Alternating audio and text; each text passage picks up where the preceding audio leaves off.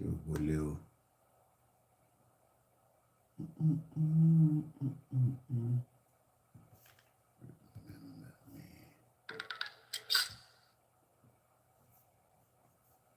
A very good morning.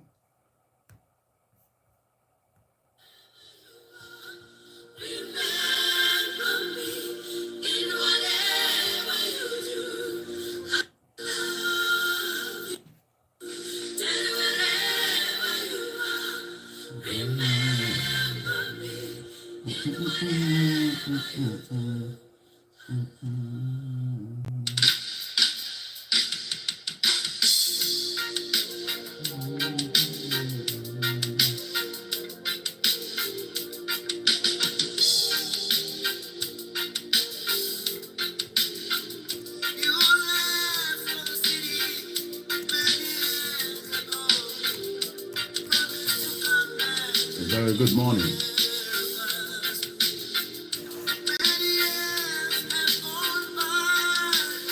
Ẹ̀yin ò kí ń wo time ní pé wà 1 hour ahead of us ni. Tẹ́lá ti rí yàn online kí ló ṣẹlẹ̀?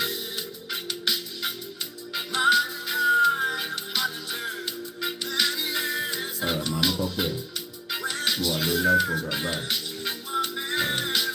Màá ní kọ́pẹ́ ọ̀rọ̀.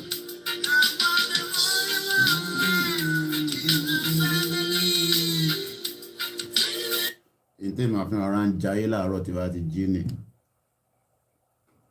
Ìwọ tó wà nílé bàbá 40 years old ó yẹ sọ pé Nàìjíríà máa dá. Mo kí gbogbo yín jàre mo ní kájọ wà nínú studio láàárọ̀ ẹ̀ ni bàbá mi ọmọ ṣe bí ẹ káàárọ̀ 40 years old 45 ó sì ń dúró pé Nàìjíríà máa dá. Àwọn bàbá 70 bàbá 65 wọ́n ní Nàìjíríà ò lè dá ìwọ ní Nàìjíríà máa dá. Mo kí gbogbo yín ẹ káàárọ̀ níbikíbi tẹ́ bá ti ń gbọ́ wa.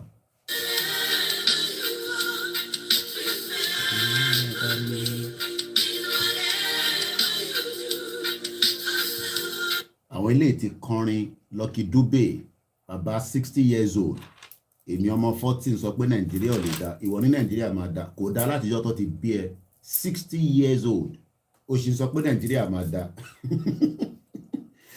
ṣòro owó tó ń wò yìí o nídìí 4 lójoojúmọ́ láti máa fi jẹun kò ń ṣe kó fi wọ mọ́tò. Ìyá mi Abe ó mà tó jọ́ mẹ́ta mọ́ mi ẹ káàárọ̀. Torí tẹ́ ń bá jí nísìn kò sẹ́ni tó máa intimidate mi kò sẹ́ni tó máa nà mí lẹ́gba. Mo kí gbogbo yín níbikíbi tẹ́ bá ti ń darapọ̀ around the world. I say good morning. This is how we roll it out in the studio. Mo ti ṣe coffee ó ní sugar nú ó ní milk nú. Ó wá bẹ̀rẹ̀ sí ń ta gbogbo nǹkan sachet ló ń tà fún yín ní Nàìjíríà àbí bẹ́ẹ̀ kọ́ ó yẹ ń tà fún yín lójoojúmọ́ nìyẹn. Lucky Dube Michael Fakile mo kí bàbá mi Taiwo Kíkẹ́ mo kí ìyá mi alálùbáríkà.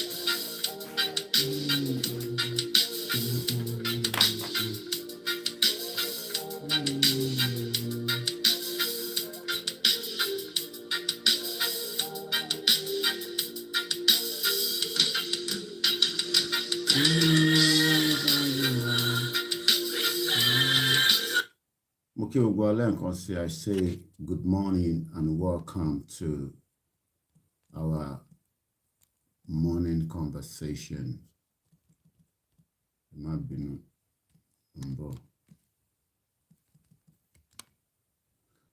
I say good morning and welcome. I can't sọ fún yín pé Nàìjíríà máa dá. Nàìjíríà ti lulẹ̀. Ó ti lulẹ̀ pine. And if anybody is saying that the country is going to work, You are living in a mirage world. A very good morning once again, and welcome. Moki Bobua from wherever you're watching. Like I always say, there's a lot of people that is still having these expectations that Nigeria will work. I am not one of them. Awati gbàkámú pé Nigeria ti lulẹ̀. Tó bá sọ pé Nigeria ó ti lulẹ̀. I am one of those that believe Nigeria ti lulẹ̀.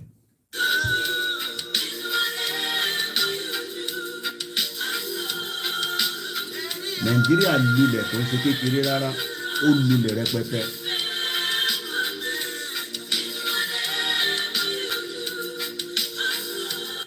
But there is this belief by so many Nigerians that one day, Nigeria will come up and it will be a country that will work for everybody. I am not one of those. Okay?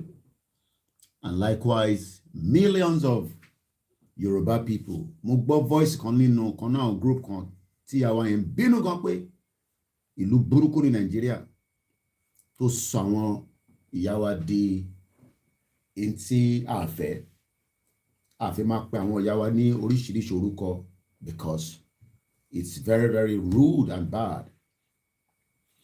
But this expectation that Nigeria will be a great country in Africa, in Europe, in terms of àwọn bàbá tó bí ní 1960, 1950s.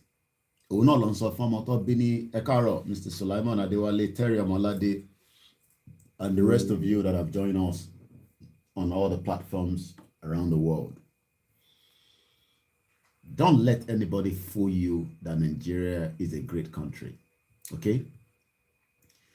A lè máa mọ̀ tẹ́lẹ̀, kò sí nǹkan tó bad níbẹ̀.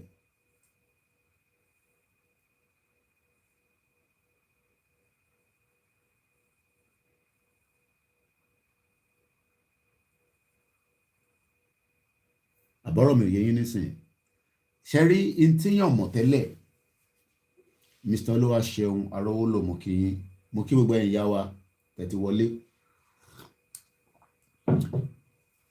I'll open the phone line so that should you want to call. I'm not going to use my laptop.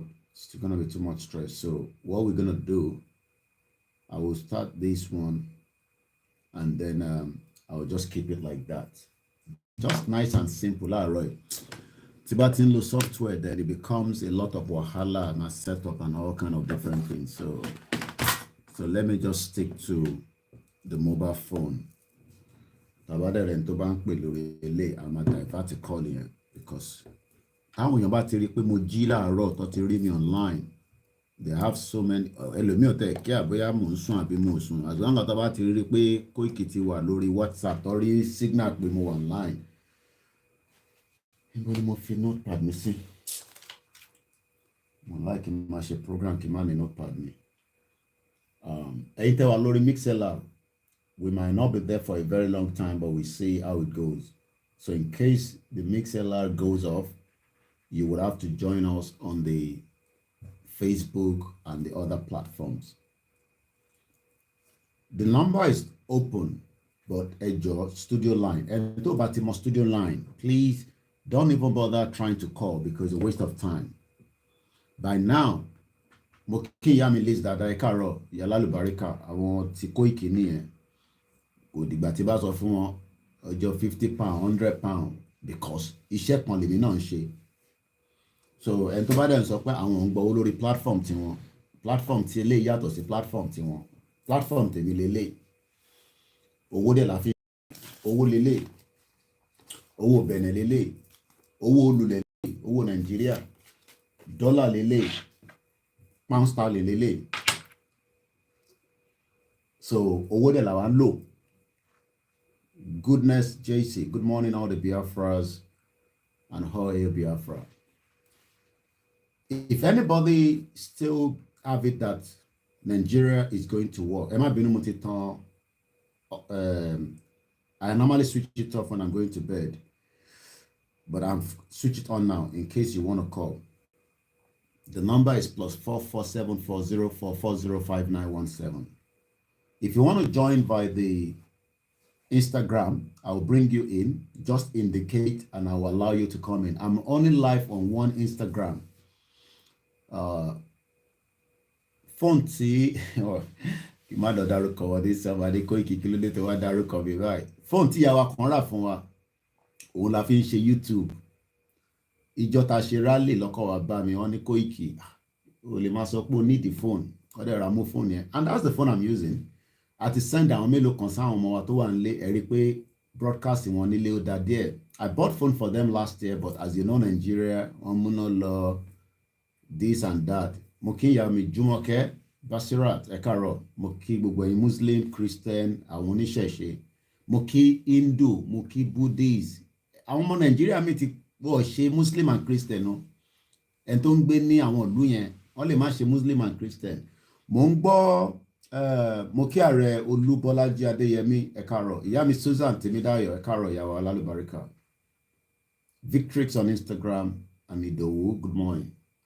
You can call at any time and I will let you come in should you want to come into the program. Okay? It's an interactive platform. There's no topic, so it's just general. So I can touch on a lot of different areas, you know. So come on, any topic. I send you a video where FFK said never believe in one Nigeria. I want you lila one year FFK. Fanekayo there. I remember when it came to Chief's house, but unfortunately I was not around. You know, Chief Sunkun tó ń bá wọn kẹ́dùn.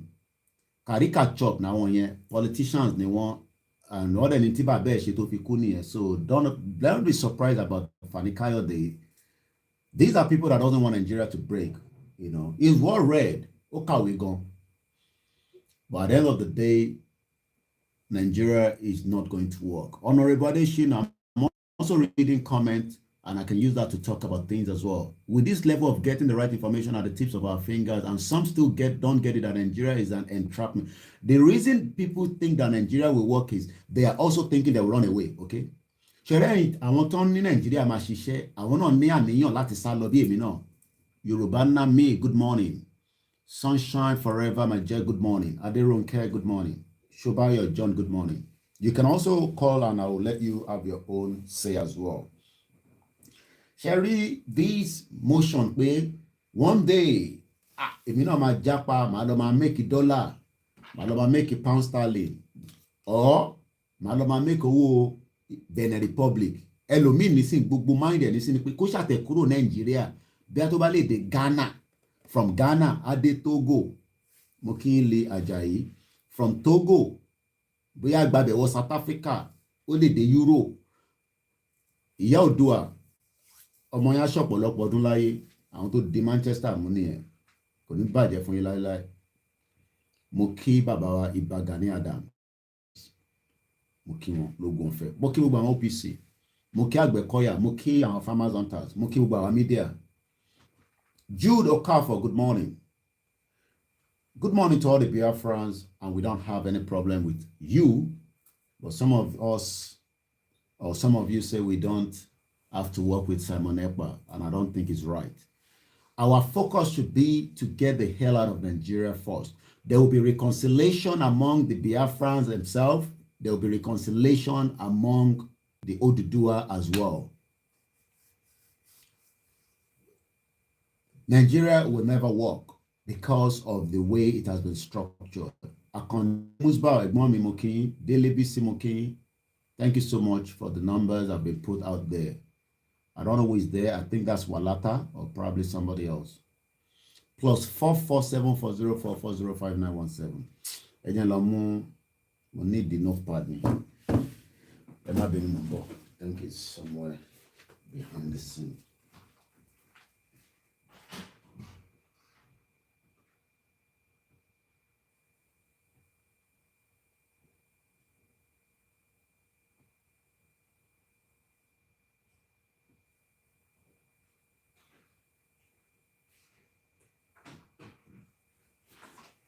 Everybody thought Nigeria will work.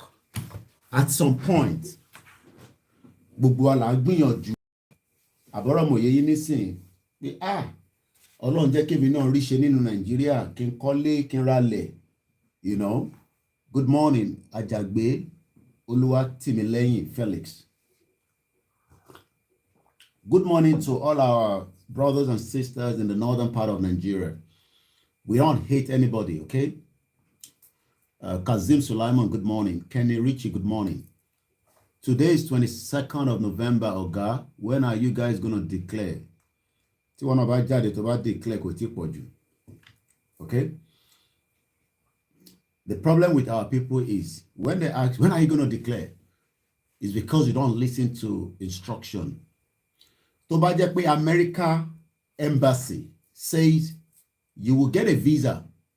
I'm just using this analogy. Please do not call if you are trying to call. Ẹ má pe number tó ń ṣe studio number.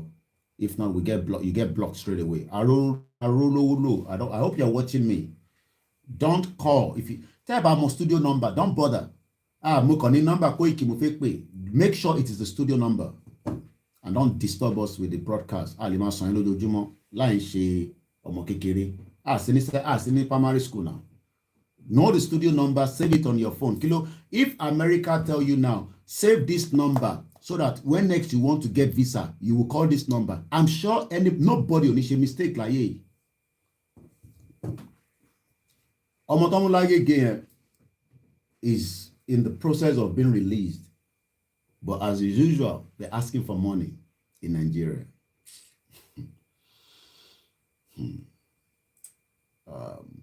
What's Europe? Omoye, Tomulagege, what's Europe? And I'm sure you all know what that means. He has been roped, and they are now asking for $500,000 to release him, and you're getting the information from me.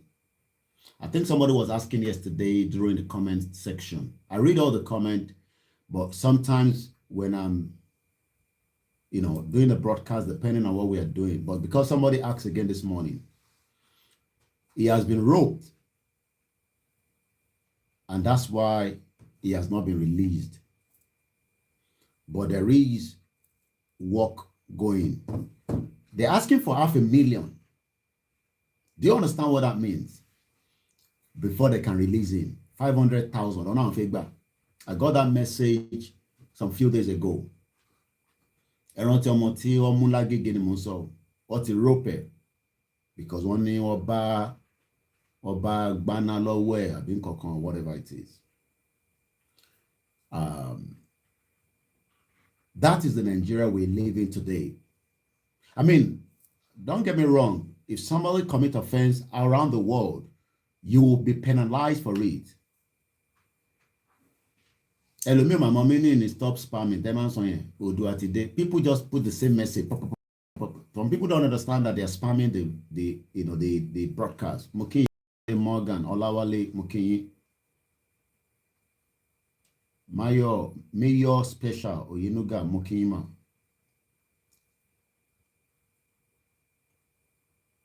That is what the wildlife police do best. They lie. Kódà tó bá tẹ̀ kí wọ́n bá igbó lọ́wọ́ ẹ̀ àbí wọ́n bá kódà bó bá cocaine lọ́wọ́ ẹ̀ kódà bó bá pààyàn ó yẹ kó lọ sí court àbí and go through the normal process. But everybody know that these things don't happen in Nigeria. And the reason why it doesn't happen in Nigeria is because Nigeria is not in that situation where things work.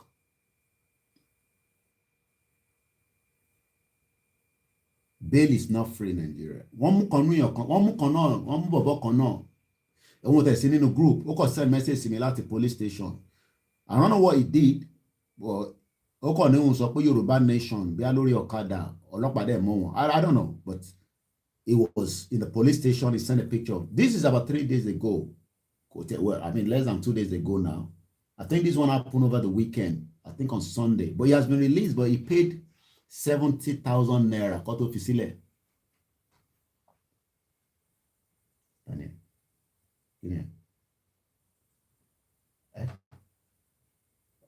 Okay. Àbọ̀rọ̀ mo yẹ yín nísìn ẹ tilẹ̀kùn yẹn. Kí ni mò ń try láti fàyọ níbẹ̀ ni pé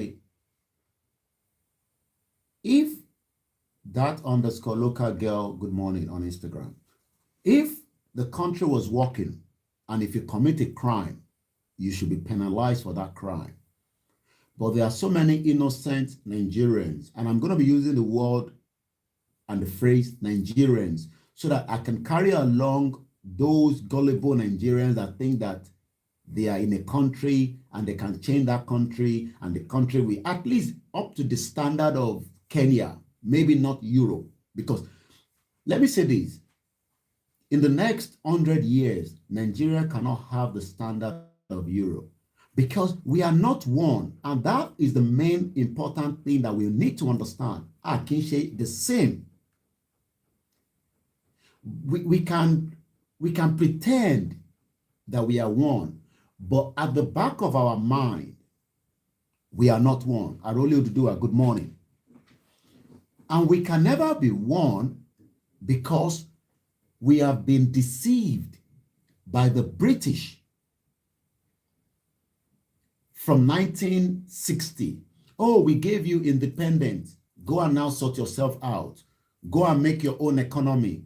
But they never told us that there's something called identity, which is playing out now in Qatar. Qatar is telling the West and the Europeans that are coming that you will not put on an outfit that indicates that you're a gay. I screenshot something yesterday, and let me see if I can pull that out on my.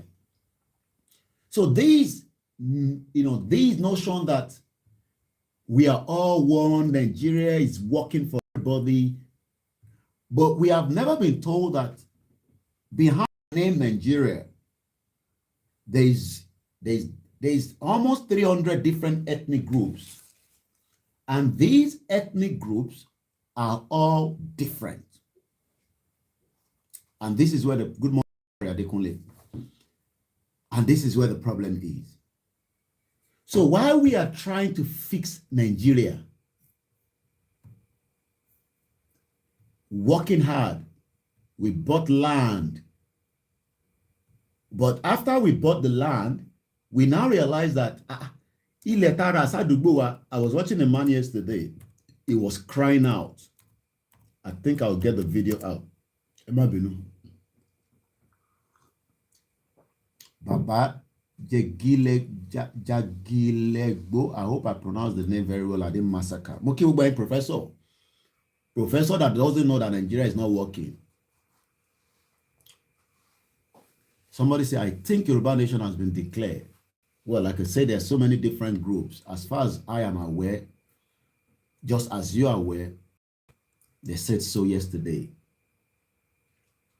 And like I've said 3 years ago, without contradicting myself, so many people would like to break up Nigeria.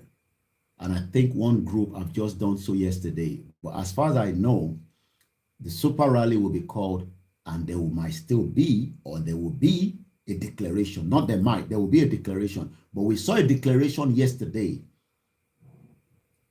And that's all I can say, because everybody wants to break Nigeria. Who are the groups behind it? I also have an idea, but I'll leave that to myself for consumption alone. But one thing is, for us to truly break away from Nigeria, we must have a strong union to break it. But some say they're not going to do so. We're going to break it in different ways. And for me, that's fine. I'm not going to argue that. I'm not going to sit here and say, I disagree with Lao to declare Lano. No. I'll be so stupid to say that. For somebody like me that I've said that we should break up an elephant like Nigeria. If that declaration yesterday is active, that's fine. But as far as I'm concerned, we are waiting for the super rally. Some are even saying that Igboho was giving, I've been hearing this voice note. And I've been trying to set up Twitter me so that I can carry along those on Twitter and I can use the software to bring them into the program. I think I can start it now. Start. because apparently the software was not on. I hope my mic is on. Yeah, I need to release my mic. And then I'm on now on Twitter so that we can have people that was going to be watching us. Yeah. You can interact with me on Instagram.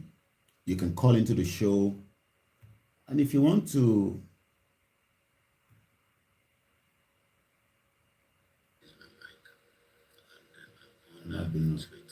but please only call the number that is called the studio number. Don't try to call any other number if it's not a studio number. If you don't know it, don't bother. If you don't know, you can ask. We will give it to you. Then just, hey, Koiki program, sorry, number. No, don't do that, please. I'm just going around the topic. So I can look at the comment and talk about it. KOIKIMEDIA, what do you say about the Yoruba terrorists like Warri Bini announced by Simon Ekpa as Biafra territory? Somebody, I sent the voice to Milano. I hope you are the same person. Somebody sent the voice to me that Simon Ekpa mentioned some areas that is Yoruba and that's our territory and all that. I'm coming on. Let me say this. Nobody can take our territories from us. 22nd November. I'm going to set up Twitter menu because we like to be broadcasting on different platforms. So where is that now? Start. The beauty of technology. Technology is so beautiful. Imagine the Guntimonche some 40 years ago. You will need a lot of transmission, blah, blah, blah, but they've been able to cut it down. I'm going to answer you, Mr. Akinloye. I think you are one of those that are worried a bit. But anytime I'm worried, maybe the Biafrans will take our territory and all that. All right, I think I'm done now. Let me just bring my background and make it the open background. Biafra is here. Simon is Sorolano, so let me change the background and just give us a. Because I have people that listen to me on Twitter. Yeah, and I'm good like that. I think I might change Interwalori Koiki Oduduwa. Maybe I should bring it on the software. Maliwa lo phone Instagram. I think I should do so. Let me bring you on the software and then I'll end this. A man with identity can't be identified. A man with no identity is a confused man. It will be very difficult to make heaven. I don't think anybody agree with you, Mr. Jim or Razak. I think somebody's trying to call. I've missed some few calls. If you call, you can call again. Mokiba Bawa 5G me Adekunle Fawe. You know, he prays a lot in the morning, and I do listen to him as well. But I just said, let me come to the studio and do what I do, and then carry us along. So let's take our first caller. Then we have a caller. Hello. Hello, Cinema. Carol. Hello, Carol. I'm going. Carol. Yeah. Hello, can you hear me? Loud and clear.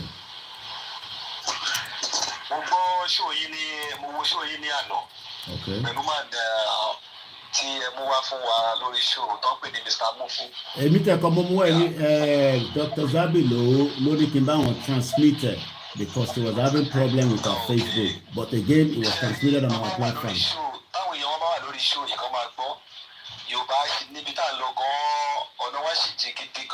Mo tẹ follow program yẹn fúnra mi.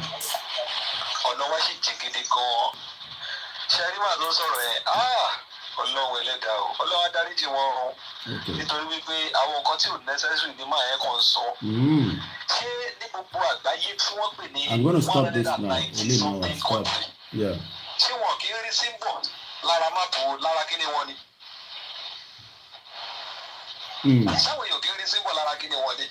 Kí ló dé tí orí olókun tó jẹ́ pé àwọn tó ṣàlàyé ọ̀rọ̀ yẹn ó dùn mí tó jẹ́ pé wọn ò ṣàlàyé fún wọn dáadáa. Orí tí àwọn bàbá wa máa ń mọ ní ayé ìgbà yẹn olóńgbè lórí olókun torí gbogbo àwọn tó ṣàlàyé wọn ṣàlàyé dáadáa o. Orí yẹn lára orí yẹn wà lọ́dọ̀ UK tí wọ́n gbé sínú museum àwọn olórí burúkú yẹn tọ́wọ̀n ṣàlàyé bẹ́ẹ̀ dáadáa fún wọn. Millions of naira àwọn olórí yẹn tọ́wọ̀n ń pè ní orí ẹlẹ́bọ. Nítorí àwọn tó ń ṣàlàyé yẹn ló kàn ń dùn mí pé ó yẹ kẹ́ ẹ pé máa ìjókòó pé eléyìí simple àti lásán ló jẹ́. Ó dà pé reason tó ṣe gbé wọn wá náà nìyẹn láti ṣàlàyé because I don't think the man understand anything. Ṣé níbẹ̀ yẹn kàn tí ẹ̀kọ́ di mò ń lọ? Ṣé ní gbogbo ẹyin tó ń jẹ́ àgbára? Àwọn tó sọ̀rọ̀ lẹ́mẹ̀ dídì àti wérò náà kí lẹ̀ wérò fún? Ẹ má kọ́ ẹ má ṣẹ́jú sí èrò náà. Tó bá tásìkò tágogo bá lò oníkálukú àmọ́ lógo ẹ̀. Tó bá wá jọmọ àlè Yorùbá ló máa wá jáde síta gbé owó òfẹ́ Yorùbá wà á ọba yẹn máa dín pẹ̀lú ẹ̀ bóyá ìyá láìjà ẹ̀ ló sọ wá ní Yorùbá àwọn ajáde àwa sọ fún wa gbà yẹn. Yorùbá nation kì í ti Mùsùlùmù kò ń ṣe Kírísítẹ́nì kò ń ṣiṣẹ́ ṣe. Èrò ńgbà gbogbo wa ní orúkọ tá à ń jẹ la fẹ́ jẹ́ kó wà on top. Mi ò bẹ́ẹ̀ kẹ̀tẹ̀. Mo ń kẹ̀tẹ̀. Sori yóò ṣe big deal náà. Sábẹ́ èèyàn kan fún wa lórúkọ lórúkọ yẹn la fẹ́ máa jẹ́ lọ ni. Èèyàn kan ṣe freedom fún wa. So ó lóun fún wa ní Nàìjíríà sábẹ́ máa lórúkọ yẹn lọ for life ni. Láfẹ́ tó yí tó máa sọ̀rọ̀ ó lóun gbé Islamic nation. Wọ́n sọ fún ilé wa. Ẹ̀jẹ̀ ká sọ̀rọ̀ síbi tọ́rọ̀ wa o. Tó bá gba Yorùbá nìkan tí olórí burúkú kan ìbàjẹ́ àfà ìbàjẹ́ Mùsùlùmí ìbàjẹ́ oníṣẹ̀ṣe tó bá lọ ń ṣe gángọ̀ kan gbòò lọ ń ṣe tẹ́rọ́rìsì. Àwa fúnra wa la máa pa o. Constitution máa dín pẹ̀lú yẹn. Ọlọ́run jókòó lọ ń ṣe tẹ́rọ́rìsì kan àwa fúnra wa la máa pa. Nàkó ẹ̀tẹ̀ ní láti ẹni sùúrù ní láti sọ pé àwa la máa pa wọ́n. Constitution ló máa dín pẹ̀lú àwọn èèyàn bẹ́ẹ̀ yẹn. Ní UK tèmi ń gbé mo sọ fún yín pé tó bá jẹ́ ọ̀rọ̀ terrorism ni mo sọ wá tó wá gbé mi ti pẹ́ because wọ́n like anything terrorist. Àbọ̀rọ̀ mọ̀ yín nísìn so ọ̀rọ̀ pípayọ̀ tẹ̀ necessary tábà ti gba Yorùbá nation. Afẹ́gbà orílẹ̀-èdè kéde ara wáyé ìríra wa ká lè gbọ́ra wáyé. Ṣé ẹ̀rọ pé gbogbo ṣe wà ní National Assembly tó ìjókòó orí burúkú sẹ́rù pé wọ́n gbọ́ra wọn yé ni. Ẹlòmí òru ló lọ ń sùn bẹ́ẹ̀ náà. Bẹ́ẹ̀ni. Ọjọ́ wo ni Buhari ti jáde síta fún wọn tó lọ sí National Assembly tó lọ bá wọn sọ̀rọ̀ bẹ́ẹ̀. Good morning, Maxi. Okay. Ká gbèdé ara wa òun ni ṣẹ́rí bẹ́ẹ̀ ibẹ̀ ẹ̀kọ́ tí ẹ̀kọ́ ni mò ń lọ. Ẹ̀yin gangan ni mo fẹ́ bá sọ̀rọ̀ sá. Ẹ wá kọ́kọ́ parabolate látẹ̀ ẹ̀kọ́ like 4 minutes ó yẹ gbóòsè kíákíá. Ẹ má bínú. Ẹjọ́ mo rò pé kọ́ńtì yín UK yín mo rò pé lágbára tó yẹ ẹ̀. ọmọ náà ẹ̀rọ pé UK proud gan wọ́n wà very very proud gbọ́n tí mo tẹ́ fi sọ ẹjọ́ òsèké mọ́ gbọ́ yín. Ibi tí bàbá yìí wà bí bàbá wà lórí ọ̀kadà ni gbogbo ẹ̀kọ́ ń ṣe pápápá ni I'm gonna let him go for now. Etí mi ti fẹ́ ya látàárọ̀ ẹ má bínú aago méje ṣẹ̀fẹ̀ lọ lù ní ẹjá lọ sọ́dọ̀ Dennis ní Georgia lẹ́nu tó ń pè yín wá ẹ káàbọ̀ sórí ètò. I can read all my comments now. Koiki, please add me to your WhatsApp. I don't have ẹni sùúrù Mr. Dennis ẹni sùúrù ẹ̀yin tẹ́ bá ń sọ pé kí n add so in my WhatsApp group mo understand content. I don't have a group. Wọ́n fèmí náà sínú different groups ni I don't have any group. Tẹ́ bá yẹ pé first state group yín we can say okay I must èèyàn báyìí nínú state yín tó jẹ́ group ẹ lọ contact wọn but a lot of people are also scared that they are DSS lẹ́ni yẹn kankan but again I'm sure we can nullify that quickly. Go ahead Mr. Dennis ẹ má bínú. I'm on YouTube now tàbí sọ pàṣẹ lórí YouTube ibo lẹ́yìn wà Vincent Dada á wà lórí YouTube ló wà níwájú mi náà mo dẹ̀ ń wo comment mi lórí YouTube. Go ahead Mr. Dennis ẹ má bínú sorry. Wọ́n kàn rọ ọmọ bí gbogbo àwọn ọmọ Yorùbá tí adé Yorùbá nation ló kàn lágbára Ọlọ́run pọ̀ nígbà lẹ́yìn gbogbo wa. Àmì Ọlọ́run ọba o. Àwọn tó fẹ́ lókun tó sọ pé wọ́n ìdí èsì orí olóògùn. Lákọ̀ọ́kọ́ wọ́n lọ sun oorun mẹ́ta tọkùnrin máa ń sùn.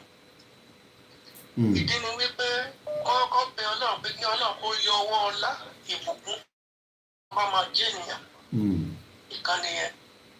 Ìkejì kọ́ mọ̀ ná náírà mọ́ kọ́ mọ̀ ná dọ́là mọ́.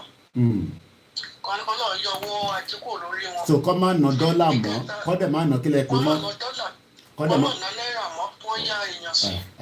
Because oríṣiríṣi kan lọ́yà sáwọn owó ìlú tọ́ o eléyìí nísìn ẹja wà lára 15 naira tó wà lọ́wọ́ mi àwọn orí àwọn èèyàn mẹ́rin dẹ̀ wà lórí eléyìí orí Azikiwe lélẹ̀ títa Amẹ́ríkà orí ìmọ̀ràn tí ẹni tó wà níbẹ̀ bọ̀ orí èèyàn kan wà níbẹ̀ bọ̀ lẹ́yìn ẹ̀ igu àbí nǹkan kan wà lẹ́yìn ẹ̀ wọ́n ní bàbá yẹn ní pé tóun bá fẹ́ náwó ó dà ń pàlájà kan náà tọ́jọ́ ṣe presentation wọ́n ní kan ní wọ́n ní òkè àdá pàlájà ẹlẹ́hà wọ́n ní kan ní tóun bá fẹ́ náwó òun á wá yọ owó yẹn bọ̀ wọ́n ní fọwọ́ kan bíi tí mo kàn ń gbọ́ program yẹn briefing láàrọ̀ mo kàn rẹ́ẹ̀rì níbi tí mo jókòó sí ni mad people all over the place.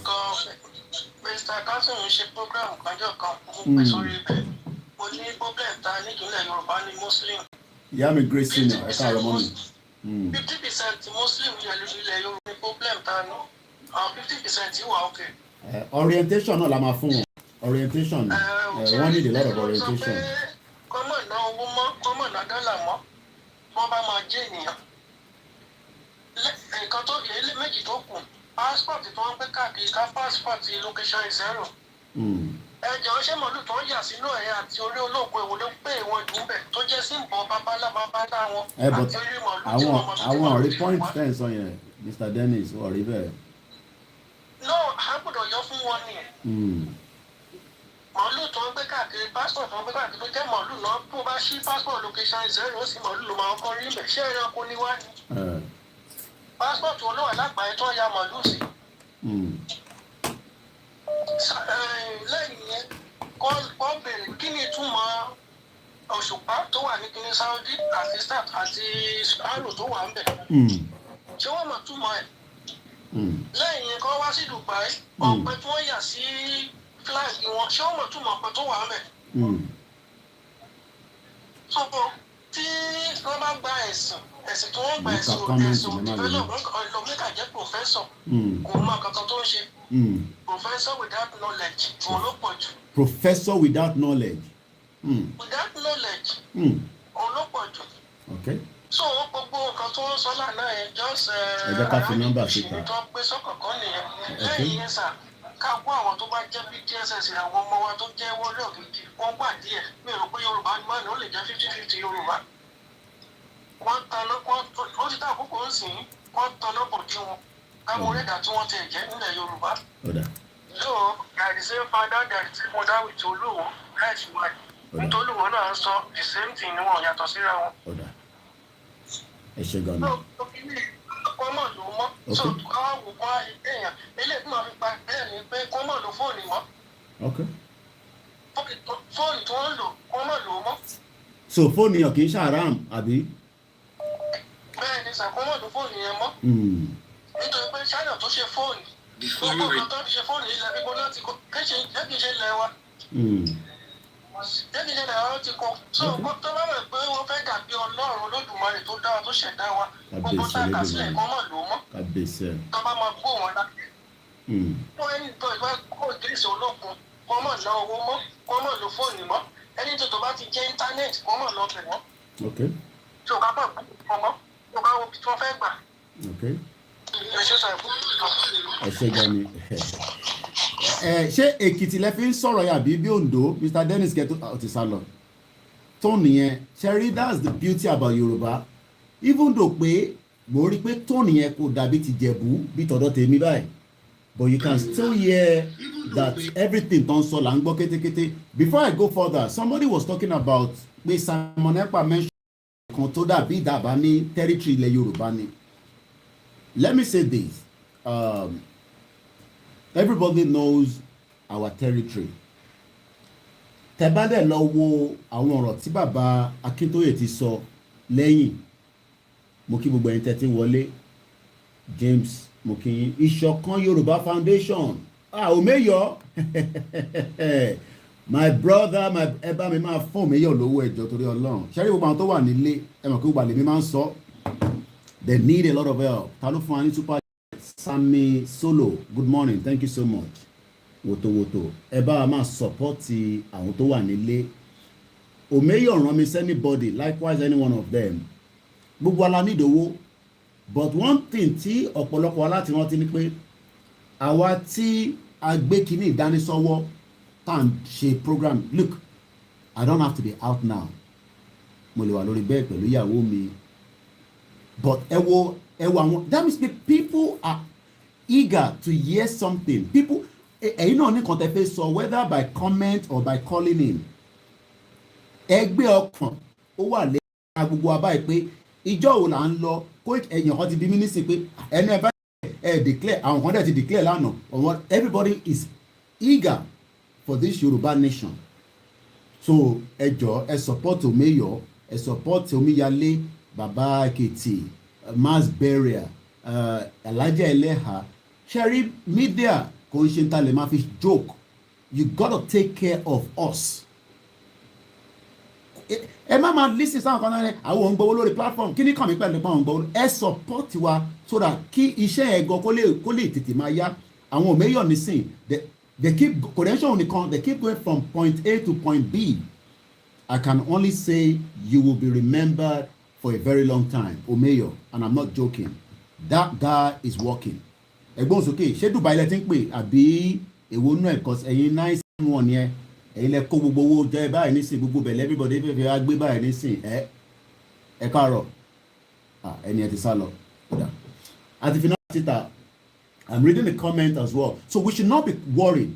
Just for me to the question about Delta Edo mo fẹ́ padà sí ẹ̀rọ kí mi máa ń kọ̀ọ̀kan sílẹ̀ ibi tí àwọn kan máa ní Koiki báwo ló ṣe wá fọwọ́ sẹ́nu báyìí tó di ó dà pé Tinubu lọ́nà ń ṣe yẹn nínú ibi tó ti lọ ṣe program kan tó ń fọwọ́ sẹ́nu tó ń kà me on the 8th of October that question was asked by Baba Akintoye and this is what the question says. Yoruba nation consists of 6 states. Ìyẹn kan ló béèrè question yẹn, okay? And the person says, and I quote, Yoruba nation consists of 6 states. Inti Baba sọ, Professor sọ, ni mo fi sọ ẹ̀, kò ń ṣe mi ni mo sọ o. Professor Akintoye says, and I quote, the Yoruba are part of Kwara. Even though some people don't like that word part of, we are part, Yoruba is part of Kwara. Yoruba ni Kwara. You can argue with Baba, not me, okay? Immediately me. One, we also have Yoruba that are part of Kogi. Yoruba are part of Delta State. Then the next question was, how do we bring them back? Báwo la ṣe máa mú wọn padà wá? Àwọn tí wọ́n ti wà ní tó ti cut out yẹn. Ní topic kan láàárọ̀ so I'm just going to be going around touching on some of your comments and all that. Mo kí ìyàwó Khadijat Adejoke, and I have, my screen. I'm monitoring all the comments and all that, so we are not missing anybody as we go along. And Baba says, àti ní map kan ready. Mo fẹ́ fi map yẹn wọ̀n wá níbí bá. Ẹ mọ̀ pé a submit nǹkan kan fún Buhari ṣé gbogbo arántí. Òun lélẹ̀. Ṣẹ́rí map yìí, and I'm gonna get a bigger one. Mo ní the printer nínú studio mi. Tàbárẹ̀ ẹni tó máa sọ pé Koiki, mo bí printer fún ẹ. So I need to be printing a lot of things. Mo bá dẹ̀ lọ gbé tinú ilé àwọn ọmọ bá mi jà gidi. Ṣẹ́rí map yìí ṣé gbogbo á rí dáadáa. I hope you can see it, even though it's not very clear, but I have to get a bigger one. Mo kàn fẹ́ Edo wà ní bíbà, side bíbà ní Edo wà. Ọ̀rẹ́, Àkúrẹ́ ní, Ìgalà, Lọ́kọ́jà, Kàbà, Adó Èkìtì, Ìlọrin, Núpé, Bàríbà, Ṣakí, Ìbàdàn, Abẹ́òkúta, Lagos, Òṣogbo, Ifẹ̀. Then I think Delta people and Edo people. So I think ẹni tó béèrè lẹ́ẹ̀kan yẹn ó ń sọ pé bí a Simon Ekpa mention ni around Warri or something. I don't know. I have to go back to that comment. But somebody mentioned something of such. I am going with what Baba said, not Inti Koiki. So I am not a professor of history, but I am a media, and I heard what he said. Baba said we have a map already. Look, I sent flag to people in Edo State. There are some of our brothers that I don't want to go into some of the details. I sent flag. Our flag tank me Ode Edo. Why did I send a flag to them if I know they are not part of us? They are part of us. But everybody understand the way Nigeria as it is right now has cut them out from us. Ẹgbọ́n mi dáadáa. Nigeria is a sovereign country, and as we speak right now, these places have been divided away from us. And what I mean by that is, Emma comment KOIKIMEDIA, and so I'm actually opening laptop, computer, ó slow gan. Ìgbà mi kò máa hang, so mo fẹ́ máa ka comment yẹn mo ṣe ń ṣe, even though I have it here. Bukola Adisa, good morning. So, inter-submit for UN pé a fẹ́ gba ìlú wa. Because the way Nigeria has covered these places, okay, what the Kavu, Edo, àti Delta, does not mean they are not part of us. Does not make the work in Shomo Yoruba. Maybe not every part of it, I don't know. But they are part of us. But right now, we cannot carry them along going into United Nations and say, affect by Yoruba nation. And then Ama encroach this part of Nigeria. Because we got to understand that Nigeria is a sovereign nation. And as long as Nigeria is a sovereign nation, we would only talk about the ones that we have. Explanation. We're just going to pick on the ones that we are very sure we carve out, because Edo and Delta, as you're saying, is not classified. Okay, I think that's the right word I should be looking for. Is not classified. I might be wrong, you can call it and disagree with me, but I am going with what Baba said. Is not classified as Yoruba land according to Nigeria. It has been cut out. No, it's not about let's leave Edo alone. I am explaining to people because not everybody understands this. This is a platform that educates. No, a program and you can listen it in. Let's leave Edo. No. We don't want to leave them alone because we still have to talk about it. Just as we these are situations that we'll be talking about, but distract too much. But it is part of a conversation. Some are even fighting about province as we speak right now. So, as somebody saying Akoko Edo is part of Yoruba land, but Nigeria has cut them out. But later on, the rest assured that they will come back and be part and align with the Yoruba nation. I think that is how I can explain it. And like I said, on the 8th of October, Baba Akintoye says, and I quote, somebody asked, how do we bring them back? And Baba said, we have a map of Yoruba nation already. And what that means is, we have actually given our map to the world. You know, I have my map there, this one. We have already told them, okay? And we cannot just go and change that. It will become a problem. If Edo people say they are not part of us, there's not a look. It's not. I have said it. Is look. Edo can be a nation. That is not a problem. If some of them say they want to be part of us, they will be part of us. And if there's some of say they are not going to be part of us, that is not a problem. The problem that we have right now first is to get our freedom. The Biafra must get their freedom. The Arewa must get their freedom. The Middle Belt must get their freedom. And likewise, all the other ethnic groups in Nigeria. Because Nigeria is a country of different nations that was put together by the British government in 1914. And let's go to the next caller. Hello, caller. Good morning.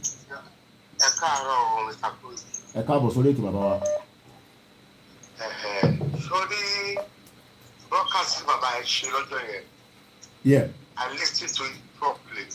It won't be because there's a lot of broadcasts. Kick on in line. Nípa sovereignty Yoruba states. Okay. All right, Daddy, go ahead.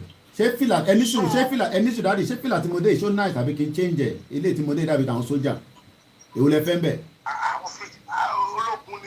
Ológun ni yín mo like bàbá ìdájà àdáṣá ọ̀nà ológun ni mí ó yẹ gbó sókè. Ilé àwa ní Yorùbá nation ni ẹni yìí. Mo gbádùn yín sà. So gẹ́gẹ́ bí ó ṣe yé mi ní nǹkan tí bàbá sọ ọjọ́ yẹn. Okay. Bàbá ní let's go with our 6 nations for now. Okay. 6 states for now. Bàbá wa ní àwọn tó wà ní Ẹdó, Kogi àti Delta. Yes. Ìgbára wípé àwọn Yorùbá tó wà bẹ́ẹ̀ fúnra wọn tó bá decide láti tẹ̀lé wa àwọn ló máa ask for referendum. Okay. If I understood Baba better properly that day.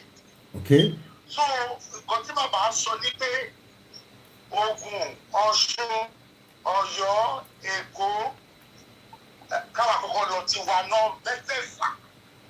Tí Nàìjíríà gbé fún wa. Tí bá wá bí yín pé kí ni opinion àti view ti yín lórí ẹ̀ kẹ́ wá continue lórí nǹkan tẹ́ ń sọ ẹ kàn mú yẹn dání sọ́wọ́ bọ̀ ẹ parí nǹkan tẹ́ fẹ́ sọ. Mo rò pé bàbá wà justified lórí yẹn. Okay. Yorùbá náà ló pòwe pé tí ọwọ́ ẹni ò bá kan ikú dà. Lábì kó má bèrè ikú tó pa bàbá ẹ̀ kó má kó náà lọ máa kọ́ take out.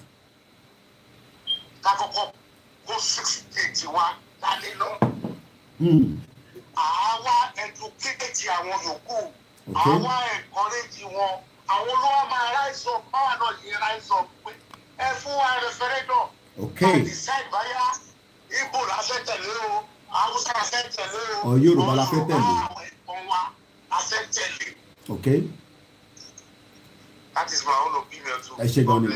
Thank you so much, my uncle. Mo glasses yín ilé ẹ̀kọ́ tí ìwà bí ó ṣe máa dọ́dọ̀ Koiki. Okay, I think I have my professor. Okay, somebody is called Luis is calling from Turkey. Luis is our Biafra brother, and we love them so much, and we love you with our heart. We might have problems, it's normal. We can have problems even in the near future, it will be normal. But for now, make we fight, get our freedom from the endangered species of Fulani that is look, imagine Fulani Meyati Allah say, Tinubu will give us our grazing back from Nigeria. Omo, Emaso, do you know what that means?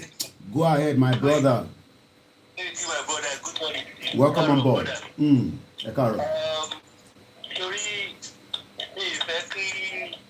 I get distracted because ìgbé tó ti máa mọ̀ pé Nàìjíríà ti pín pátápátá ni wípé oríṣiríṣi opinion sí àwọn kan tí fẹ́ máa jà sí territory. Okay. Àwọn kan tí ń jà sí orí ológun. Àwọn kan tí ń jà sí flag. Ìgbàlódé tó máa mọ̀ pé Nàìjíríà lè tán. Yorùbá ti dé, Biafra ti dé. I'm happy about this. But we just have to be very, very careful. Okay. Because what our is people lọ́dọ̀ wa Biafrans. Distraction ní ojú tí ń lọ. Ṣèbẹ́ yìí ṣì manage ní àwọn títí wa wọ́n bá Nigerian government wọ́n fi ń kókó ti wa. Wow. So ti ẹ ẹ̀yìn ní wa òkè àwa wọ̀ sí jù yín lọ but we will be able to because you know what? Yeah. When you are getting to the end of the line, this is what you go through. So ẹ má yẹn ká bá distracted gbogbo àwọn tó ń jà sórí olókun àwọn tó ń jà sí flag àwọn tó ń jà sí territory ayọ̀làjú làwà. And I think, and let me buttress this. I was talking about a country called Samoa. Asọ̀rọ̀ lórí wọn ní Jẹta. Ṣé mọ̀ pé it was in 2007 wọ́n ṣe new constitution and they removed the western part of the Samoa and they became just Samoa alone. There must be a reason why they decided to remove western out of it. Because western yẹn ló ń lò láti, I think they got their independence around 1962, somewhere around there. A very small island, not up to 200,000, is a country, but it is only 2,000. So gbogbo all this lingering, that's sort of. Kódà after 3 years, a lè ṣe constitution tó máa remove orúkọ kan tá à ń jẹ́ nísìn, ká wá padà sí orúkọ tá a fẹ́. Ẹ jẹ́ ká jẹ́ Odùduwà republic, ká lè carry everybody along. Àníkàtẹ̀ kọ́kọ́ jáde kúrò ní Nàìjíríà náà officially, properly. For now. Program tí wọ́n ṣe rí program tó rán lánàá lórí show ẹ̀. Yeah. Tí bàbá yẹn bàbá kan tó pé. Tí Dr. Dabi ṣe, yeah. Ara àwọn ọmọ àfọ̀já nìyẹn, ẹ̀ kọ́ máa distract ní. Okay. And I'm so glad with the Yoruba people last night, they dealt with him very well. Because bàbá yẹn Ara àwọn tí Fúlàní rán wá káàrin yín nìyẹn. Wow. So ẹ máa wà skeptical about them. That is what they do. At this point now, what they're going to be doing is they're going to be sending all sort of infiltrators into your mix just to destabilize your movement and your agitation. Don't get distracted. Don't get angry. Yes, they're doing the same thing to us. We the Biafrans. So ní fún wọn láàyè yẹn. Mo dẹ̀ like àwọn tó wà lórí ètò alẹ́ àná yẹn. Wọ́n ti dá àbá yẹn lò. Intelligent people. They were so strong. They were so compact with what they were saying. And they meant everything and they made sure the man left there shamefully. He left the street shamefully. Reason tó ṣe lọ gbé wá náà nìyẹn. And Christians. Oníṣẹ́ ìbáyé ni àwọn Yorùbá láti ilẹ̀ káwọn òyìnbó tó bẹ́ẹ̀ tí orí burúkú wọn wá. Ṣé gbogbo ẹ̀ lámọ̀? Èwo ni kẹ́ máa sọ fún wa pé Yorùbá ni Muslim? Àwọn kan tó sọ fún Yorùbá pé Saudi ló ti wá. They were just making mockery of themselves, trying to distract everybody. So these things are normal. Ní fún wọn láàyè, àwọn alọ́dọ̀ ti wá àti rí orí gbogbo wọn mọ́lẹ̀. They will still try to come up to make issues to distract. The politicians are not. Ẹ̀jẹ̀ tó ń pè wá ẹ má pè sórí step àti mọ nọ́mbà ẹ má disturb broadcast lára ẹjọ́ torí Ọlọ́run. Nothing is going to hold them down. So the only way they can destabilize the movement is by bringing all these infiltrators. Okay. Wàá ṣeré Louis kò ní bàjẹ́ fún ẹ na brother. I love you so much. Thank you so much. Love you so much. Tó bá mọ̀ pé mo wà live because I'm using this phone ṣẹ́rí ó wà live lórí Instagram tẹ bá ti pè ó máa disturb intan ṣe ní bíbá and I have to start again I think Lady K also have this kind of problem especially when we're using a phone that is linked with our WhatsApp àfi tẹ bá ra phone ní fún mi tó jẹ́ new phone tí màá fi ṣe Instagram tí kò ní problem so and people will always say ṣe bó phone àti send àwọn kan lọ sílé fáwọn ọmọ tó ń ṣiṣẹ́ fún wa. So please don't disturb this broadcast. Tẹ́ bá ti mọ studio number òun tún nílé again +44 4 méjì 74 044 05917. Mo fẹ́ sáré kà nǹkan tí bàbá wa Professor Wọlé Ṣóyínká ọ̀jọ̀gbọ́n. Ẹ mọ̀ pé lánàá bàbá yẹn sọ pé ṣé wọ́n rò pé àwọn Biafra máa gbàgbé ogun Biafra ni. Mo kí bàbá wa Rótìmí Àjàyí. Mo kí ẹ̀gbọ́n mi Victor Ajílẹ̀yẹ. Actualization of Yoruba sovereign nation will come when the time is right and it is. So gbogbo ẹ̀dá ń bèrè pé ọdún ìtì fẹ́ tán. I keep telling you that Soviet Union ó kù 5 days before the end of the year ní 1991 15 countries máa jáde nínú country yẹn lèyí lọ́kàwé ní Ukraine kó tó di pé gbogbo ẹ̀ di bó ṣe di yẹn. Please don't call if you don't know the studio number, okay? Ẹ má tẹ̀ bọ́dà. It's not a must for you to call. Mo fẹ́ sọ̀rọ̀ lórí kó tó dé pápá tó gba mọ́kọ̀ Wọlé Ṣóyínká kódà bó tẹ̀túṣẹ̀ rí lẹ́yìn nísìnyí why I say Biafra can never be defeated Professor Wọlé Ṣóyínká àná àbíjẹta he was talking about removing history mo kàn wá sọ fún ìyàwó mi lánàá pé ṣé o mọ̀ pé 1998 lèmi kúrò ní school I left secondary school in 1998 I went to Abeokuta Grammar School in Ogun State and òun náà sọ fún mi pé but ìgbà tóun náà wà ní school history wà but wọ́n kọ́ àwọn it was part of a subject but wọ́n ní teacher fún and that is one of the reasons why a lot of us have missed out so much information. Ekaro, the video signal is going off and on. I'm not sure why.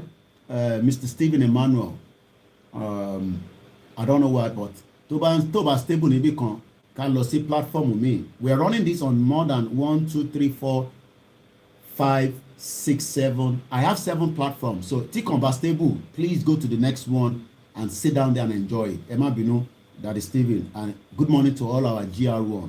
Ẹ má bínú pé kí ni GR1 code kan nìyẹn. I have a lot of code here and I can talk about each of those code quietly.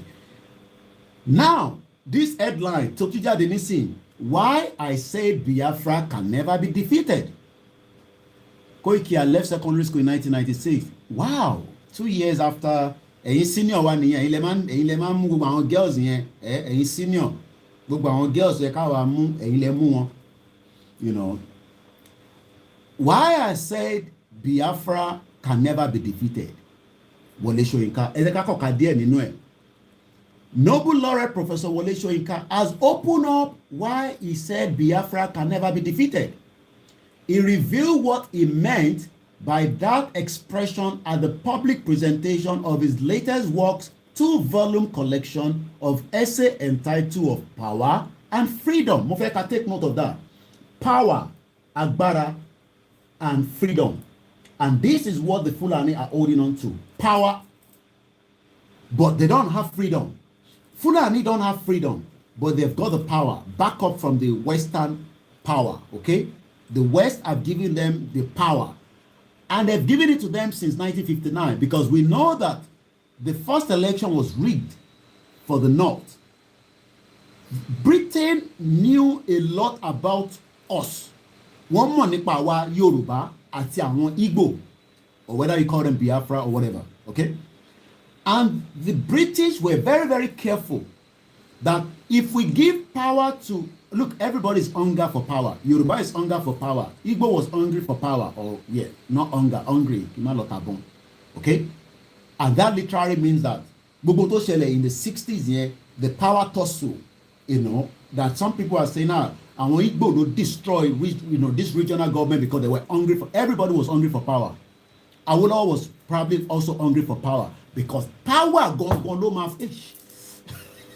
power gangan ló máa fún wa ní interfere. Look, if you don't have power, you will live and die in that poverty country called Nigeria. Let us take our freedom.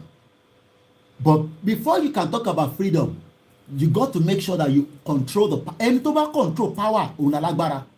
Look, the guy in North Korea, imagine, as much as America is powerful, they are very, very careful to go and attack him. Do you know what? The guy, Bobo and Son Oregon. Now, young boy, how old is the guy, the North Korea? I'm just trying to divert a little bit, because I'm going by what Professor Wole Soyinka is saying here. Akonji Mokembe. Akonji is the one that sent this video about fufu meji, 100 naira, bread 100 naira. I hope you are doing very well. Morikin Daddy Warotimi Ajayi. I did history in 1985. I passed my secondary school education. I think eradication of history started in the 90s. Definitely. By history, in the secondary school. And I got to secondary school around 1990. So you were lucky in that way. Power is important. When you have power, then you can talk about freedom. But we don't have both in Yoruba land. People think because you have a governor that is in the office and he's got the power. No, he doesn't have that power. Your governor does not have the power, because the power is coming from the center in Abuja by telling our own governor, Rotimi Akeredolu, only Konmolefiche, because I think he's still a little bit, àwọn Sanwo-Olu, Dapo Abiodun, you come our glasses be Jaguda. And Seyi Makinde, those ones are not true Yoruba sons and daughters. But somebody like Aketi is still a little bit lenient. He wanted to arm our own Amotekun. But the power in the north is and who is the power? Garba Shehu. Buhari, as far as we are concerned, even if he's alive, Komontonse. Buhari, even if he's alive, let's even say, even if he's truly alive, as far as we're concerned, is not capable to understand what is going on in Nigeria anymore. Maybe in the 80s when he was fit, he was that guy that did the coup, because Buhari is a coup plotter. So when we now talk about power, your governor does not have the power to do whatever they want to do. Yes, they are power, but they do not have the authority to give you the freedom that you want.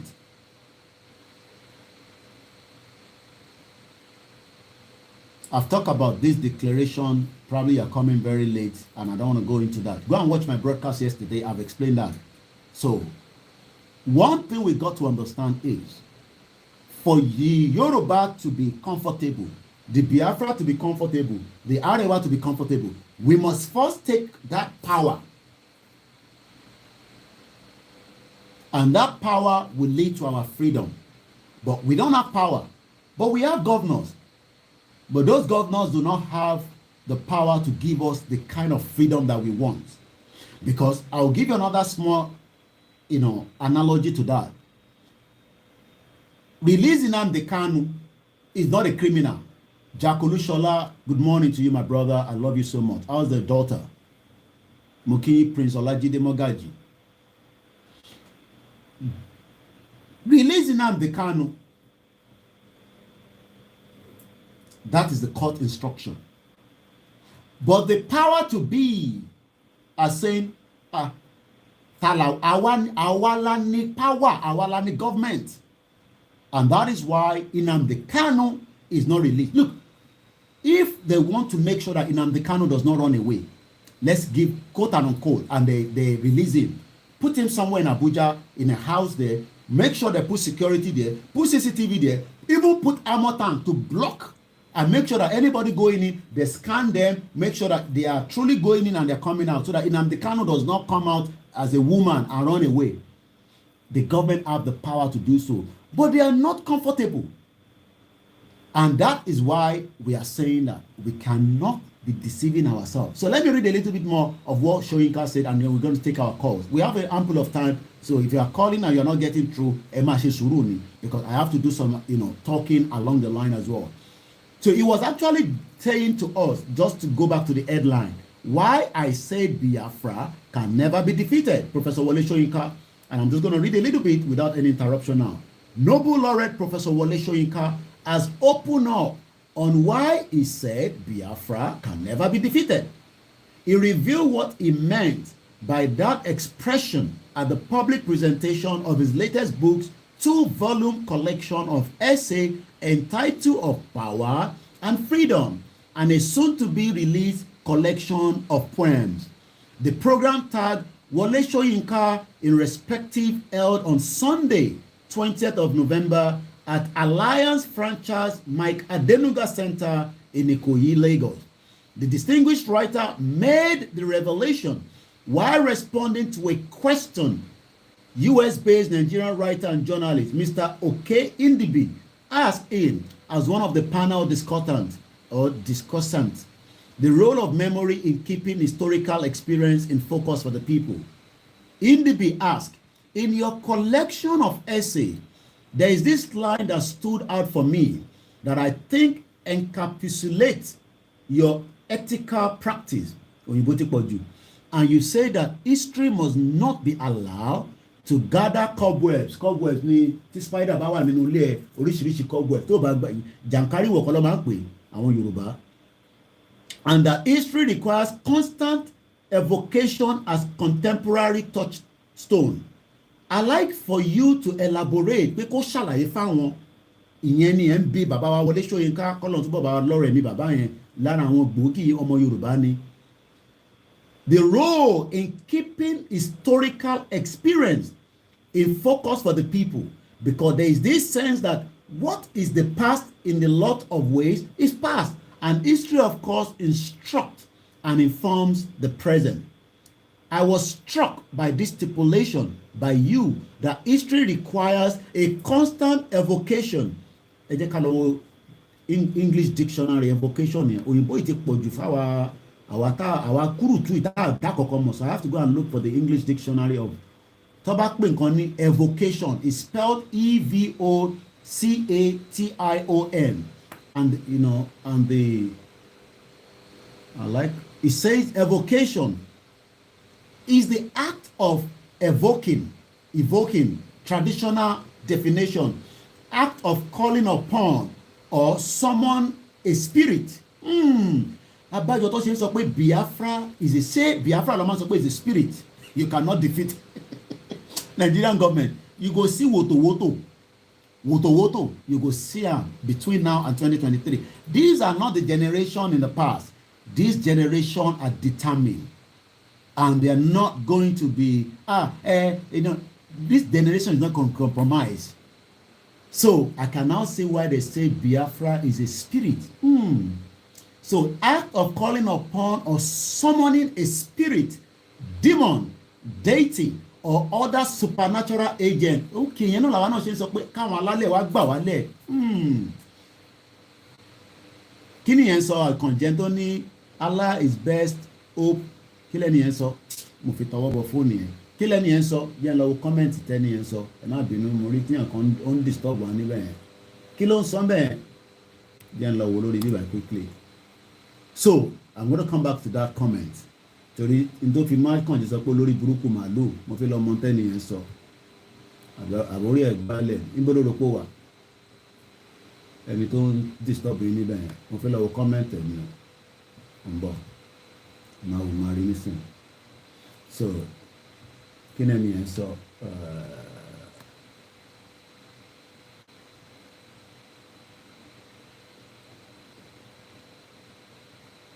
Òun tajà ní àbí? Allah is my best hope solution bro. Ẹja yọ dànù. Àkànjí rán mi létí kí n fún ẹ ní access page wa tó bá ti rí nonsense kí níbẹ̀ àwọn kọ́ bá gbá dànù. Tajà lórí bíbá ẹ̀ náà. Mo ti band ẹni yẹn. Confirm. Rán mi létí kí n fún ẹ ní access page yìí. Make sure kí rán mi létí má gbàgbé.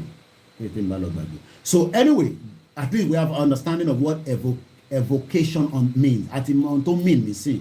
Okay. Now let's go back to what Professor Wole Soyinka was actually saying, and then I open the line back again. So anyone, please, could you elaborate on that with a question mark? Somebody wants to join. No, I'm not bringing anybody on Facebook or that we will program with me.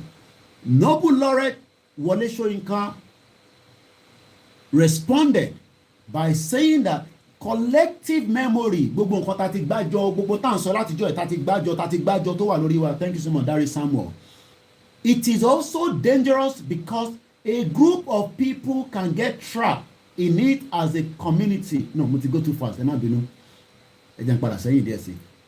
Soyinka responded by saying that collective memory is the key, òun ni kọ́kọ́rọ́, which is related to the mechanism of relating reality of narratives, depending on the narrative that is given.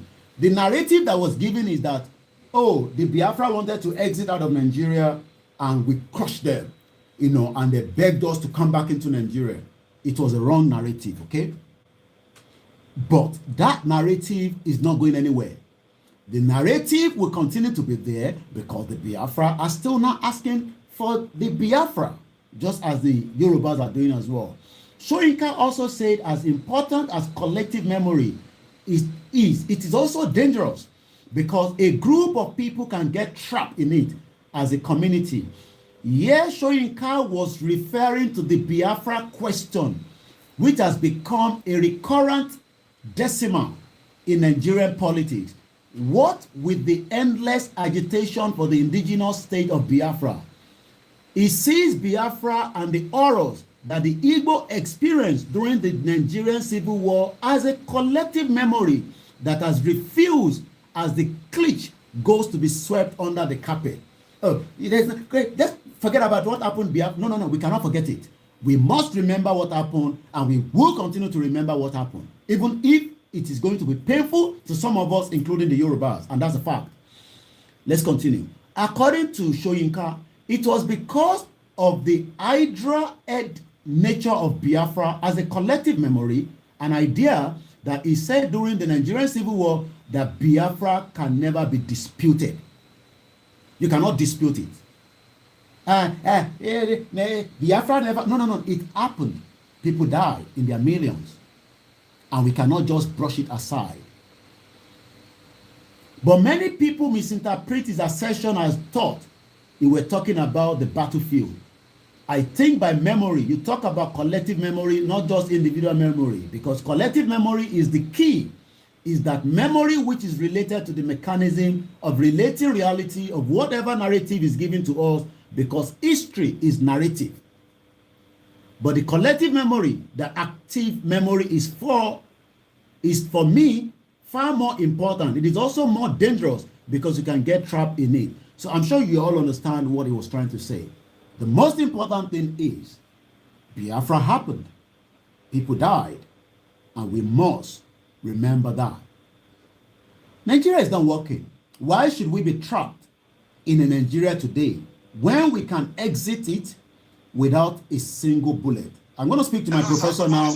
Hello, good morning, Professor. Welcome on board. I want to contribute to very important issue. You're welcome. Go ahead, sir. Very, very, very important issue. Okay. Okay. Okay. But when we now come to the issue of who are the Yorubas, okay, must not make mistake. In primary school in 1960, I say, Yoruba, let's see, 1950s, 1950s. Nígbà tí àwọn British tó manipulate àti gbé Kwara Kogi to cut 1/3 of the Yoruba land from Ilorin to Lokoja is 320 kilometers to part of the north. Olawoyin of Ofa will not refuse. From Ilorin to Kilekbile, from Ilorin to Lokoja, right? It's 320 kilometers. Okay. From Lagos to Ilorin is about 300 kilometers. But when we look at the land, it's almost 40% of the present Yoruba land. Okay. The British wanted to weaken the Yoruba, but because they must not, because what more town fashion. The Yoruba people, the people there said no, Yoruba led by Olawoyin of Ofa in 1950s. TJ, stop calling. You're calling the wrong number. TJ, please. Go ahead. And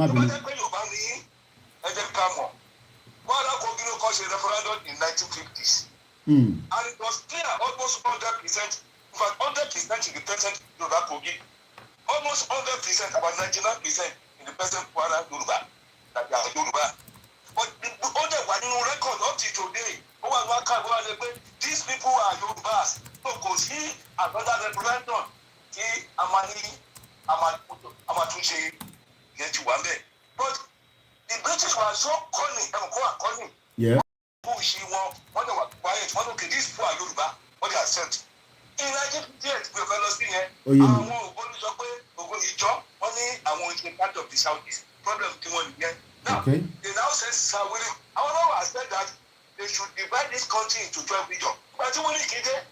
What they recommend the 10 regions? 5 in the South did not change. Only 7.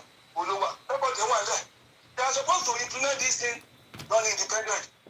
But okay. Okay. They voted in the parliament and it was when they just said that they should divide the country to 10 regions. Okay. They plan to control Eastern region. Okay. I want to control Northern region. That was the reason why they did not implement it. But whether we like it or not, Yoruba remain Yoruba. That one, problem with okay. Now, one Western region, one created, okay. That was this thing. Western region. Because only a minority cannot move with majority. Minority will always lose. Studio line, please. Midwest. Okay. You wanted to even create port authority. But later only we knew what Bible who have only 15 million make come and share and all those one. If I told them was the Kiri to Western region, sick you know, it was not the federal government or the British or some other thing. You know, said, only went to court. That court was because you father one. Need that you lost body at color, they won't. Now, see, you was your own for saying that. I could call you also complain, but one is strong over. Nigga, up to today, I will tell you, they are Yoruba. What will tell you? Shaki will tell you, they are Yoruba. Oluwafori moved his palace to Wari in 1952 based on the advice he gave by the Awolowo. Because this is a major town. It means that they are Yoruba. They will always be Yoruba. Nígbà tó lè gbé wọn síbẹ̀ yẹn, tó ń gbé níbẹ̀, sí ìlú wọn síbẹ̀ kò kí ṣe anything. So ìyẹn ò kàn wá. It is not public opinion. Such a public opinion ni pé gbogbo àwọn òṣèlú sọ pé ókè o, àwọn òṣèlú Yorùbá is a different thing. But Ṣẹ̀kírì àti Àkókò Ẹ̀dó wọn ò lè di referendum because they were part of the Western region in 1950s. Bàtà ìjọba Western region yẹn kò dín kankan. But bàtà bẹ̀rẹ̀ sí complain nígbà tí problem dé from sick. Ó ṣàbẹ̀gbà gbogbo obìnrin mú tiwọn and then Ṣẹ̀kírà. So tábà wá sọ pé ṣe pé and right from time before Baba Akintoye made that particular statement. Yeah. Gbogbo yẹn part of Yorùbá region ni. Ẹ má jẹ́ ká ṣe mistake. Nígbà tó lẹ́yìn tẹ voting Yorùbá, Kwara wà bẹ́ẹ̀, Kogi wà bẹ́ẹ̀, wọ́n vote, ìgbìngàn náà vote, Kogi state wà bẹ́ẹ̀. So, bàbá opinion yẹn, kò kí n ṣe opinion gbogbo Yorùbá, kò sí Yorùbá tó wà pín pẹ̀lú gbogbo kìíní yẹn. So, nígbà tí problem wà ní ìbọn independence àwọn India, àwọn Pakistan, wọ́n kárí àwọn òní wọn along with them. That's why we have Eastern Pakistan and Western Pakistan. So, a gbọ́dọ̀ dúró ní gbogbo wọn, including South Africa, gbogbo wọn mo ti sọ kí ni ti pẹ́. In fact, I've written something that I wanted to send to you. I told I'm sending to you. It's pages upon pages, but I will still do it. My send email address, me let me forward it. We are not going to. We are making alliance with them. Okay. But the one we make alliance because it's going to be better for us. I know that one. But making anybody work with you back possible. Okay. So if what you are saying, we bring a babani. Anybody. Everybody. Okay. Can you 1.5 years ago? Everybody, man send their sin. Somebody remove it. Ó sọ pé àwọn ìmọ̀ kan àwọn èbòyí kan ó ní wọ́n gbà wọ́n kì í ṣe Ìgbò. Ó ní wíhálàs ó ní Kogi Yorùbá ó lọ́mọ tí wọ́n ti ìbí gan tó bá touch aṣọ wẹ́ pé Yorùbá làwọn up to today. Gbogbo ọgbà UPN yẹn 100% ní from the present Kogi Yorùbá up to today. So ìyọ̀gbọ́n àwọn sọ pé nígbà tá a bá gba Yorùbá nation tán àwọn àníkà ìwà ẹgbẹ́ lọ́fẹ̀ẹ́ jẹ́ fẹ́lọ̀ tá a bá ṣe mistake yẹn. Political power. Nǹkan tí British ṣe láti correct. Wọ́n ti jọ̀rọ̀ Bernardo tó ti correct yẹ. A gbọ́dọ̀ tún dúró kò sẹ́ńdọ̀bọ̀ lose an inch of his land. Ní lose ẹ̀. So ẹni tó bá sọ wá pé Ṣèkírì ẹ̀yẹ lọ sí Ṣèkírì ẹ lọ bèrè wá sọ pé ẹ lọ sí Àkókò Ẹ̀dó.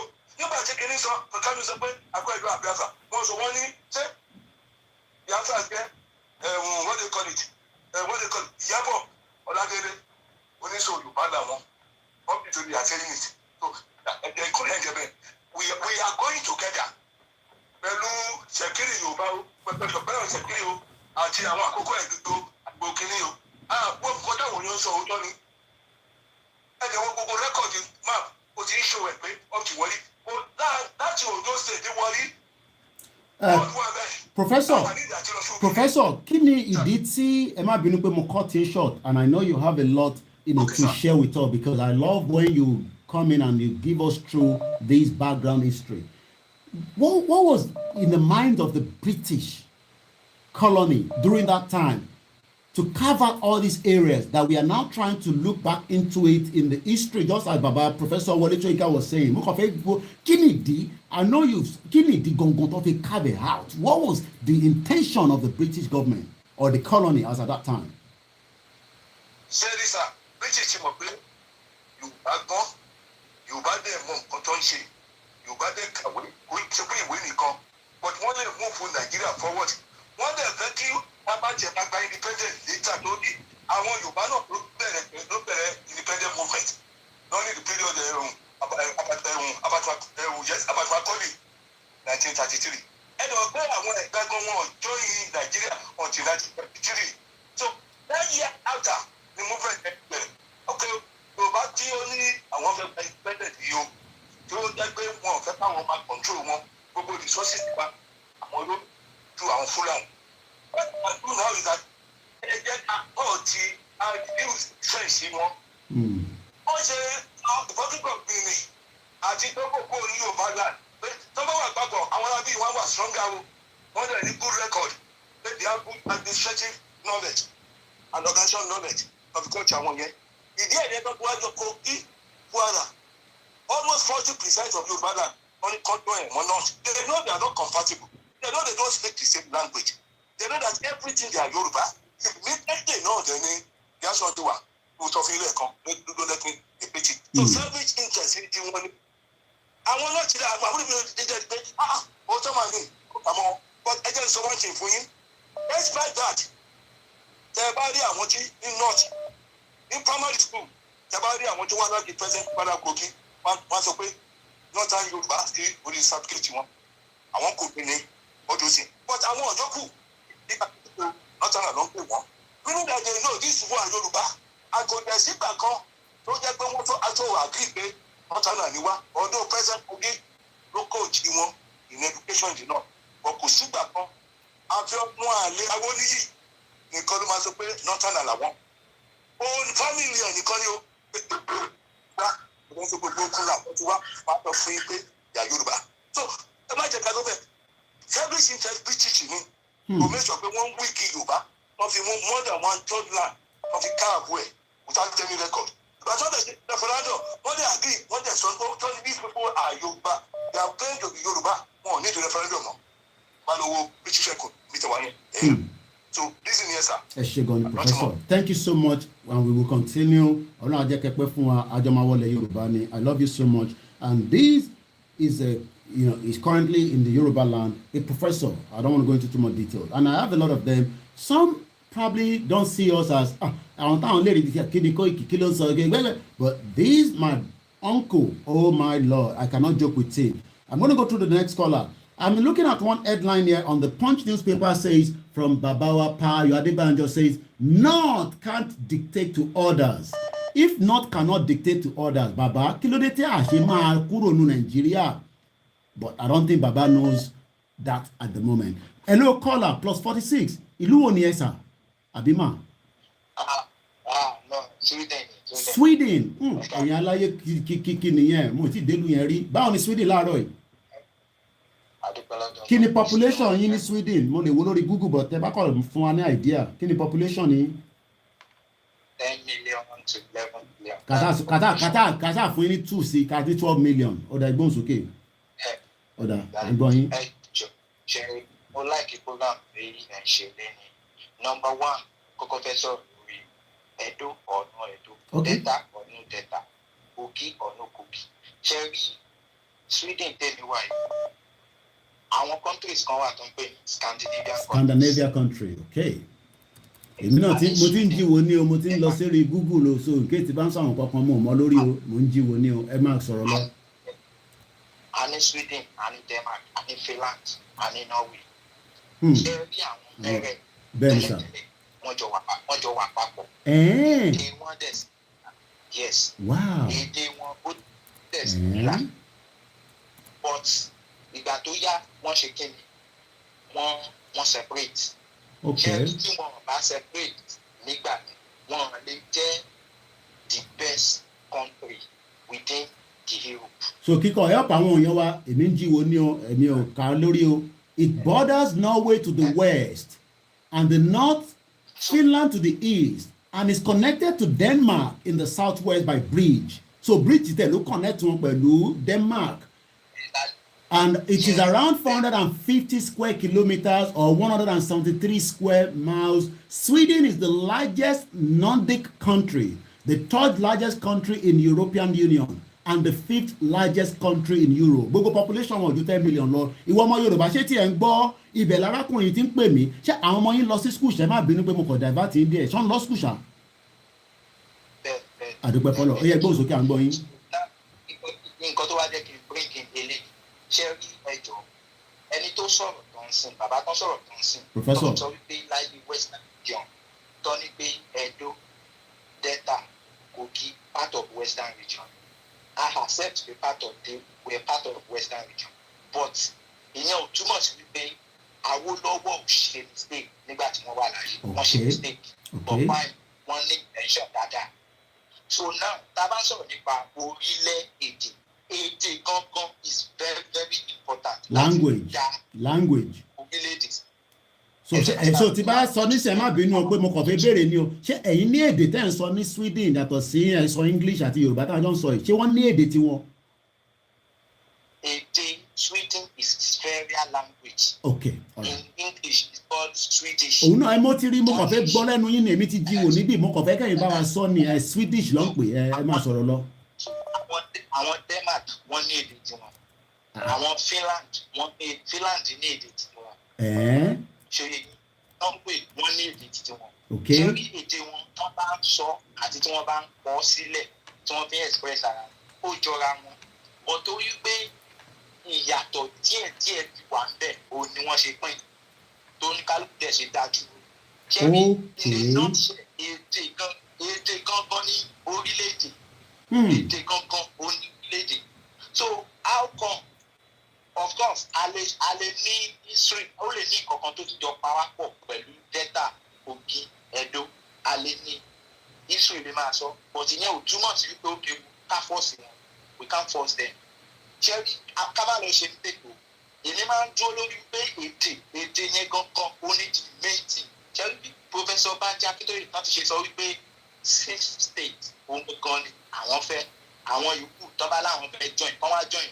Mo ń ka kọ́mẹ́ǹtì yín sí, mo ń rẹ́ nìkan tó ń drop kọ́mẹ́ǹtì tó ń sọ wípé ní 10 states ní Nàìjíríà àwọn ọmọ Yorùbá wà ń bẹ̀. Ṣé ọmọ Yorùbá kọ́ ni? Ṣé Sweden kọ́ ni mo wà yìí? Ọmọ Yorùbá wà every part of the world now. Does that mean wípé ilẹ̀ wa níbẹ̀ ni? Bí àwọn sọ based on territory yẹn gangan wọn ọmọ ẹ̀yin tẹ́ wà ní outside wọ́n ń wo from the geographical area of Nigeria, so ká má ṣe mistake. So now tí mo ṣe wá emphasize lórí èdè ni pé ká má tún ṣe mistake débi wípé in another 100 years tí wọ́n bá gba orílẹ̀-èdè tá a la fẹ́ gbà yìí, in another 100 years omi tún máa tẹ̀yìn wọ̀ mí lẹ́nu such that pé ẹnìkan tí ò tiẹ̀ kì í ṣe tó jẹ́ pé èdè wa ò tún jọ yí ara wa, àwọn kan wá tún lọ ṣe kí ni wọ́n á tún lọ bẹ̀bọ jẹ́ tí wọ́n á tún lọ gbàdọ̀ ìwọlé sọmọ Yorùbá lára. Àkíyèsí ti bíbí nìyẹn o tán jọ ń torí jọlọ èdè wa gangan ti tọ́jẹ́ ká fi gbé kọ́ńtì yìí sílẹ̀, ká fi gbé Yorùbá nation sílẹ̀, èdè wa gangan. Ìwọ́n tó bá ti di sọ Yorùbá tó ń ṣe ọmọ Yorùbá origin your source tó ń ṣe Yorùbá ẹ lè dá dúró ní Delta lè dúró fúnra wọn. Àìmọye àwọn orílẹ̀-èdè tó jẹ́ 12,000 tó jẹ́ 15,000 tó jẹ́ 400,000 orílẹ̀-èdè pọ̀ bẹ́ẹ̀ orí wọ́n lè ṣe kí ni wọ́n lè dá dúró. Okay náà nísìnyí nígbà tá a bá ń sọ wípé Edo is part of us, Delta is part of us, tó bá dọjọ́ wájú so èdè wo la fẹ́ máa sọ? Yorùbá la fẹ́ máa sọ. Kò sí bí ọmọ Èkìtì àbí ọmọ Oǹdó àbọ̀mọ Ògùn state tó ṣe fẹ́ sọ Yorùbá, kò sí dialect tó fẹ́ fi sọ tí mi ò ní gbọ́, tí èmi tí mo jẹ́ ọmọ Ọ̀ṣun tí mi ò ní gbọ́. Ẹ ti lọ́sà kò sí bọ́ ọmọ Ọ̀yọ́ tí ò ṣe ní gbọ́, kò sí bọ́ ọmọ Kwara tí ò ṣe ní gbọ́. But náà nísìnyí tí àwọn mẹ́tẹ̀ẹ̀ta tí Kogi bá ń sọ̀rọ̀ nísìnyí èmi ò ní gbọ́. So how come pé ókè wọ́n ní èdè títí wọn? Ẹ jọ̀ọ́ ká má ṣe mistake, fine history wà bẹ́ẹ̀ but ká má learn from our past mistakes. Nǹkan tó mi fẹ́ contribute di títẹ̀ mi. So kí ni nǹkan tí yẹ mọ́ gbọ́ ẹ gbọ́ ẹ̀.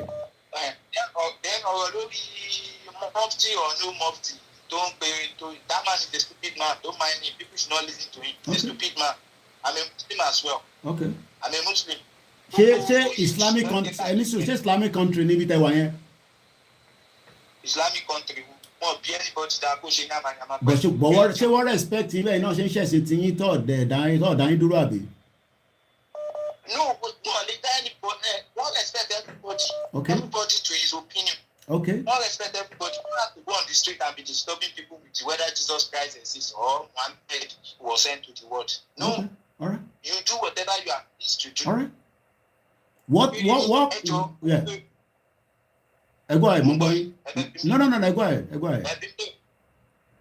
So ọ̀rọ̀ mufti or no mufti kọjọ tá a bá dé orílẹ̀-èdè wa constitution ló máa take care gbogbo àwọn anything religion yẹn. Okay. Because a máa ṣe such that pé anybody tó bá ti wà religious. Maybe from your side on the Instagram everybody can hear you. Àbí sí ọ̀rọ̀ politics rárá.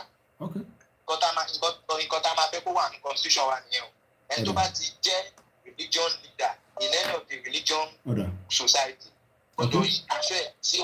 Politics. That's the law. Thank you so much. Eshigoni.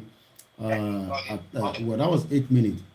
We lost one of our warrior from what I'm getting this morning on a group chat by name of Enisu Pelewa. Very, very important so that we can pray for his soul and pray that we will remember, these and so many of our people that have died in the past and present. His name is Elerewe Emmanuel from Ilegbara in Ondo State.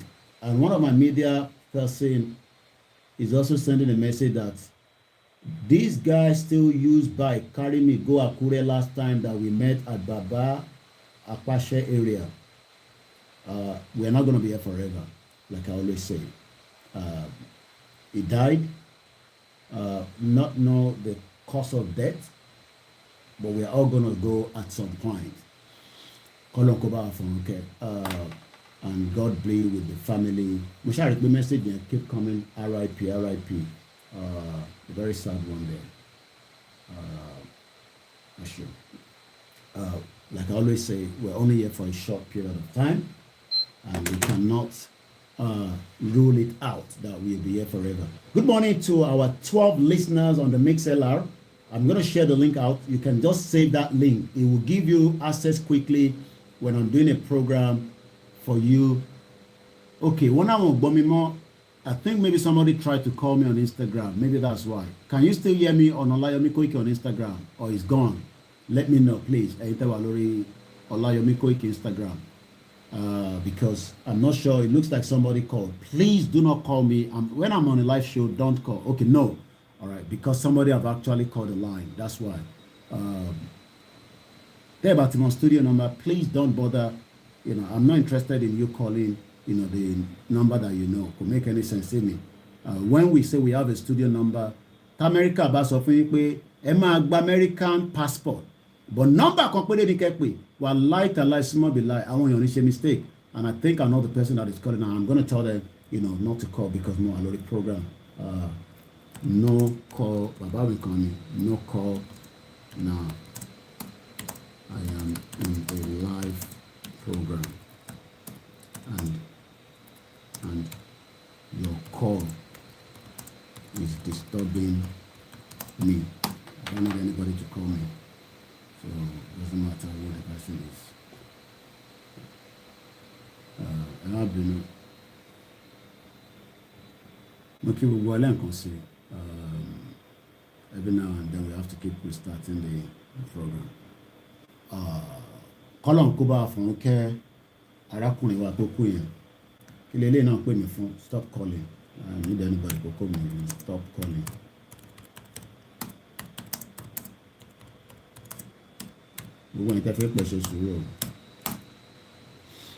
Anyway, we come back again into the conversation.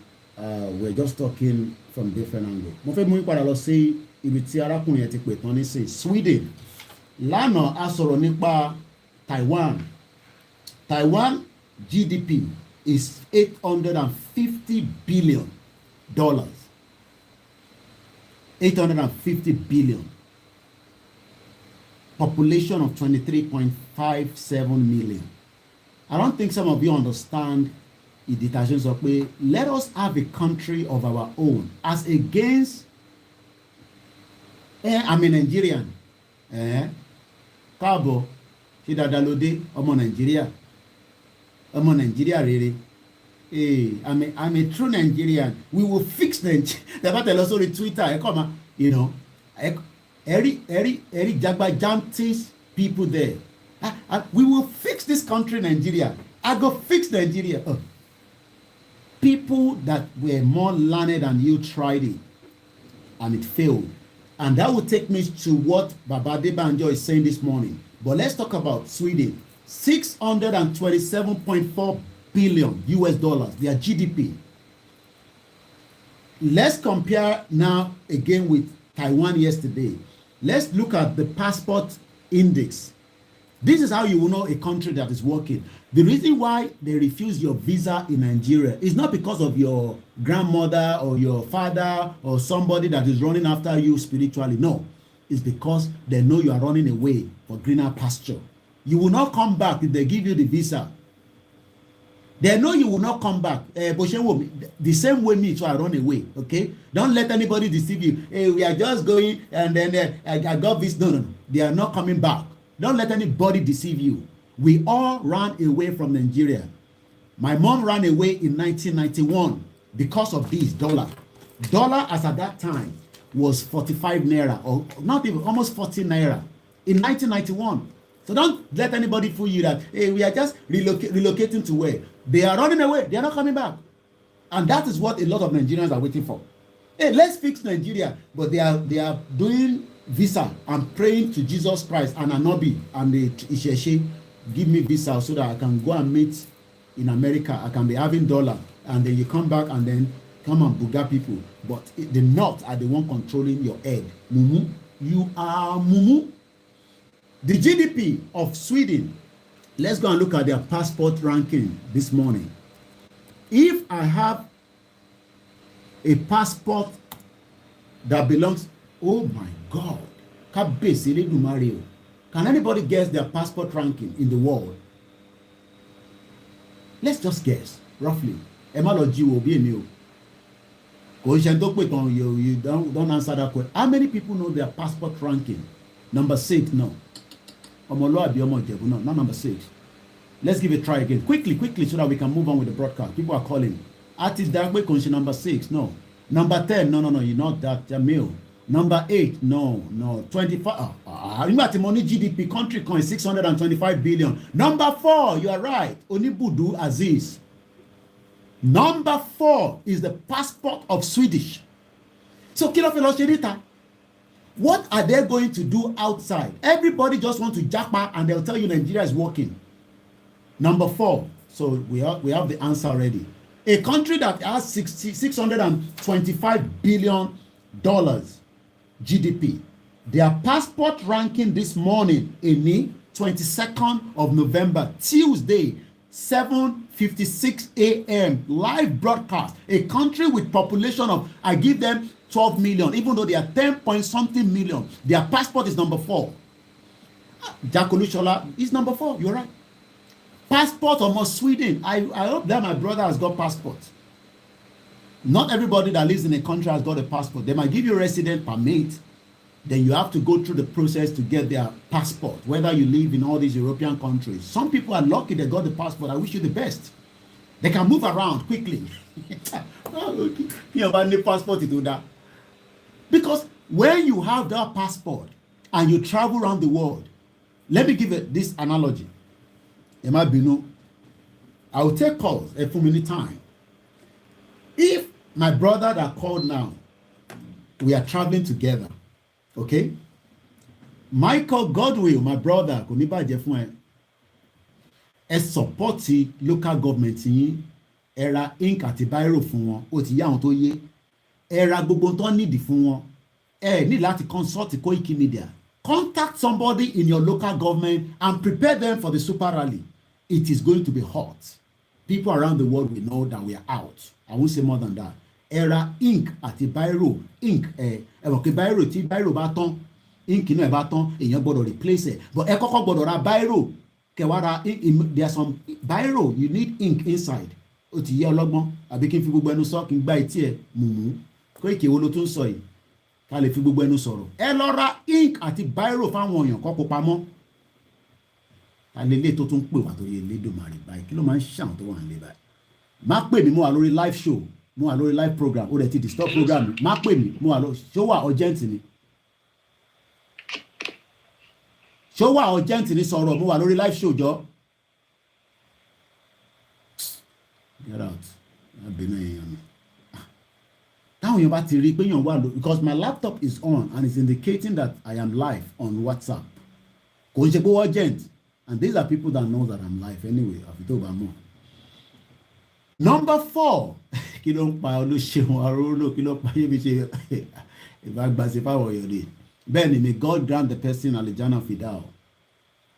Number 4 in the world is their passport. So, tèmi àti arákùnrin yẹn ẹ̀gbọ́n tó pè tán lẹ́ẹ̀kan yẹn tó náà wà ní Sweden. Táwọn bá ní Swedish passport and I hope he's got one because like I said, kò mí pé yàn gbé ní ìlú kan ló ti ní passport wọn.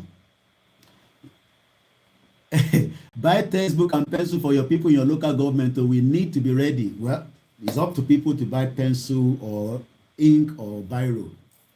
And to batira, well, I cannot say more than that. Tell me back when Nigerian passport, Danny. Tí àlàyé yẹn gbé Swedish passport, Danny. Tálẹ̀ rẹ̀ pàmò respect. Tàbá don't travel. Àwa dé ìlú kan. Okay, bí a fly láti, mo fẹ́ sọ pé láti Nigeria. Bí èmi ti gba visa ìlú kan. Àwa jọ fly, àjọ lọ Japan. Tabade Japan, tálẹ̀ rò fún máa dá dúró láàrin àwọn méjèèjì. I'm just asking. Somebody that has a Swedish passport and me, I have a Nigerian passport, and we flew together to Japan and we arrive at the immigration border, we are both looking alike, you know, this complexion. And our day border control, even though I have the visa to enter Japan because I need Swedish residence, but I have a visa, who do you think that there will be suspecting among the two of us? Wally, talk about the man suspect any Tony Swedish passport here, it will be very, very fraction. Because one more to feel any Swedish passport here, to the fisino not to one. This is what we are saying. Don't let anybody fool you that Nigeria is going to work. It is all lies. Emma been on entertaining for a very long time. Let's go to the next caller. Hello, caller. Ẹ̀gbọ́n sókè tó ń pè wá. Ẹ káàárọ̀. Okay. I saw it.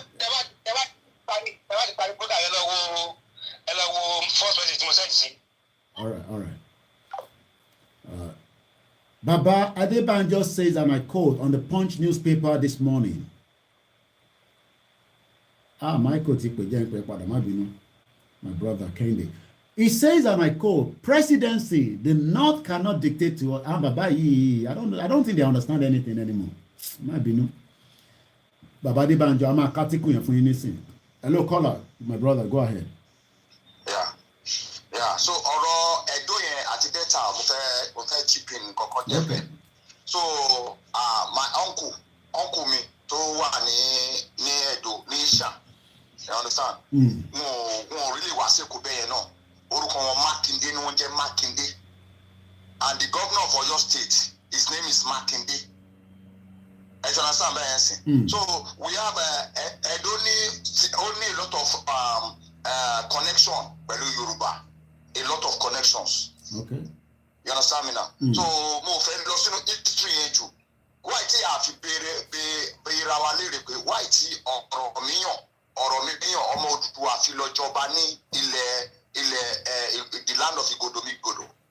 Ọ̀rọ̀ míyàn three chiefs came from the land of Igodo to come and meet Odùduwà that kí Odùduwà padà sílé o kó wá jẹ ọba o pé bàbá ẹ̀ ti kú o pé kó jọ kó wá jẹ ọba because Odùduwà ti jọba ní Ilé-Ifẹ̀ tí ń túbà ó ti ń túṣẹ Ilé-Ifẹ̀ tí ń grow. So Baba Odùduwà could not go back to the land of Igodo. Wọ́n wá send ọmọ wọn tó jẹ́ Ọ̀rọ̀míyàn lọ sí the land of Igodo.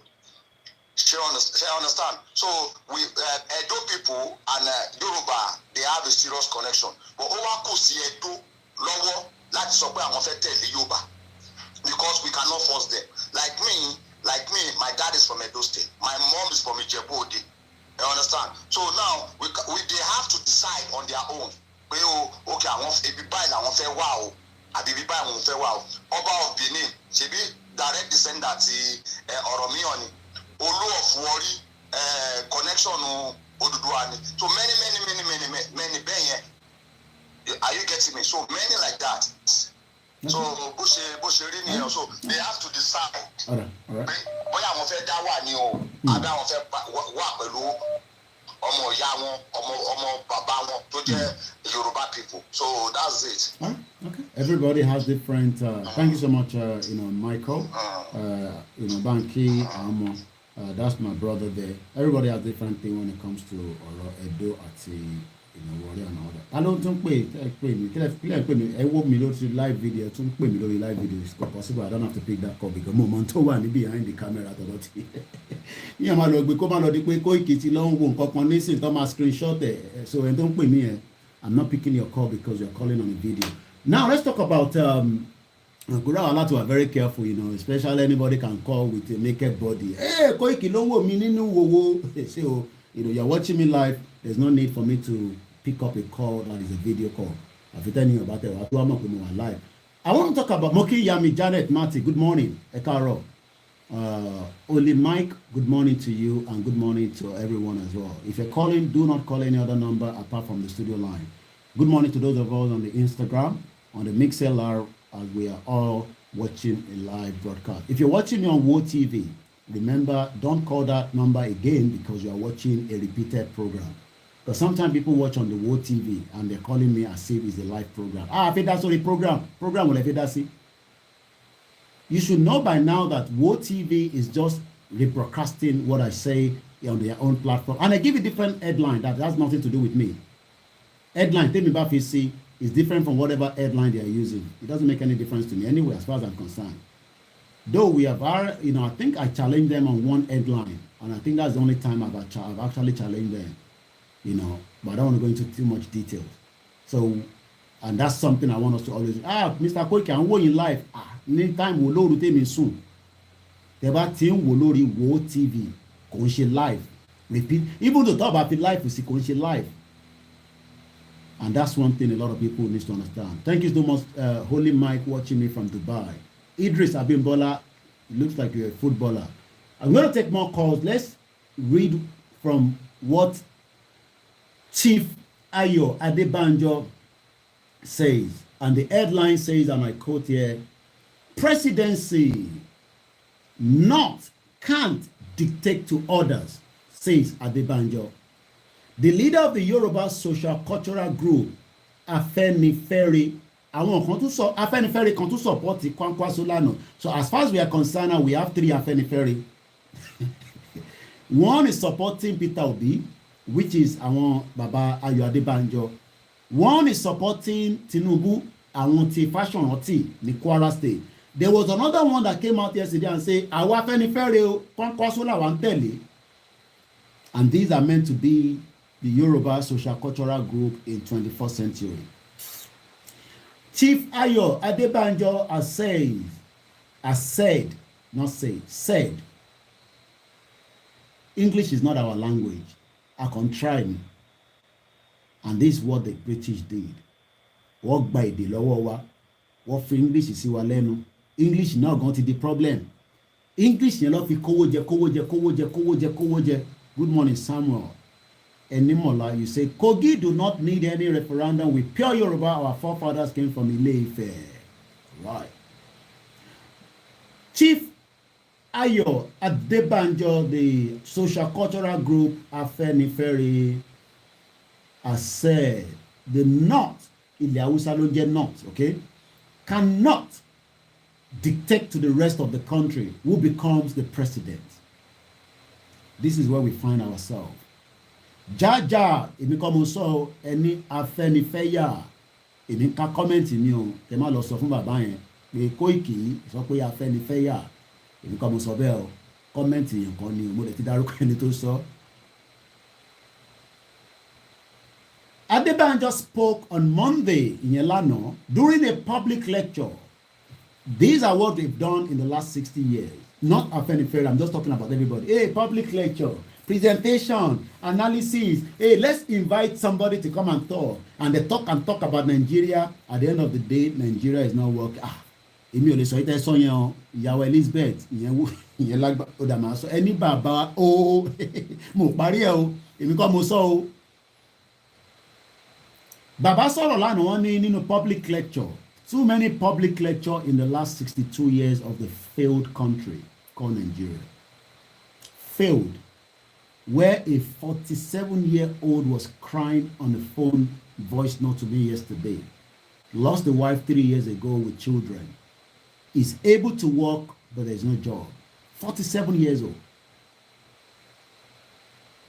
But we have the youth now thinking that they can. Hey, we will use Twitter to fix Nigeria. Mumu, you are Mumu Madu. We will bring Peter Obi. He will come and Peter Obi that is part of the caucus of Nigerian politicians. Oh, we will change the dimension. Tinubu, Jagaba. You are mad. Jagaban come. Jagaban me. Jagaban that, video kan show. Ó ti sùn lọ. Ó wá ranjú báyìí.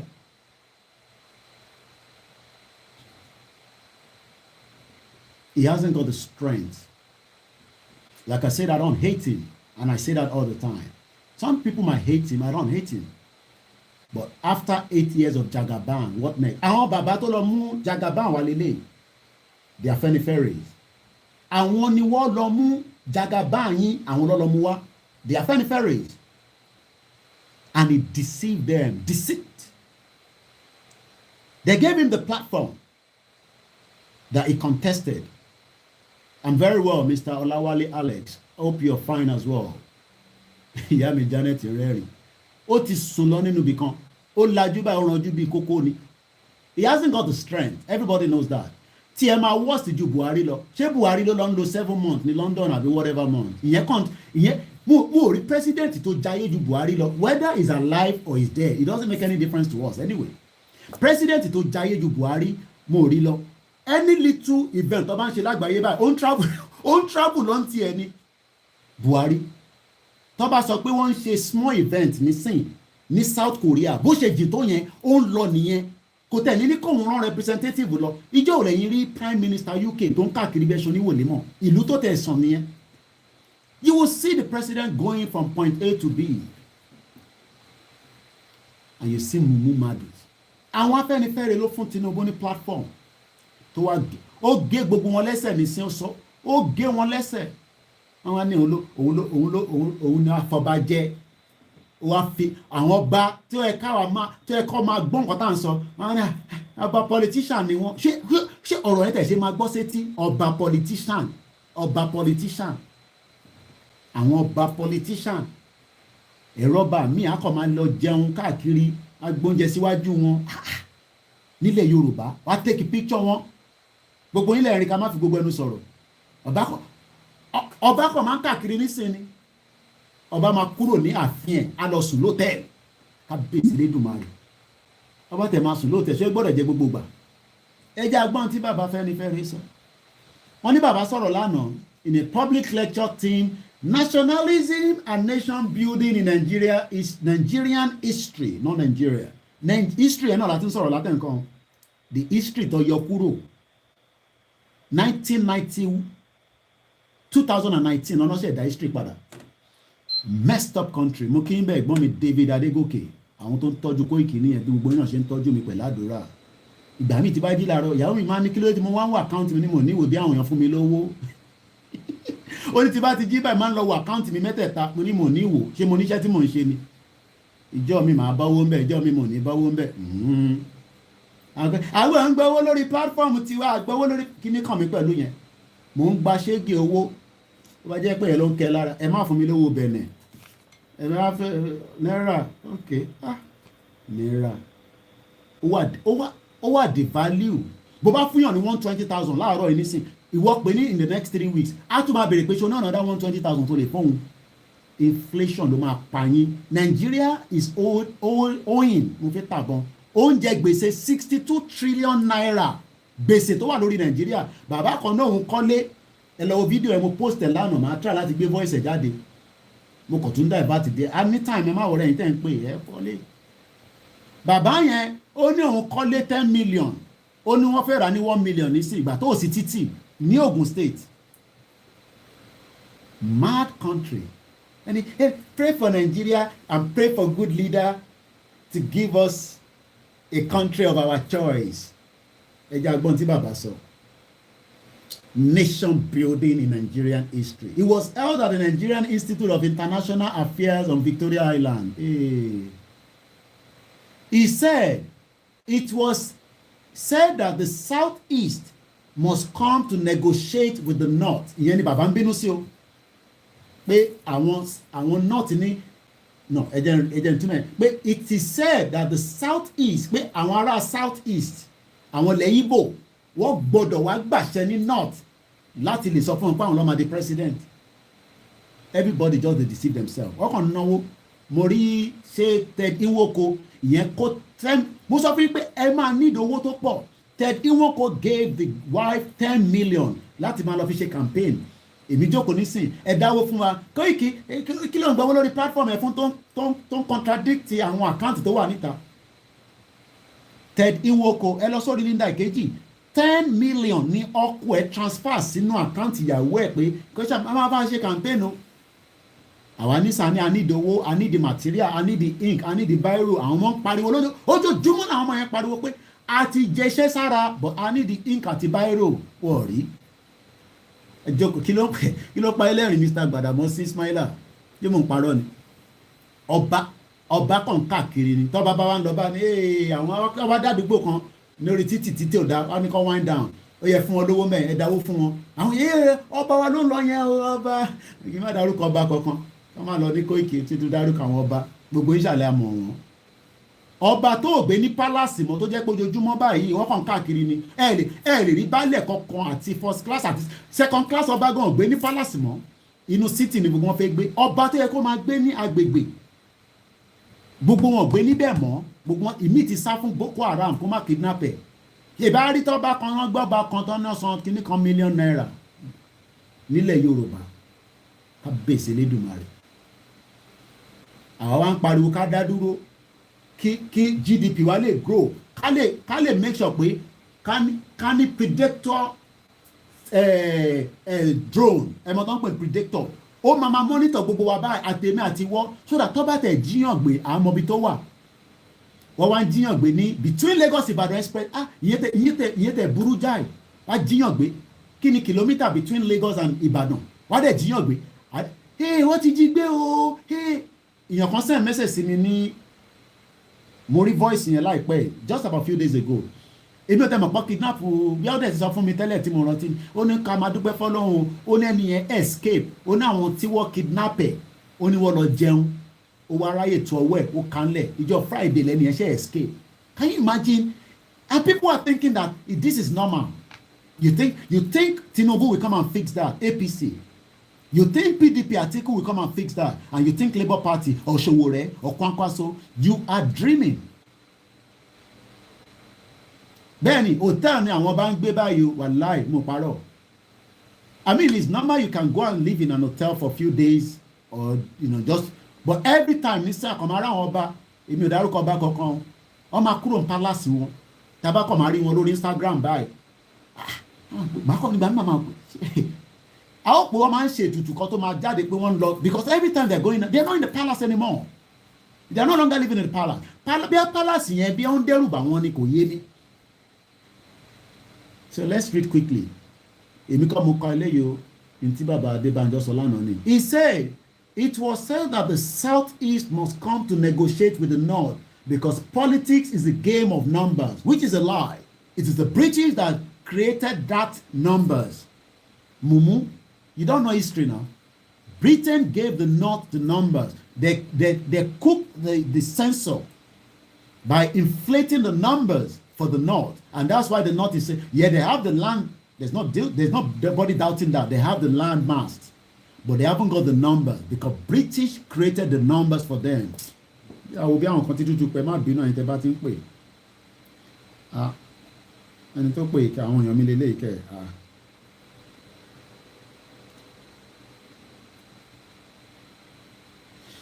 ẹ má bínú lára àwọn ọmọ wa nílé mi kí ló ṣẹlẹ̀.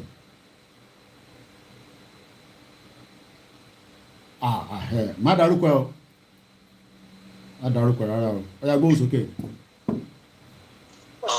Mo kí gbogbo lé mo dẹ̀ fẹ́ kí bá mi ṣí ẹ ọ̀rọ̀ yìí bóyá máa kọ́ tibẹ̀ ni lórí ọ̀rọ̀ àwọn àṣírí kọ̀ọ̀kan àti lórí ọ̀rọ̀ Mobiti tó sọ̀rọ̀ ní prógámù àná òun ni mo fẹ́ sọ lé lórí. Nǹkan tó ṣẹlẹ̀ ni pé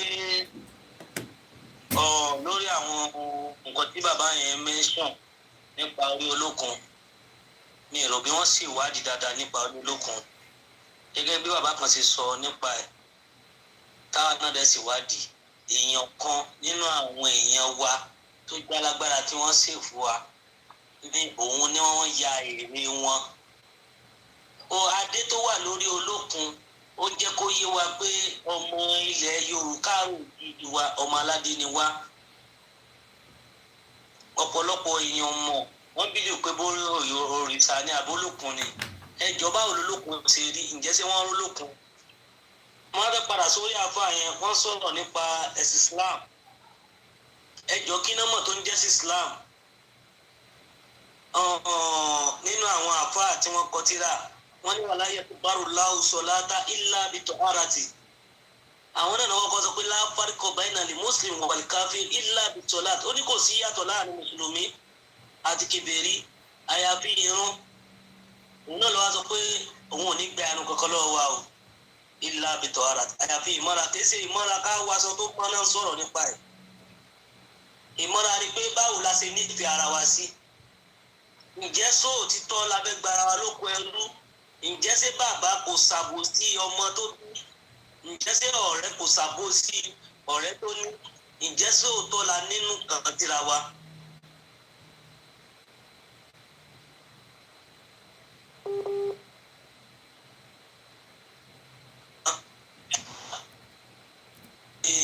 Àbá pé lágbá ẹ bá fúti.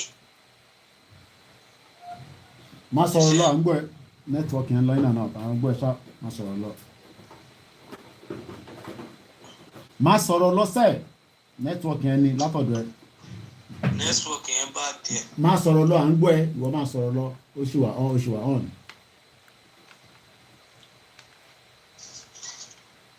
má ṣe o má bínú òun confirmation kan síta ni kí n má lọ gbàgbé Nàìjíríà na crazy country ṣé lélẹ̀ ní GDP yìí máa high ìlú tí kò ní infrastructure ìlú tí kò sí infrastructure at least àti get the point díẹ̀ lára mo kí yín Mr. Aruna Ìṣọ̀lá Mr. Williams mo kí yín ta ló tó tó pè mo kàn fẹ́ return àwọn tó ti pè ní o okay and I will go according to Bisheri calls ní ẹsẹ̀ má bínú tó bá jẹ́ pé okay after my call there was this okay ẹni tó ń pè pẹ̀lú video call tẹ́lẹ̀ ẹjẹ́ àpè yí padà tẹ́ bá wà ń bẹ̀ I don't want anybody coming on video call because mo mọ tó wà ní the other side kì í má kójú mi má lọ rí ní tí kò jẹ́ kó rí ayé social media la wà nísìn kó lọ gbé video call tó mọ̀ kó lọ máa wo nǹkan míì kó wá screenshot ẹ̀ kán ní ìmọ̀ àti Koiki la jọ ń sọ̀rọ̀ so nobody should call me on video call mo beg you àwọn ìyàwó mi nìkan àwọn ọmọ nìkan ló lè pè mí lórí video call tí mo mọ̀ pé anything tá a bá jọ ń wò àjọ ń wò ni we are living in a world where anything can happen Koiki lórí mi nínú wòwò báyìí o kí lè máa báwo ṣe fẹ́ wẹ́ra mi mọ́ tọ́dẹ̀ máa ní èmi náà gbé call yẹn alright I'm returning some calls but it seems some people are not picking up let's call Bishop Motiri Yami Grace ní Dublin let's return some of the calls if you're still on the seat if otherwise we move on to the next person and tabati pé tó bá ti gbé we move to the next person okay bí a Bishop náà ti jáde there was another call from okay ẹja lọ sí Dublin àwọn bá wà ń bẹ yeah it's a Zoo network àwọn tó orí olókun yẹn distraction ni but it's something that needs to be talked about but it's a distraction anyway alright so we just continue tàbí kí ó lọ́wọ́ àbẹ̀ kí ìyàwó kíkẹ́ náà ti pè àwọn ti Kuwait nìyẹn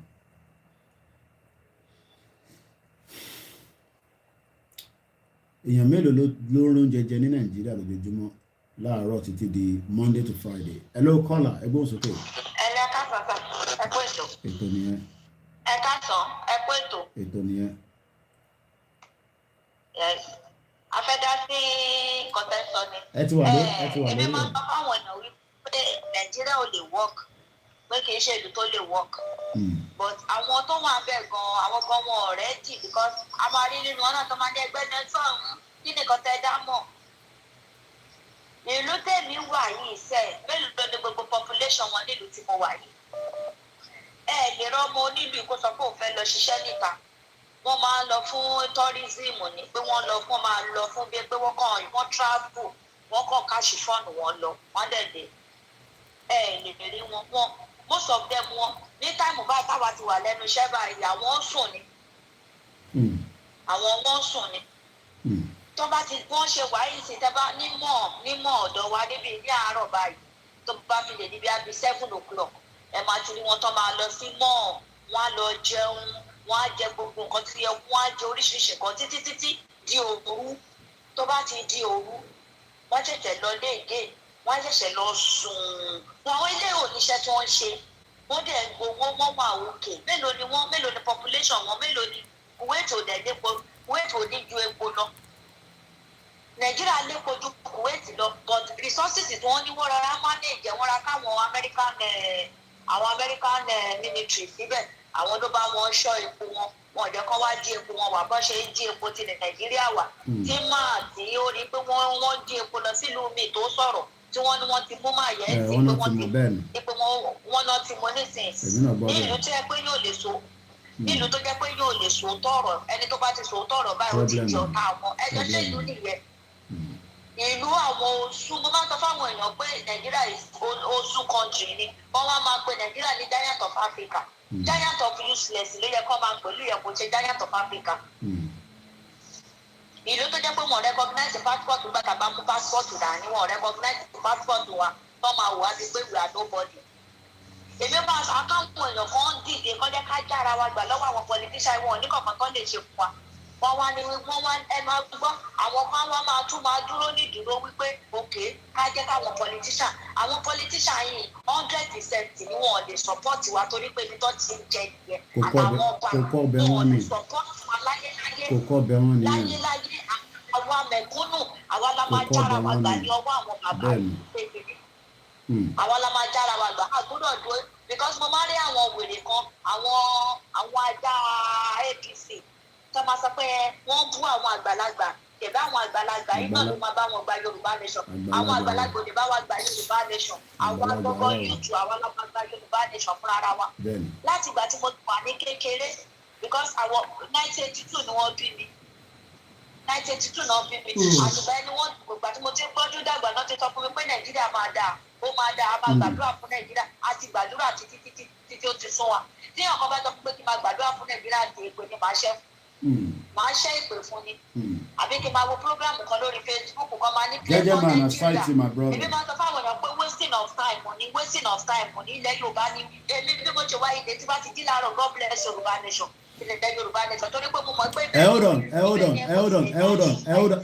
hold on ìyá mi ẹ má bínú pé mo kọ́ ti Prince Jejeman as much as I love you so much and I hope you are the same Prince Jejeman, don't ever, and I use the word don't ever, you don't have to be on my program. As much as I love you, you have my number, we speak up to last week. Don't ever put on this comment section, I'm not going to block you, but don't ever put on this comment section that Nnamdi Kanu, Simon Ekpa is a scammer working for the double agent. Don't ever put such comments. I'm not going to block you now, but I'm going to remove that comment. Don't ever, I don't have any friend in this movement. Each time I was coming out, let me say this, Emma Binu Yami, to come and broadcast for the Biafra. I don't think I ever asked you to give me money. So I was coming out on my own, on my own will. You were calling it buying broadcast and not even Simon Ekpa. Don't ever put such stupid comments. Don't ever. Go ahead. So, àwọn bàbá yìí wọn lè lẹ́bù wa àwa la máa help ara wa because àwa la ń jìyà àwa la ń sọ́fà ẹ̀wọ̀n bó ṣe lọ ń tọ́jú owó pamọ́ tó wó dẹ̀ ń bàjẹ́ mọ́ nílé táwọn èèyàn dẹ̀ ń sọ́fà tí kò tó ń jẹ fáwọn èèyàn tí gbogbo oúnjẹ tí wọ́n ní Nàìjíríà tó jẹ́ pé ẹlòmíì ò lè jẹ 2 square meter in a day. Wọ́n dẹ̀ ń kówó pamọ́ àwọn èèyàn dẹ̀ tún tẹ̀lé àwọn bàbá yìí. Àwọn èèyàn dẹ̀ tún tẹ̀lé àwọn bàbá yìí nínú tí mo wà yìí bí mo ṣe wáyé tí mo ti mu tíì kò tí ti bá fẹ́ mu tíì ní ẹ̀lẹ́ èmi náà ti mu kọ́fì láàárọ̀ yìí kọ́pù kọ́fì mi lè èmi náà ti mu kọ́fì láàárọ̀ yìí. nísìnyí Lipton ni mo mu mo ní kọ́fì tí bá wò pé mo fẹ́ mu kọ́fì máa po kọ́fì máa mú wọ́n ṣe pé bí oúnjẹ ló ń jẹ wá níyà pé bí á pé kínní but àwọn èèyàn mi ìmọ̀ nǹkan tó ń ṣe àwọn èèyàn tó jẹ́ pé àwọn èèyàn ò ronú pé ìlú tá a tiẹ̀ ti bí mo ṣe wáyé omi ò mọ̀ pé ò kàwé o but láti ìgbà tí mo ti ń wo prógráàmù yín ní láti láti nígbà tẹ́ wà ní ọ̀dọ̀ olóyè bàbá olóyè Sunday Igboho prógráàmù yín ló jẹ́ kí n support Yorùbá nation láti last year láti ìgbà yẹn tí mo ti wò pé òótọ́ tí mo dẹ̀ máa ń wo prógráàmù yín tí mo máa ń wo prógráàmù yín pẹ̀lú gbogbo nǹkan tí ò yé wa káwọ́ yé wa I think what a lot of people, we have all worked to fix Nigeria at some point. We've been friends. Ìgbà kan wà tó jẹ́ pé tíyan bá sọ̀rọ̀ Nàìjíríà lẹ́yìn báyìí Nàìjíríà ò ṣe pé kíní kan mo lè bẹ́ẹ̀ ní ẹja pé aṣọ́wà òkè ta but nísìnyí èmi gan ni mo tún máa ń sọ fún ọ pé Nigeria is the worst country all over the world because mo máa ń sọ fún àwọn èèyàn. And there's no doubt about that. àwọn èèyàn máa ń sọ fún mi pé ọmọ ìlú wo ni bí mo wá ní èèyàn kan sì béèrè lọ́wọ́ mi lánàá ó ní where are you from because mo bá ọmọkùnrin tí kan ṣe so wá fún mi lówó mi tó bó ṣe wá fún mi lówó yẹn ṣe ṣe yín so ìgbà tí mo wá sọ̀kalẹ̀ lẹ́yìn ẹ̀ wọ́n béèrè lọ́wọ́ mi nínú lift pé I'm from where mo ní I'm a Yoruba by nation mo ní I'm a Nigeria by British bí mo ṣe máa ń sọ fáwọn èèyàn yẹn mo ní British ló fún mi ní Nigeria I'm not in Nigeria mo ní British gave me Nigeria mo ní but I'm a Yoruba citizen I'm a citizen of Yoruba land because mo máa ń sọ fáwọn èèyàn yẹn àwọn èèyàn máa ní which country mo dẹ̀ sọ fún pé new country that is coming out from Nigeria mo máa sọ bẹ́ẹ̀ fáwọn èèyàn ìpinnu tó máa jáde ni ó dẹ̀ máa jáde ní lágbára ọ̀dọ́ torí tógo ẹ̀ máa kàn gan ìyá mi ẹ ṣe gan ni ogo ẹ̀ máa kàn gan shito country ẹ ṣe gan ni thank you so much ẹ ṣe gan ni ẹ bá ń kí bá lè yín whether it's the Prince Jeje man that I know or not the name there is Prince Jeje man. It doesn't make any difference whether it's a one or not. The issue of Simon Ekpa, even a lot of our people don't agree with it. Like I said, there's nothing much I can do to that. So let's come back. Somebody on Instagram said, Nigeria is a scammer. It is more than scam. Somebody also said, Mr. Koiki, Yoruba Oba are politician slaves. A very sad one to be using that, but it's the reality. Moke ìyàwó àti ẹ̀tì wọlé, moke ọmọdé, moke àgbàlagbà, moke those of you that are well learned. Like I said, I am not the bravest among us, but I'm just using my platform from the media perspective to educate us and talk about issues about this contraction country that is called Nigeria. Everybody believes in Nigeria at some point, okay? And maybe that is why some people that are still believing in Nigeria, but you don't believe in Nigeria at some point, so why are you now making it look like, yeah, we believe in Nigeria at some point. But because we were ignorant of things that we did not know. Ọ̀pọ̀lọpọ̀ nǹkan tá mọ̀ nísìn. Mọ̀tẹ́lẹ̀, good morning, John Boko. Odugbale, good morning. Miss Yawalaide Williams, good morning. Gani Oloyede, good morning, sir. A lot of things that we know now is because of the education that has now kicked in from different platforms around the Yoruba self-determination. Good morning, Louis. Benny, don't mind all these people where they talk nonsense about the Simon distraction. But I just pray it's not the same gentleman that I know, because he will be so disappointed that, I'll be so disappointed in him. Dakolushala say, Iloshi, someone just sent me a text asking and begging for 20K to buy food. If you give them the 20,000 now, it's not going to solve their problem. Bale Olatuji, if you're watching me, you're calling a wrong number, which I am not taking. And you have actually also stopped our Instagram broadcast. Don't call. Type Batimo number. Don't be shy. Ask somebody in the comment section that will give it to you, rather than just say, money number Koiki, and I'm going to call that number. There's only one number to my live program. If you cannot abide with that, I cannot help you. And if I notice that you are calling again and again, I will block you on that number. You will then have my studio number where you will communicate with me. People communicate with me on this number as well. So don't attempt to call. The number to call is +44 74 044 05917. If you want to come and argue and debate that Nigeria is working, please call in. I'll bring you in.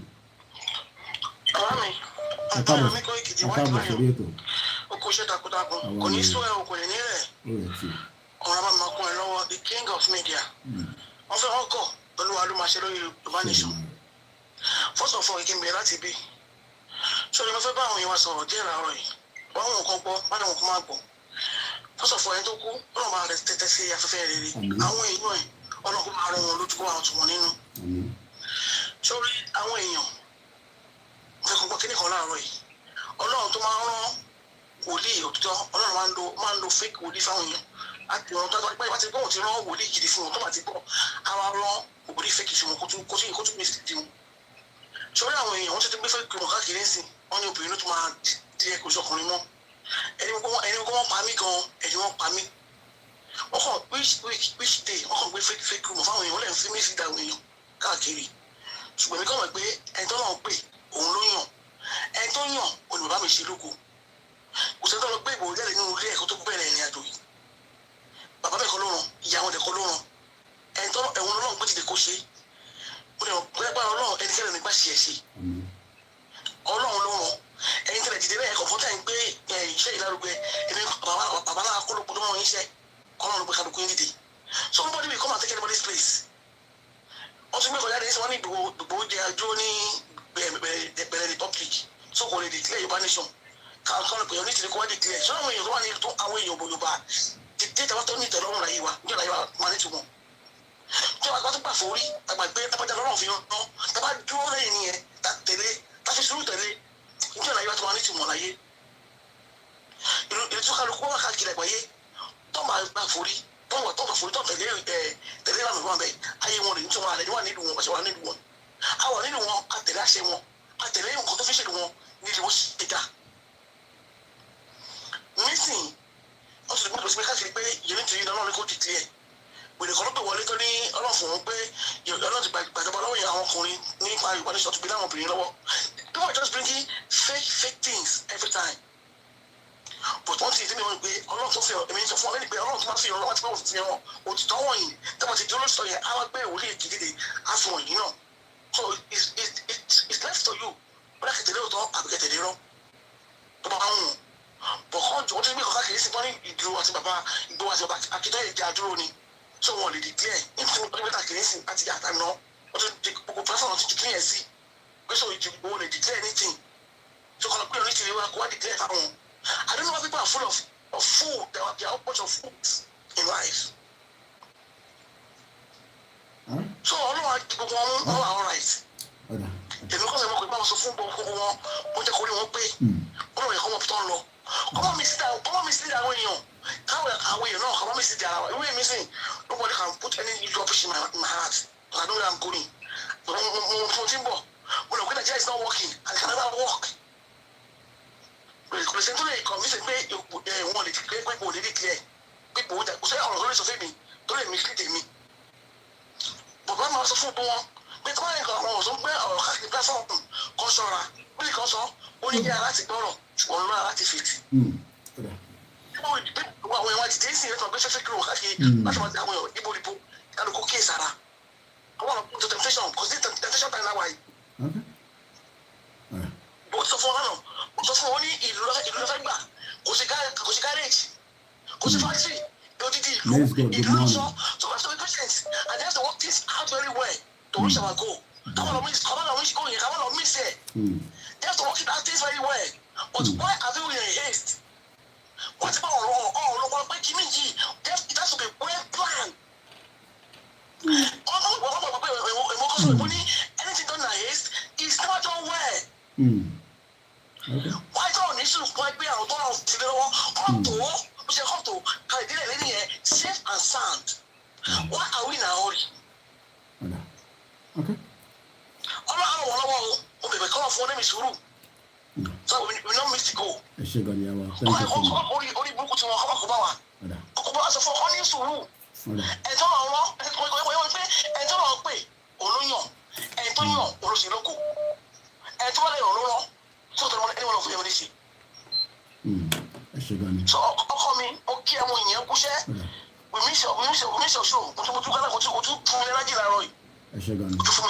Thank you so All right. God bless you. Bye for now. That was not Socio-cultural. Yawa mean, so for those that are saying Socio-cultural, that was not Socio-cultural. Moki Bugwale can see from everywhere you are watching. It's a live transmission Tuesday. Aago mẹ́sàn-án ló ṣe fi máa lọ lò ó ṣe kù bí 20 minutes. Let's take the next call. Ẹ bá máa ṣe ní kíákíá torí èrò ti pọ̀ lórí line tó fi wọlé. Mo kí bàbá wa Àtúnlá Tèmilọ́pẹ́. Mo ti mọ̀ bẹ́ẹ̀ kó ààyè. Mo kí ẹ Taofeek Alani. So ọkàn tí mi fẹ́ sọ̀rọ̀ nípa ẹ̀ particularly ní Kogi Delta and. Everybody is just going back to that area. But go ahead. Yeah, because it's a very, very sensitive area. Okay. So we must not be seen from this onset. Because money privilege not in the law school. Okay. Money privilege, but not I'm able to mingle with Igala. Okay. Ishekiri and people from Edo. And even in this UK where I am now, more opportunity, more than even 30 Edo people from Benin. The only thing also Yoruba is not carrying us along now.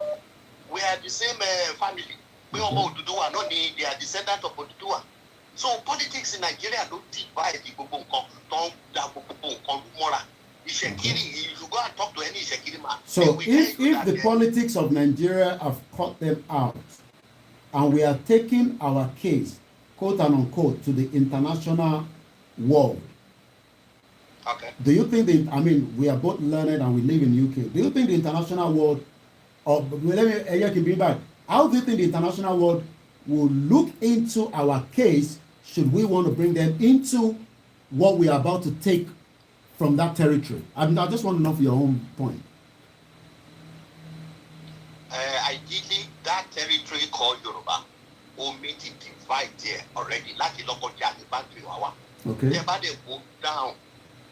More. If you go toward the south, I think southeast, the Gala, okay.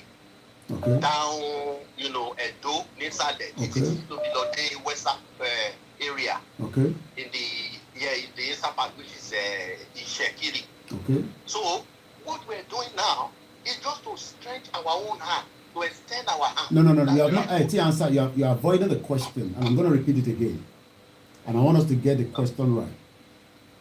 The question is, you talked about that the politics of Nigeria has divided us, right? If I had it right.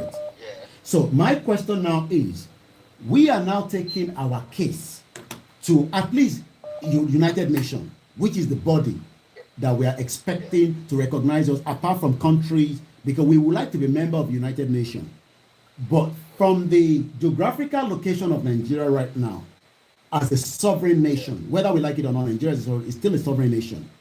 My question is, can we take our case from the state that is being cut out from that shit-hole politics that I disagree with and you, and then try to take with us, Enisuru, the other part that you are talking about that everybody is discussing, and say, we were going to have a Yoruba nation, and this present time we want to take that with us and present that to the international community based on the Nigerian politics that have told the international community that they are aware that these are the Yoruba states, even though we disagree with that. What do you think is the right image or the right proposal to the international community? Should we carry along them straight away, or should we go with what has been IMAC presently? We can go with them straight away. Okay. The only thing we need to do in that respect is to create a voice in that end. Okay. To create a voice in the Gala, to create a voice in the Shekiri land, to create a voice in Edo land, who will say, no, this is error that Nigeria has made. This is injustice. Okay. That they have inflicted on our people. Agree. And that is a strong thing to do. That means by taking our case to them, but would that not hold us back? Looking at the time frame as well. It's not going to hold us back, okay. Because they too will be involved. Okay. They too will be involved. It's just to create a voice from that area that we collaborate with us. That okay. We are indivisible. We are one. These people are trying to separate us from our source, and we intend to go back to where we belong to. Okay. As simple as that. Okay. All right. That's a very good point, and I'm sure more people will agree. In the next 100 years to come, the problem we see emanate. Okay, but what makes you think that it will last 100 years if we have a nation now of our own? We will then have at least more say to argue with the rest of the world again that say, look, these are part of us, we have the document, or we allow them to go on, somebody saying publicity, I don't know, I know what that means, or let them go on referendum and say they want to be part of us. Is that not, we can't say it's going to be 100 years, we both know that, definitely.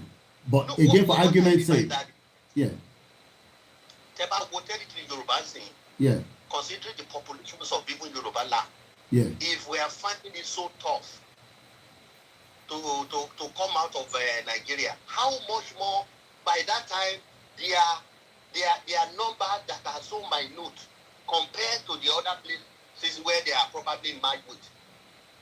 Just look at it, because even in Yoruba land, when you look at it, it's not everybody that is coming out to say, yes, we support Yoruba land. Definitely, there yeah. are still voices that are still... Millions of them, yeah, that disagree. Yeah, yes. So we might still have people, some voices in that area. So that means we should just make sure we can carry them along right now and present our case. Perfect. Okay. Perfect. Okay. They should be carried along now. It's a battle that will be jointly, fought. fight together now. All right. Before it is too late. All right. Thank you. Thank you so much. And again, this is why it's called an open platform. We want people to say exactly how they feel. I was thinking maybe now or maybe later, but my brother said, no. Later or too late. I've seen this caller before because he has the picture of the video with him. I won't go too much into the details. Hello, caller. Go ahead. Yeah, hello, Mr. Quick. Good morning, sir. Yeah. Ọ̀rọ̀ lórí ọ̀rọ̀ Kogi and Edo Delta State limitation. Èmi ò ní fẹ́ kọjá yí pé wàhálà táwa ń ṣe ń sìn táwa ń ṣe fáwọn ọmọ wa sìn kó wá di ọjọ́ wájú. Wàhálà nǹkan táwa ń jà fún sí ká wá di ọjọ́ wájú káwọn kan náà tó wá máa fi wàhálà yẹn ká tó máa fi threatening àwọn ọmọ tiwa táwa jà. Wàhálà táwa ń ṣe ń sìn à ń ṣe fáwọn ọmọ wa ni. Agree. Tó bá di ọjọ́ wájú táwọn kan náà bá wá dìde pé àwọn òkè sára wa sẹ́mọ̀ pé another wàhálà nìyẹn. Bẹ́ẹ̀ni. Because àwọn tó ń sọ pé kán kó mọ́ wà yìí sọ́rọ́ rántí pé middle best ni wọ́n. Tó bá yá. Okay, ẹni sùúrù sọ́rọ́ rántí pé middle best ẹni sùúrù mo kàn fi I don't know I wanna learn. Tẹ́ bá ní wọ́n sọ pé middle belt ni wọ́n ṣé from the start àbí tí wọ́n tún carve in that contraction Nigerian politics because ẹ mọ̀ pé wọ́n carve lọ sí kó wọn middle belt. So I want us to clarify that before you, because when you say that then it just trigger my mind pé ṣé èyí tí Nigerian government from the past quote and unquote tó fi pè wọ́n ní middle belt or it was separate, I want you to clarify that. Èyí tí Nigerian government kó. So again is a false information there, so we cannot go with that. Yeah. So we rule that out straight away. So now tó bá yá tẹ́ bá rí dípò yẹn nǹkan tẹ́lẹ̀ sọ pé tẹ́lẹ̀ sọ pé àwọn àti ọkọ lẹ́yìn. Okay. Tẹ́yìn bá ti pé méjì tó ti lè gé ẹran so kò ń ṣe pé báyà kìíní tí àwa tá a ti gbédè ara wa láti Kwara State ẹ̀ẹ́dógún akẹ́dọ́mọ̀ Ondo State Ekiti State Ọ̀ṣun State Ọ̀yọ́ State Lagos State tá a bá lè kóra so ìgbà nǹkan tá à ń kírètì nǹkan for life ọjọ́ iwájú títí ayérayé òun ni nǹkan tá à ń kírètì. Ìkọ́ta bá tó wá ní ká lọ kó àwọn kan pẹ̀lú ara wa lọ́jọ́ wípé àwọn yẹn àwọn náà tó bá dọjọ́ wájú náà máa fẹ́ sọ pé àwọn náà fẹ́ yọ o àwọn náà kì í ṣe Yorùbá o àwọn kì í ṣe kíní kan Yorùbá ń ṣe kíní kan bá fáwọn o wàhálà ńlá ló máa jẹ́ fáwọn àrọ́mọdọ́mọ wa àwọn náà tó máa. Mr. Akin from France, you are calling the wrong number and I believe you are watching the program. Please stop calling the wrong number. Again, if you are calling, let's call the studio number alone. Báwa ṣe ń tẹ́tì Nàìjíríà sí àwọn yẹn náà máa tẹ́tì Yorùbá land. Okay. Àwọn náà fẹ́ yọ. So ayédè àkàkùkù fi wọ́n lẹ̀ ẹ̀mí ń bìrì pé kìnìkan tí ìyá pẹ́pẹ́yẹ bá ń lọ níwájú ọmọ ẹ̀ máa ń sáré tẹ̀lé ni. Tó bá bí ìdí ẹ̀ láàbùkù wà pé tó bá dúró lórí pé tó àwọn fẹ́ tẹ̀lé wa tó bá tẹ́ wọn lọ́rùn láti tẹ̀lé wa nígbà tá a bá gbalẹ̀ wa tán. Àwọn ló máa sáré tẹ̀lé wa lẹ́yìn. A lè máa béèrè lọ́wọ́ wọn kán tó sáré tẹ̀lé wa lẹ́yìn pé tó ṣe é rẹ́dì láti ṣe bó ṣe náà ó ṣe kó máa dọ́jọ́ wájú máa sọ pé ẹ fẹ́ yọ o. Tẹ́ ẹ bá ti rẹ́dì sí gbogbo nǹkan tẹ́ bá fẹ́ ṣe pẹ̀lú wa ẹ̀rẹ́dì bẹ̀tì kó tẹ́ kó máa dọ́jọ́ wájú ẹ̀yìn náà máa dá wà lálẹ́ pé ẹ̀yìn náà fẹ́ dá dúró tó yẹ pé ẹ̀ní fáwọn ọmọ wa ẹ̀ní fún wọn lọ́kàn balẹ̀ mọ́. Ẹ ṣé gan ni, thank you so much. Ó wà ẹ̀mọ̀ ó jẹ́ ẹ̀kọ́ tó yẹ pé ìlú láti lò dáadáa ẹ̀mọ̀ bí Samuel Ekpo tó sọ gbogbo lánàá yẹn mi ò tako Samuel Ekpo nǹkan Samuel Ekpo yẹn bẹ́ẹ̀ ni kan tó ń sọ lánàá yẹn gbogbo àwọn state tó kó mọ́ra wọn táwọn náà bá gba kọ́ọ̀tù yẹn tán àwọn táwọn náà kó mọ́ra yẹn náà máa fẹ́ bá wọn fà á tó bá yá so káwá kúkú wà lórí ọwọ́ àwọn tá a gbọ́ pé èdè kan náà ni wọ́n èdè gẹ́gẹ́ bí ẹ̀kọ́ làkàṣe sọ nígbà èdè lórílẹ̀-èdè èdè láńgbèjì òun lórí wọ́n pè ní orílẹ̀-èdè. Okay, thank you so much. Tọ́ba tó táwọn wọn tó bá tún àjùbàṣe tó bá rí pé nǹkan táwọn sì tẹ́ wọn lọ nǹkan táwọn sì tẹ́ wọn lọ́rùn wọn náà máa sáré tẹ̀lé wa lẹ́yìn náà.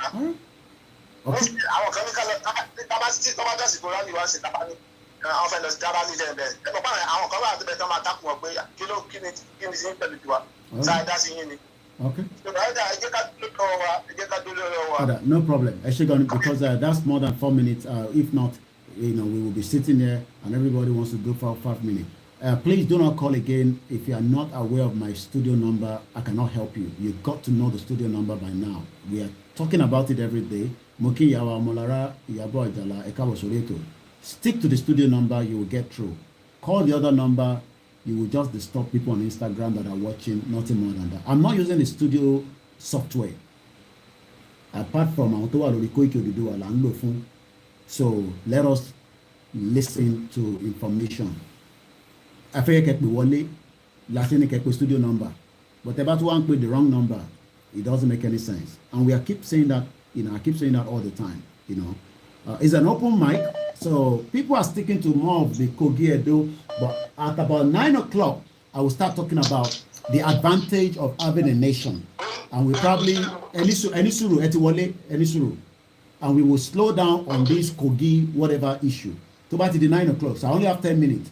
Whoever it's going to call after that, I'm not going to give room for that. And I hope we all agree with that. We're going to talk about advantage and disadvantage of having a Yoruba nation. Should we do that?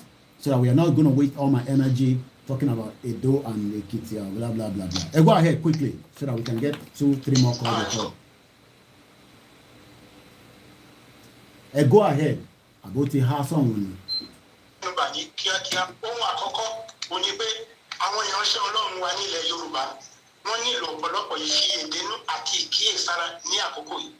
Àkókò tí a wà yìí kí wọ́n má wá kó ewu bá wa nípa àwọn àsọtẹ́lẹ̀ ẹni tó máa ṣe declaration ẹni tí ò ní ìyẹn òkun wọn rárá tí a bá dé ilẹ̀ Yorùbá olúkúlùkù á máa lọ sí ṣọ́ọ̀ṣì ẹ̀ àwọn nǹkan tó lọ́n bá wọn sọ nínú ṣọ́ọ̀ṣì wọn máa sọ yẹn.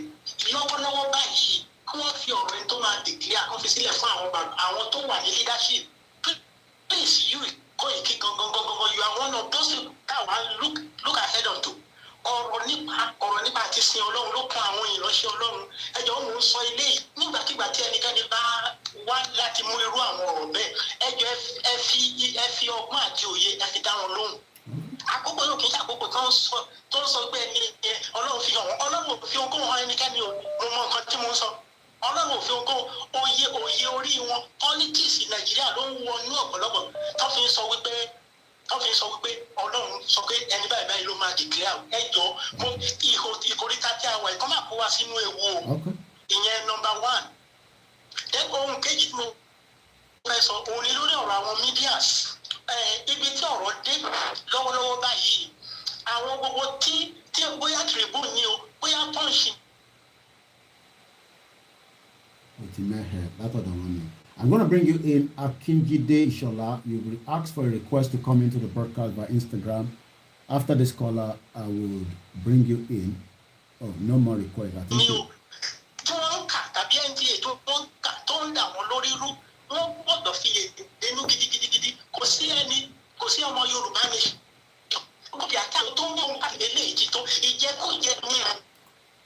Okay. Michael Cross, I cite you. Okay.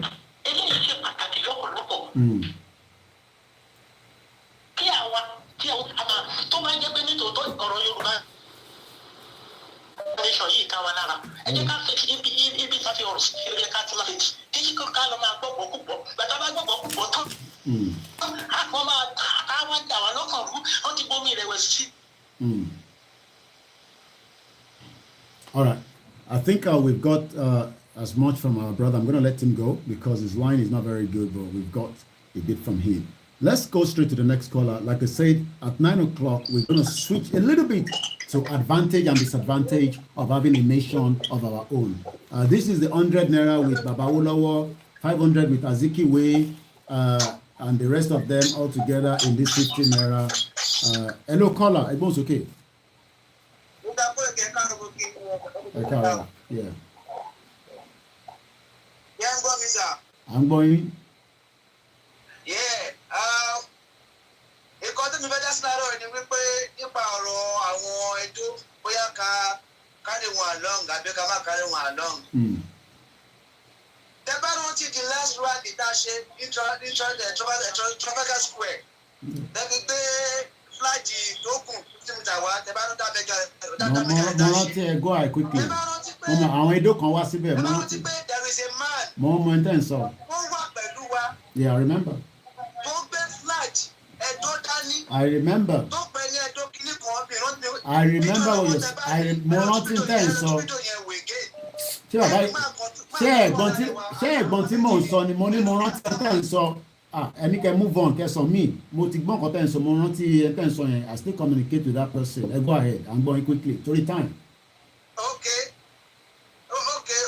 So ẹ̀kọ́ tí mo wí pé ó ṣe kókó kákárí wọn along àwọn elders wọn because they are Yorubas. Okay. We have to go back to the history. You understand? Odùduwà náà ló fọ́ọ̀mù ilẹ̀ Edo so there is no way whereby àwọn sọ pé wọ́n ṣe Yorùbá àwọn elders wọn la need láti consult láti explain fún wọn pé this is our plan. You understand? So it's better we do it now than later. So what they may see all right. Thank you so much. Once again, in 5 minutes, we will switch to advantage and disadvantage, and we will come out from this Edo and Kogi or whatever. A mute background here to our live. A mute it and go minule. Hello. Hey, hello, Mr. Koiki. I'm going to go ahead. Yes, èmi náà kàn fẹ́ dá sétò ni. Well, mo mọ̀ pé à ń lọ sí advantages and disadvantages of acquiring Yes, you need time for the Kogi Warri one, if that's what you want to talk about. Yeah, mo kàn fẹ́ chipping pé àdánìkan ọmọ ejò ló máa ń jọ méjò níyà. Mi ò mọ owó yẹn pa púpọ̀, but one of the smartest moves that we have made is just is to include the Biafrans. As many people tale jọjà ẹja yìí ló máa bẹ́tà náà. Ìgbẹ́dúró náà bá lè pẹ̀lú wa kájọjà. Ó máa wà easier ni. Téèyàn púpọ̀ bá ń béèrè kankan, ó sàn ju kéèyàn kan máa lọ dá béèrè ẹ lọ. So èmi rò pé it's a good idea. But a lot of advantages ló wà tá a bá gba ìlú wa fúnra wa. Because it's just like ọmọ sọ fún yàn pé ilé bàbá ẹ̀ lélẹ́yìí pé o lè débẹ̀ for many years. Number one, ilé ẹ̀ ń jẹ wàá lè ṣòfin ẹ̀ wàá lè pàṣẹ. Mi ò sọ pé àwọn èèyàn ní fẹ́ commit a crime ní Yorùbá nation something like that. But ẹnu wa kára wa ẹni tó bá ṣe nǹkan tí ò dá àmọ́ bá ṣe máa bá wí. Ṣùgbọ́n tí àwọn Fúlàní bá ṣe nǹkan tí ò dá sí wọn mọ́ bọ́ ṣe ń bára wọn wí tó jẹ́ pé wọn ò ní jẹ́ kéèyàn kankan bá wọn dá sí. The same thing náà ló máa apply sí wa. A lè manage our resources wa because we have enormous resources in our area. So tó jẹ́ pé ó lè fund gbogbo nǹkan tá a fẹ́ ṣe education, good roads. A lè plan irú nǹkan téèyàn bá lọ wo view Nàìjíríà téèyàn bá wo view Nàìjíríà látòkè inú máa bí èèyàn ni. Tẹ bá rí gbogbo rúfù lé máa ní àti brown lọ rẹpẹtẹ pé irú in 21st century. Àwọn míì aṣaṣọ sí gbogbo orí ilé rẹpẹtẹ kò ní ṣe wò lójú.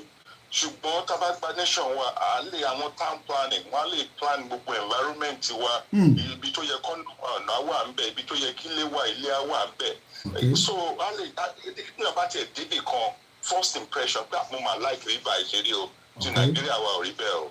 So Ọlọ́run á fún wa ṣe o ẹ máa tẹ̀síwájú náà. Ẹ ṣé gan ni ẹ̀yin ọlọ́gbọ́n ẹ̀yin ẹ̀gbọ́n mi tí ẹ máa ń jókòó and they take their time in their business. Everybody is busy o. Ẹlòmíì ó ń drive lọ nísìnyí bí i 3 hours drive. Ọmọ Koiki wà live ọmọ bọ̀bọ̀ yìí wọ́n ló ń ṣe fún mi lélẹ́yìí o. And sometimes people want to watch it live but they cannot watch it live. I want to switch slightly now and like I said, let us respect the view. We've had a lot of the Edo, not because I want to brush it aside. I just want to talk about something different now. Advantage of a country or a nation. Talk about advantage. I don't know all the advantage. But something was written here that let me just read it quickly. Àwọn nǹkan tí ó ń jẹ wá lógún, there should be freedom to establish businesses and make contribution to our father's land. Every children and youth must have free 12 years qualitative education as it is done in developed countries. It is Yoruba's children to have basic, free and good education from kindergarten, primary and secondary. Yoruba youth shall be offered loan to study at any university which may be payable after completion when he or she started or start working or may be free. Good healthcare services for Yorubas without begging for financial obligations for health treatment on critical illness. So many people are begging every day. Lọ sọ́dọ̀ Oríyọmí Hamzat, lọ sọ́dọ̀ Cocoa Foundation. Kódà wọ́n tún ń bẹ Elon Musk pé kọjọ èèyàn kan sick kó wá help wọn. Free bus pass for our children and older persons as is done in developed countries. Job placement for our youth to start their lives. Parents in developed countries are paid to take care of their underage children in a child benefit. The youth above 16 years are paid to enable them start their life when ready for admission into technical college or university. University. You can even go and do work placement. I've done a lot of that. Sometimes there could be 3 weeks, 6 weeks. You learn about even just to láti lọ fọbọ́ bẹ́ẹ̀ni bó ṣe operate machine kó má lọ gé ẹ lọ́wọ́ or to understand what I mean. It's still a work placement. You get paid, the company get paid, and after 6 weeks they can retain you or you can move to a better job. Those who finish their education in our Yoruba nation will stay in Yoruba land to make their life easy and settle as a family man and women instead of checking out to search for greener pasture in foreign countries when they know that things are available in their own land. In tí I mean ni pé a lot of us are running away, okay? Ẹlòmíì irú àwa nísìn, I left the country, mo níyàwó níbẹ̀, mo ní ọmọ níbẹ̀, but eventually not everybody was in that category. Ẹlòmíì ti bímọ ọmọ bí nǹkan ṣe ń lọ bàbá ṣẹ́yìn òní máa ń lọ báyìí kẹfìmí àtọmọ sílẹ̀. Ẹlòmíì ò tí ì rọ ọmọ ẹ̀ nísìn in the last only God knows how. Tó bá yẹ pé Nàìjíríà ń ṣiṣẹ́, everybody will have stick inside Nigeria, build in Nigeria, and then make sure that our family will live together. And you can just go for a couple of weeks or months. It doesn't matter. I mean, ìyẹn lè lọ ṣe research ní South Korea for 2 years. Wàá padà wá sílé. But ọmọ èmi ti wà ní UK nísìn, ó ti lọ more than 20 something years. And as much as I would have loved to stay in Nigeria, I wanted to stay in Nigeria because we thought Nigeria was going to work for everybody. But we now realize that no, it's not going to work. So that is exactly what I was explaining. A lot of family are not living together anymore. Families have been moved from point A to B around the world. This world, we have people living in different parts. It's good. But at the end of the day, not every one of them will come back. Some will die eventually living outside the territory known as Nigeria. Number 10. We need to eradicate illiteracy and unemployment in Yoruba land. Illiteracy, bàbá problem ni. Kò ń ṣe pé dandan ni pé kò fi òyìnbó kàwé, but kọ́tẹ̀ ẹ̀kọ́ ní Japan. Let me say this. Every alphabet in Japan is in their own language. Èdè wọn ló fi ń kọ ìwé, èdè wọn ló fi ń ṣe signboard, èdè wọn ló fi ń ṣe everything. But láàrin ẹ̀ náà, ara wọn tó ń lọ gbé níbẹ̀ tí wọ́n gbọ́ èdè yẹn. Kò mí pé ọmọ Japan kankan ò ní gbọ́ English, but kò kí ń ṣe èdè wọn. So èdè Yorùbá, the alphabet of Yoruba language, òun la máa lò láti fi operate. Tá bá fẹ́ kọ pé bus stop yìí, ojú ẹlẹ́gba bus stop. Ṣẹ́rí ìta fi pè ní bus stop yẹn, ojú ẹlẹ́gba a máa translate bus stop yẹn sí èdè Yorùbá. Ní abẹ́ a lè wá kọ English sí. Bó ṣe ń ṣe ní gbogbo àgbáyé nìyẹn.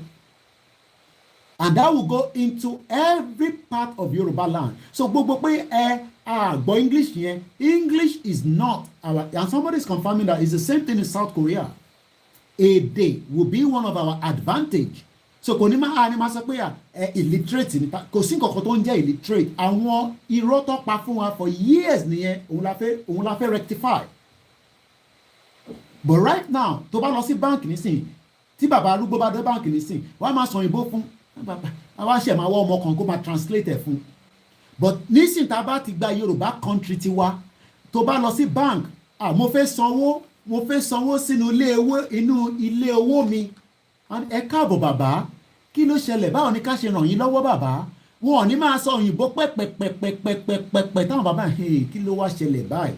It is part of the lies that the British cooked. Tó fi gba èdè lọ́wọ́ wa. Èmi kàn sọ advantage tẹ́yìn bá wá pé ẹ lè sọ ẹmọ̀ ní mo máa kọ́kọ́ yẹ èmi ni mo ń ṣe program. So èyí lè wá sọ other areas tí èmi náà sọ.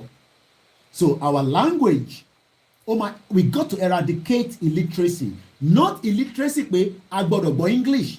Mo rí bẹ́ẹ̀ ìyá mi Kẹ́mi Bello. Number 11, there should be freedom for Yorubas to establish businesses when there is regular electricity without thinking of using generator. Kódà, the generator it will be a backup thing, not something that you have to be mo wo Lady K lánàá to complain about ara need the rechargeable fan. Toruba mẹ́mi nísìn, I will switch on the air condition. Màá tó tutù yẹn bá tó fẹ́ mú mi díẹ̀. And the reason I switch it on is because we have a lot of gadget here that is creating heat. But ní Nàìjíríà tí Lady K wà yẹn nísìn, ó ní òun ti lọ tún generator kan ṣe. The second one, ọ̀rọ̀lá manager, epo wà nínú ẹ̀ tó máa repo sí. Èmi tẹ̀ hate nígbà tí mo wà nílé. Mo prefer kí ooru mú mi than pé kó tan generator lọ. Because I cannot just stand the noise. But tẹ́bi bá ní kó pa tọ̀dọ̀ tiwa, ṣé máa tún ní kí neighbor pa tiẹ̀ tó lọ́mọ kékeré nínú ilé? So electricity is one of the most important things. And not electricity, it creates everything. Okay, how do I monitor a CCTV in Ogun State today? But it can be done between myself and somebody in Sweden. Èmi lè má dé Sweden kí n lè sọ fẹ́ ni ẹ pé ẹ bá mi fi CCTV sí bíbá ẹ fún mi ní IP number màá dẹ̀ connect ẹ̀ mọ́ laptop mi and I can wake up in the morning and I can see whatever is happening in Sweden. The technology is there. But nísìnyí APC máa sọ fún ipá náà máa ṣe gbogbo tá à ń sọ yìí but it is lie.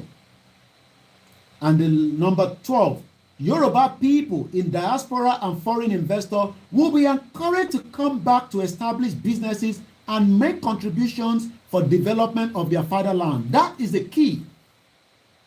Not gbogbo Yoruba tó wà níta ló máa padà wá sílé. But they will bring in ẹlòmíì nísìn investor tó ti mú wá sí Nàìjíríà kódà àwọn politician ò lè they actually take those investors from them. Mo lọ ń kó wa kan tó sọ fún mi nígbà tó wá sí London I think about a few weeks ago, almost a month plus now. One investor táwọn mú wá in 2002 or thereabout. Eventually it was a failure. Do you think Yoruba people, Igbo people that are Nigerians have not brought investors? They bought in their little ways. Ẹlòmíì kọ́ wá ṣí small kiosk nígbà tẹ rẹ́kẹ̀ ó yá sápadà. Let us have a Yoruba national government that would have freedom to ask for our right, where the government also knows it is their priority to give to their citizens. Do you have a right in Nigeria today? Is a question that you should ask yourself wherever you're watching me today. Oh, we don't want a breakup of Nigeria. Do you have a right? You don't have a right. Because if you have a right, you would not. If you have a right in Nigeria today, that right will link to everything from just asking for information from your local government. If I want an information from my London borough of my local government here, I will write to them. Sometimes you have to pay £10 for that information, and they have the duty to make sure that I get that information because it is under my right that has been enshrined in the Constitution. The question this morning to Nigerians is, do you have a constitution that is working? Your constitution is not working for you. So that means you don't have a right. A constitution that is as fraudulent as the 1999 constitution, which is a military decree 24, put together by Abdul Salam, that is now going all over the place trying to bring peace into Nigeria.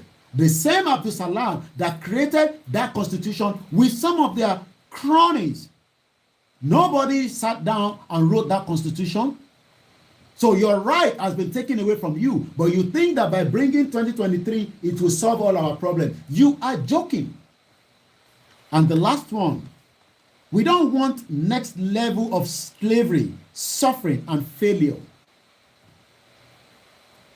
The people known as Nigerians have lived in slavery, suffering, and failure. Let us try to break the country to smaller units. And I'll go back to Sweden before we open the line again at 9:09. Don't call any other number apart from my studio number. I repeat that again. It's either you don't even call. If you wish to call, you don't know the studio number. It is +44 7404405917. Sweden is 12 million. It's not even 12 million, but I gave them extra because it's actually 10 point something million. But today, their GDP is valued at $627.4 billion US dollars as at last year. Their passport index is number 4 in the world. So that means that an average Swedish citizen is likely not to travel at all to any part of the world running away like we do in Nigeria. Almost Sweden, láàárọ̀ kò ní any reason to go on. Kí ló fẹ́ wá jókòó ṣe ní UK tó máa fọ̀dí, tó máa fọbọ́, tó máa ṣe bus driver, tó máa ṣe iṣẹ́ ní office, tó máa ṣe whatever job that we are doing as Nigerians. Because the argument is, oh, we are here now, but let us pray for Nigeria to be a better place by bringing Peter Obi to come and change the narrative. Peter Obi cannot change the narrative because the 1999 Constitution is not going to give him the opportunity to do so. Even as a president, he does not have the right to decide for the Senate that will pass that. Because even if he wants to use the presidency, president náà ní àṣẹ láti pàṣẹ, but they will still have to go to the Senate floor, where we have a lot of northerners that will bounce it out. That is why the Olorifila Gogoro only, that one known as Ibukunle Amosun. Go and watch that BBC interview, Veto Power. Yeah, Oduatide, thank you. That's the word I was looking for. But even if it also, they can bounce it out from the Senate because executive order. Thank you so much. Another word for that. So what I'm trying to explain is all these people that you think that Emilo kan, Otilule cannot do nothing when he becomes the president. He cannot, because he will need the Senate to approve a lot of things. Even if he says executive order, we take down the 1999 Constitution as an argument. For argument's sake, fún Emilo kan and Peter Obi, or Atiku or Showore, that's if he even gets one vote. I love him so much. We correspond all the time. He sent me event that he's doing. Or Kwankwaso. None of those politicians, from the governor up to the deputy governor to the Senate to the House of Rep, can change the 1999 Constitution. But for argument's sake, let's say APC become the president again. And now, is Tinubu going to do what? Because that is your argument. But Tinubu ma wá sọ ilẹ̀ Yorùbá, ó ma sọ di London, ó ma make it perfect. He cannot do so, even with his own executive order. And we must not do a mistake by trying to pretend that we don't know all these things. Especially by our elite that are supporting this nonsense country called Nigeria. And that is why this morning, Baba Adebanjo is saying that North cannot decide for us. And say, and according to what I have here, he says that the Southeast must come to negotiate with the North because the politics is game of number. And that is exactly what they are playing out now. Oh, àwa la ni number, àwa ilẹ̀ Hausa la ni number. Gbogbo yín máa wá tọrọ number yẹn lọ́wọ́ wa ni. And that is why they can. Tinubu would have said, okay, get off. Man lo Yoruba to Yoruba. But he knows that it cannot happen. That's why he went to bring Shettima, a terrorist man. So when Tinubu finished, as an example, quote and unquote, as a Yoruba president, you will not be able to get another Yoruba again. They will have to now take it back to the North, because it will be what they call the rotational, what was it called? Power shuttle. PDP was meant to shift it to the Southeast. But Atiku, that has lived in Dubai all his life, came back and say, no. I will not allow this PDP to shift it to the reason why Kikoko noticed Yoruba. The reason why they gave it to Tinubu is because he was thinking that, and he knows, I can bet my life that Tinubu himself knows that if they don't give him the access to be a president, he will be part of the person that will destroy Nigeria. And the North knows that. And they say, okay, you are smart. We know you know game of politics, but we will wait for you. Elogbon Konti El Rufai saw recently. They will wait for Tinubu to complete his 8 years. I'm just saying, because they will not be in Nigeria anyway, but quote and unquote, they'll wait for him. God give him a long life. But when Tinubu complete his 8 years, he cannot now say, when the North comes back to power, they will remove every, even if Tinubu brings in all the military hierarchy, the formation back to the southwest for argument's sake, okay? Kó gbé gbogbo nǹkan tó wà ní north, kó dá padà wá sí southwest, kó dẹ̀ fún díẹ̀ ní southeast. When the North comes back, they will remove everything again, and we will go back and start all over again.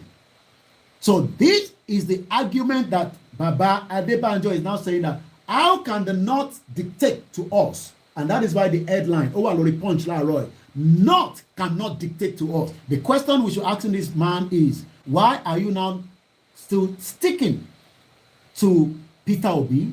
Because Peter Obi, the reason why Peter Obi left PDP is because Atiku articulated, thought he has the mandate.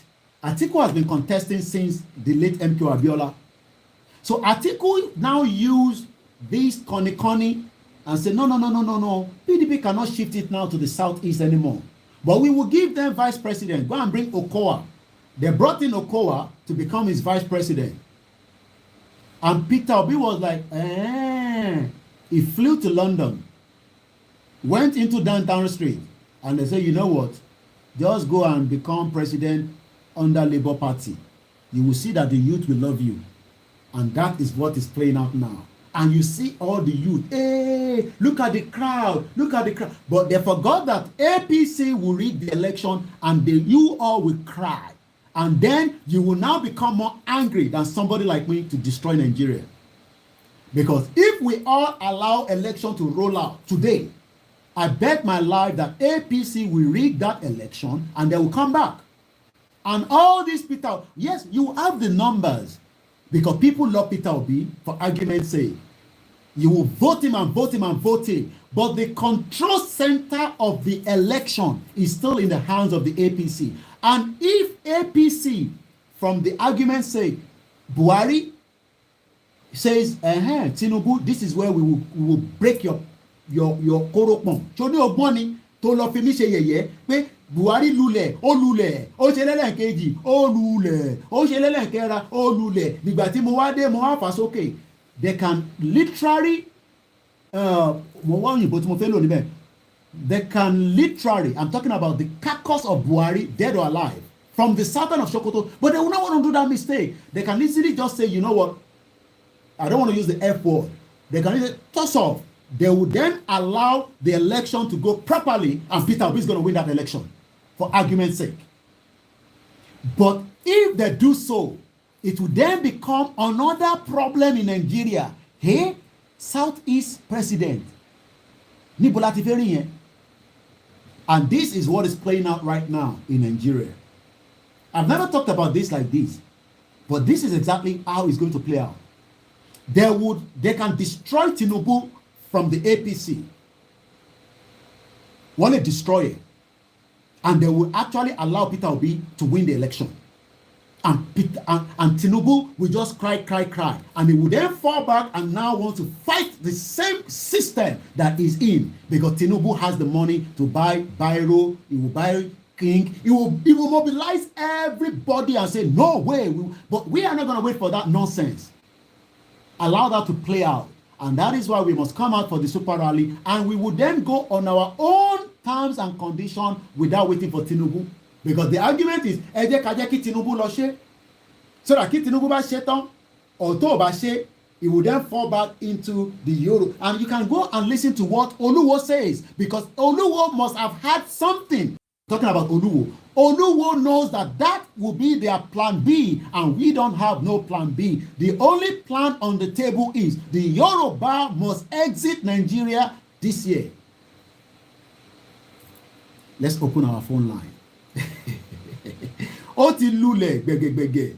The number again is +447404405917 as we continue to educate the gullible Yorubas, the gullible Biafra, the gullible Arewas, Middle Belt, all the different ethnic groups thinking that election will solve our problem. It is too late for that now. Hello, caller. And this time, we're not giving 5 minutes. Straight to the point. After 2 minutes, I'm going to disconnect you. We have a lot of people that are calling. I'm going.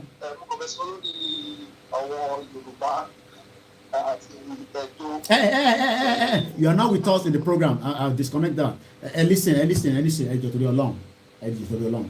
We have moved away from that now. I have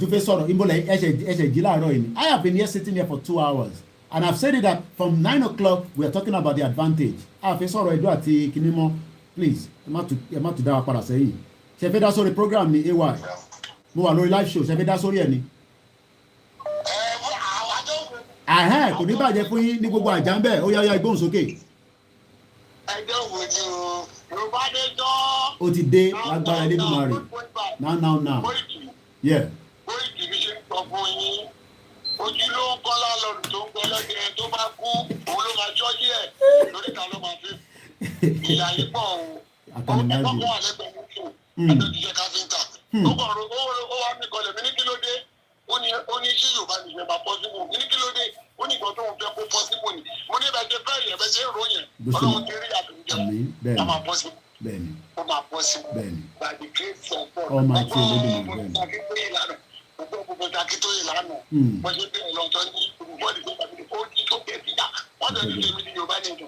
Mo ní kí ló dé bàbá tèmi báyé tèmi jẹ́, màá tún báyé ọmọ tèmi jẹ́, ìṣúná tó jọ. Wọ́n tẹ̀lé mẹ́sẹ̀jì bá máa fún 70,000. Ẹjọ́ 70,000 yẹn ọjọ́ mélòó mo fẹ́ fi ná? Màá fi ná fún èyí. Ó máa ra báàgì rice mọ́ àmọ́ bí ó máa ra ata àti gàrí àtẹ̀wà. Kò lè ra báàgì méjì. That's it. 48 ni èmi mo ṣe ra kan ní last week 48 lọ́ra. Kí ni nǹkan tí mo fẹ́ torí ẹ̀ para mi ní jẹ́ tán ni. So àdúrà mi ni pé kọ́lọ́ jẹ́ kí kọ́lọ́ túbọ̀ fún wa lágbára because ayé ìsọ̀lmẹ́ntì la wà nígbà yìí o. Ayé ìsọ̀lmẹ́ntì la wà. Wọ́n dẹ̀ kó pamọ́ àwa kan tí ì jẹun. Wọ́n kó pamọ́ owó ń bàjẹ́. Mo rí yàn tó sọ lẹ́gbẹ̀ẹ́ mi pé kan fowó sákàdì ẹ̀ kó lè bá tọ́jú tó lówó tọ́tẹ̀ change. Kí ló tó fowó yẹn ẹ̀pọ̀ àwọn ènìyàn? Ìyà ń jẹ wá Nàìjíríà o. Ìyà ń jẹ wá Nàìjíríà o. Bẹ́ẹ̀ jẹ́ kí n sọ fún yín nínú òmìnira yìí. Ẹ máa rí àwọn nǹkan kan tó ẹgbẹ́ bíi ínsọ́ọ̀tì bíi nǹkan kan bíi tíbi tó sọ pé Nnamdi Kanu yẹn ara information wọn ni ẹ̀sìn yẹn dúró máa rí yẹn nítorí pé má bí mùsùlùmí lèmi ànábì náà gbàgbọ́ ìdílé tó ti wá gangan gbàgbọ́ bẹ́ẹ̀ nígbà tó yá àwọn àdá àbáláyé gan la tó wá gbàgbọ́ jù ṣé ti yé yìí tó ìdẹ́ẹ̀dẹ́ orúkọ yóò ní parẹ́ ọmọ tí wọ́n yìí ẹ ṣé gan ni thank you so much mo kí gbogbo ẹni tẹjọ́ wò níbẹ̀ ẹ ṣé gan ni thank you so much and we love you all ní gbogbo area Ajah níbẹ̀ thank you my brother he's one of my strong brother there in Ajah people are watching us in all over Nigeria from even in the north I have a lot of people from the north that are Hausas. They might not understand some of the Yoruba, but they do understand the English aspect. Don't talk about Edo anymore. We've moved away from that now. If you talk about it, I'll disconnect you straight away. And talk with Elaine. If you call back again, I'll take it, but no more Oro Edo. Talk about advantage and disadvantage. And we can talk about, is it going to be possible to have a 2023 that will work for anybody? An election. You can also talk about that as well. Hello, caller. You are live now. Ẹ káàárọ̀ rather. Ẹgbọ́n sókè.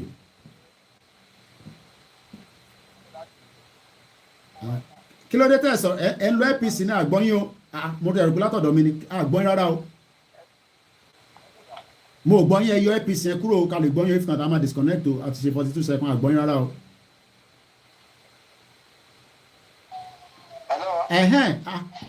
Ẹ wà lábẹ́ ìyàwó yín ni ẹgbọ́n sókè. Ṣé mo ní mò ń pè láti Ìlárò? Ìlárò àdúgbò ńlá ẹ jẹ fùfú ju kí ló dálẹ̀ lọ́nbẹ̀ yẹn. kí Ọlọ́run kó wà pẹ̀lú wa. Àmín. Ojú wa gbé wa lórúkọ Kò ní gbé ọ̀dàlẹ̀, àmín kìsìkìsì. Àwa ń retí Thank you, King Super Gbogbo.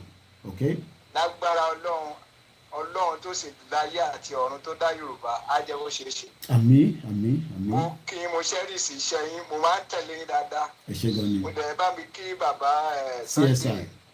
Dr. Sunday Aki wọn. Adéyẹmọ, ẹ bá mi kí wọn. Ẹ sì bá mi kí bàbá Professor kínní àti kejì, ẹ jẹ́ bá kí wọn.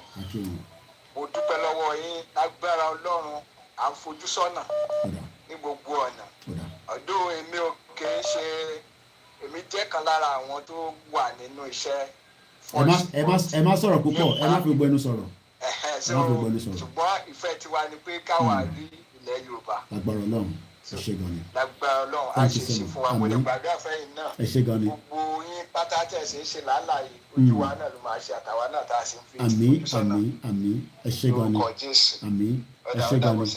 Baba Sunday Igboho, Dr. Sunday Igboho, he loves the security force in Yoruba land and he doesn't joke with them. He continued to tell me when I was at home, pé táwọn ọmọ ẹ bá ń jáde, sọ fún wọn pé kó má bá ọlọ́pàá jà o. Ìyà tó ń jà wá ló ń jẹ ọlọ́pàá náà. Aṣọ tó wọ̀ lọ́rùn yẹn, wọ́n kàn represent the government ni o. And we are saying this to all our security forces. We love you so much and we don't have anything against you. The Yorubas I mean. But tó bá ń rán ọmọ níṣẹ́ kinní kan, tá bá ti jáde, ẹ fọgbọ́n ṣe o. Ẹgbọ́n sókè bàbá wa, ẹ bá mute tó wà ní background ẹ pátápátá, ẹ ti wà live. All right, ẹ pẹ̀lẹ́ brother Koiki, ẹ káàárọ̀, mo fẹ́ kí gan pé ẹ kú ojúmọ́. Àwọn ni ẹ sọ. This is Pastor Femi. You're welcome, sir. Láti late. Thank you. Mo fẹ́ kí àwọn èèyàn wa kàn ṣe right thing fún ẹni tó bá ń ṣe right things fún ilẹ̀ orílẹ̀-èdè Yorùbá tuntun tá a máa bọ́ sí yìí. Ó kà mí lára, I've been wondering where you've been to for these few weeks. But inú mi dùn lánàá tí mo rí a little bit of declaration tẹ́ ṣe pé you are off the air for a certain amount of time. Yeah. So láàárọ̀ yìí mo ṣe drop ìyàwó mi. A ní iṣẹ́ ṣe ní West Yorkshire Police. Okay. Ìyàwó mi ṣe gbàṣẹ síbẹ̀ ni. So mo ṣe drop wọn kí n tó gbé wọn lọ, mo ti ń wo program yìí, mo á ní kọ́lọ̀ ń jẹ́ kí n dé kí n wá bá program yìí, mo dẹ̀ bá. Ṣé rí mo welcome yín padà wá sí orí afẹ́fẹ́. Ṣé rí mo fẹ́ kí àwọn èèyàn tó bá ń gbọ́ program yìí kan appreciate ẹ̀. Wọ́n kọ́bọ̀ àsan fún brother Koiki. Then ibẹ̀ la ti ń gbọ́ authentic information, òun ló ń fọkàn wa balẹ̀ láti mọ̀ pé òun ló jẹ́ ká mọ n tó wà nínú bàbá Akíntóyè àti Chief Sunday Adéyẹmọ Ìgbòho Òòṣà and some other things tá a rely lé lórí. Program yìí ló ń fọkàn wa balẹ̀, òun ló jẹ́ a very big means of communication to us. Yàtọ̀ fún àwọn tó ń blog program yìí, I don't watch the blogger, I go straight to the main media of KOIKIMEDIA. Iṣẹ́ gidi lẹ́ ń ṣe. Àṣẹ́rí ní tí mo fẹ́ sọ fún yín láàárọ̀ yìí ni pé many people are laggard in business world, in business management world. Tí ìgbẹ́kẹ̀ bá ṣẹ̀ṣẹ̀ jáde, àwọn ilẹ̀ máa rí tán máa tò. Bí iPhone bá jáde, wọ́n á tò, wọ́n á máa ra wìtìwìtì. But àwọn kan máa ń dúró kówó ẹ̀ lẹ́ẹ̀sì. Bẹ́ẹ̀ni. Kan tó dá sí i. So mo rọ àwọn èèyàn nǹkan tó bá lè ṣe tí KOIKIMEDIA because mi rí káwọn èèyàn pé people àwọn èèyàn kan ń pè wọ́n sọ pé ẹ ṣe bra Koiki, ẹ ṣe many flags ni mo ti rí ní all over 70 big local government ní kápẹ́ ní obi constituency ni o. People were just saying thank you brother Koiki, thank you brother Koiki, say brother Koiki nìkan ni. Now bẹ́ẹ̀ni ṣe gbé brother Koiki now is that he's now representing the whole program. He is the full epic center of Yoruba nation.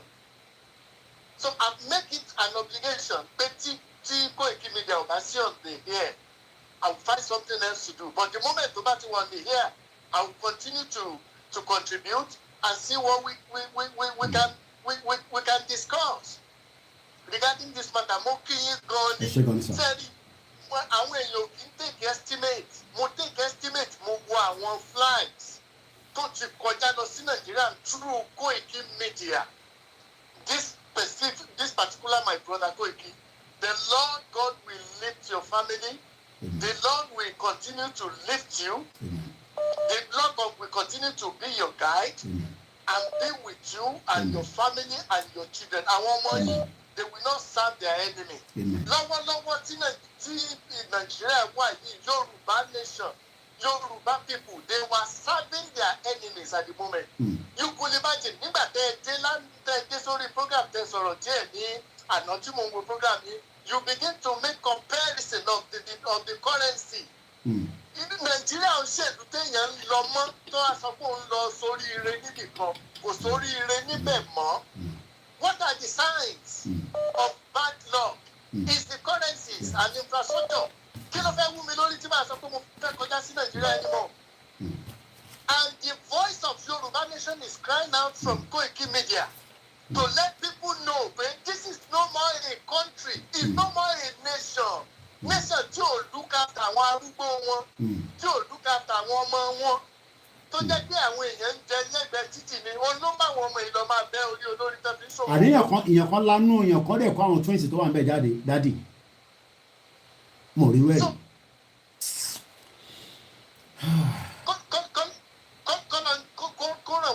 When people watch this program and they thought it's just like that, man sọ pé ṣé ṣeré ni. Wọ́n jẹ́ ṣeré. KOIKIMEDIA ní family tiẹ̀ ọkàn wọn balẹ̀. He is from a wealthy family. Ó dẹ̀ ń jà fún yín. Ó ń jà fún yín. Ẹ̀jẹ̀ many people sẹ́rí ẹ̀jọba ẹ̀sẹ̀rí mi fẹ́ ṣe àwọn ọ̀pọ̀lọpọ̀ èèyàn. Ó yé mi dáadé. Ìbọn èmi ò lè rí ojú ọ̀nà lẹ́ẹ̀kí korí bọ́nú gbó.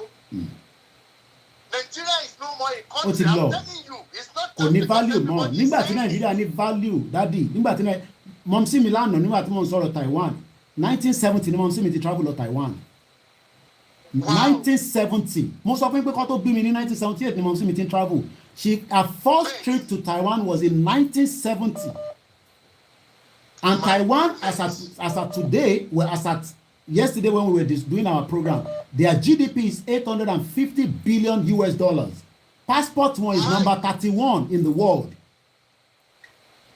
My goodness. And their population is just 23.57 million. My goodness. My goodness. My goodness. Mo sọ fún wọn lè wọ́n ní kí wọ́n invest. Mo ní investigate. Lẹ́yìn Yorùbá nation ẹlòmíì ó ra lẹ̀ ní one naira. Àti ṣe mistake yẹn agbọ́dọ̀ tó ṣe mistake yẹn nísìnyí investigate sí Nàìjíríà. Ẹni kí wọ́n ra 50 million. Mo ní màá rà ní 5 million gbà tó bá yá gbà táwọn olórí burúkú bá tí tọ́ bá góńgára wọn tí Yorùbá nation bá fẹ́ jù. It's not a place to invest. Investigate. Kí lè fẹ́ mú jáde? Invest ní Nàìjíríà. Mo rọ gbogbo àwọn olówó tó bá ní investment sí Nàìjíríà kan kúrò kí Nàìjíríà tó fọ́. Kan kúrò. It's no more a country. Kò sọ̀rọ̀ pé bóyá a kàn rí privilege láti sọ̀rọ̀ lórí media yìí la ṣe ń sọ. Mo rí ẹ̀dùn ọkàn brother Koiki àti Chief Sunday Igboho àti bàbá and màmá Onítìrí gbogbo wọn. Except tí nǹkan bá súyàn tán bígbà kéèyàn jump into the river ló ṣe máa rí. This is no àti dé crossroad. Ó difficult gan kò yá wọn. It's not a place of accountability anymore. Owó Benin 2,000 naira owó Benin ó máa fún yín ní 1,700 or 1,800 naira owó Nàìjíríà 2,000 naira sífà owó Benin. Àwọn arúgbó ní ìyá máa jẹ. Àwọn arúgbó ní ìyá máa jẹ. Ẹ ṣé gan ni daddy, thank you so much. Nàìjíríà tó jẹ́ pé tẹ́ bá ti corrupt ẹ kàn kúrò ní pàtì tẹ́ wà kẹ́ ẹ bọ́ sí pàtì àwọn tó ń rule. Corruption yìí lọ nìyẹn. Àwọn rẹ̀ circulate ni o, ó circulate ni o, even up to the smaller unit of pé èèyàn lọ ṣiṣẹ́ níbì kan kọ́ dẹ̀ máa abuse ẹ kọ́ máa fún ẹ lẹ́tọ́ ẹ.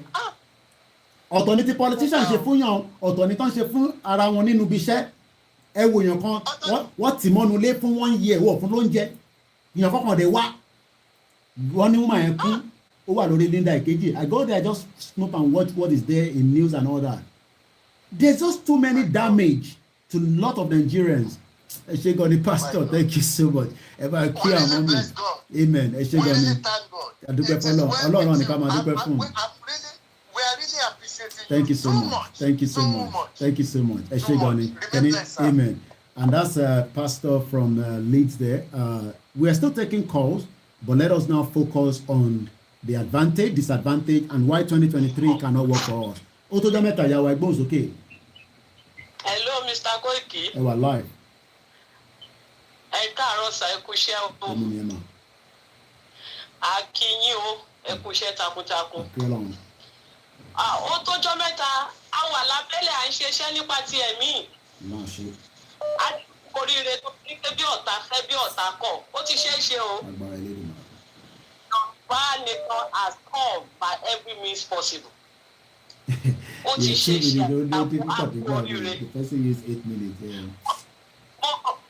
Mo rí pé white mi tí mo rán tẹ́lẹ̀tẹ́lẹ̀ mo lọ gbé síta mo yẹ̀ wò mo wá rí i pé mo tún lè get something better so mo lọ get something better mo rán báyìí mo fẹ́ lọ gbà nílé tailor ni à ń múra sílẹ̀ gan-an ni à ń múra sílẹ̀ mo fẹ́ lọ find these low silver slippers tí mo máa lè fi jó fi rìn dáadáa mo fẹ́ lọ rà á nísìnyí mo ti ra jewelries mi so à ń múra sílẹ̀ gan gidigidi ni à ń múra sílẹ̀ a dẹ̀ ń gbàdúrà ó ti ṣeéṣe bí Olúwa ti ń bẹ tí ẹ̀mí rẹ̀ ń bẹ láàyè so ẹ kú iṣẹ́ mo kí yín gidi gan ni mo dúpẹ́ nítorí pé ẹ̀jẹ̀ kó rẹ̀ yẹn ẹ̀jẹ̀ kó sun yín so àwa ti ilẹ̀ Yorùbá a ti dúró tán à ń múra sílẹ̀ báyìí a ti kẹ́ẹ̀kan sọ fún wa wípé ó yá góò ní gbogbo nǹkan ti wà nílẹ̀ ìlú ti wà gbogbo ẹ̀ ti wà à ń dúró ni kẹ́ẹ̀ sọ fún wa wípé ó yá kàtún sí tata ẹ kú iṣẹ́ o onísùnyín kò ní rẹ̀yìn ni o agbára Elédùmarè ẹ ṣé gan ni. Thank you so much. And again I'm just getting information if you have or you have access to or you know somebody presently in Yoruba land that have a private hospital and they are ready to support towards the super rally. I'm just getting a message here. I can't go into too much detail. We will need some of you to contact us. You can get in touch with me quietly. We don't have to mention your name. We don't have to mention the location of your hospital that you are also going to be helping us.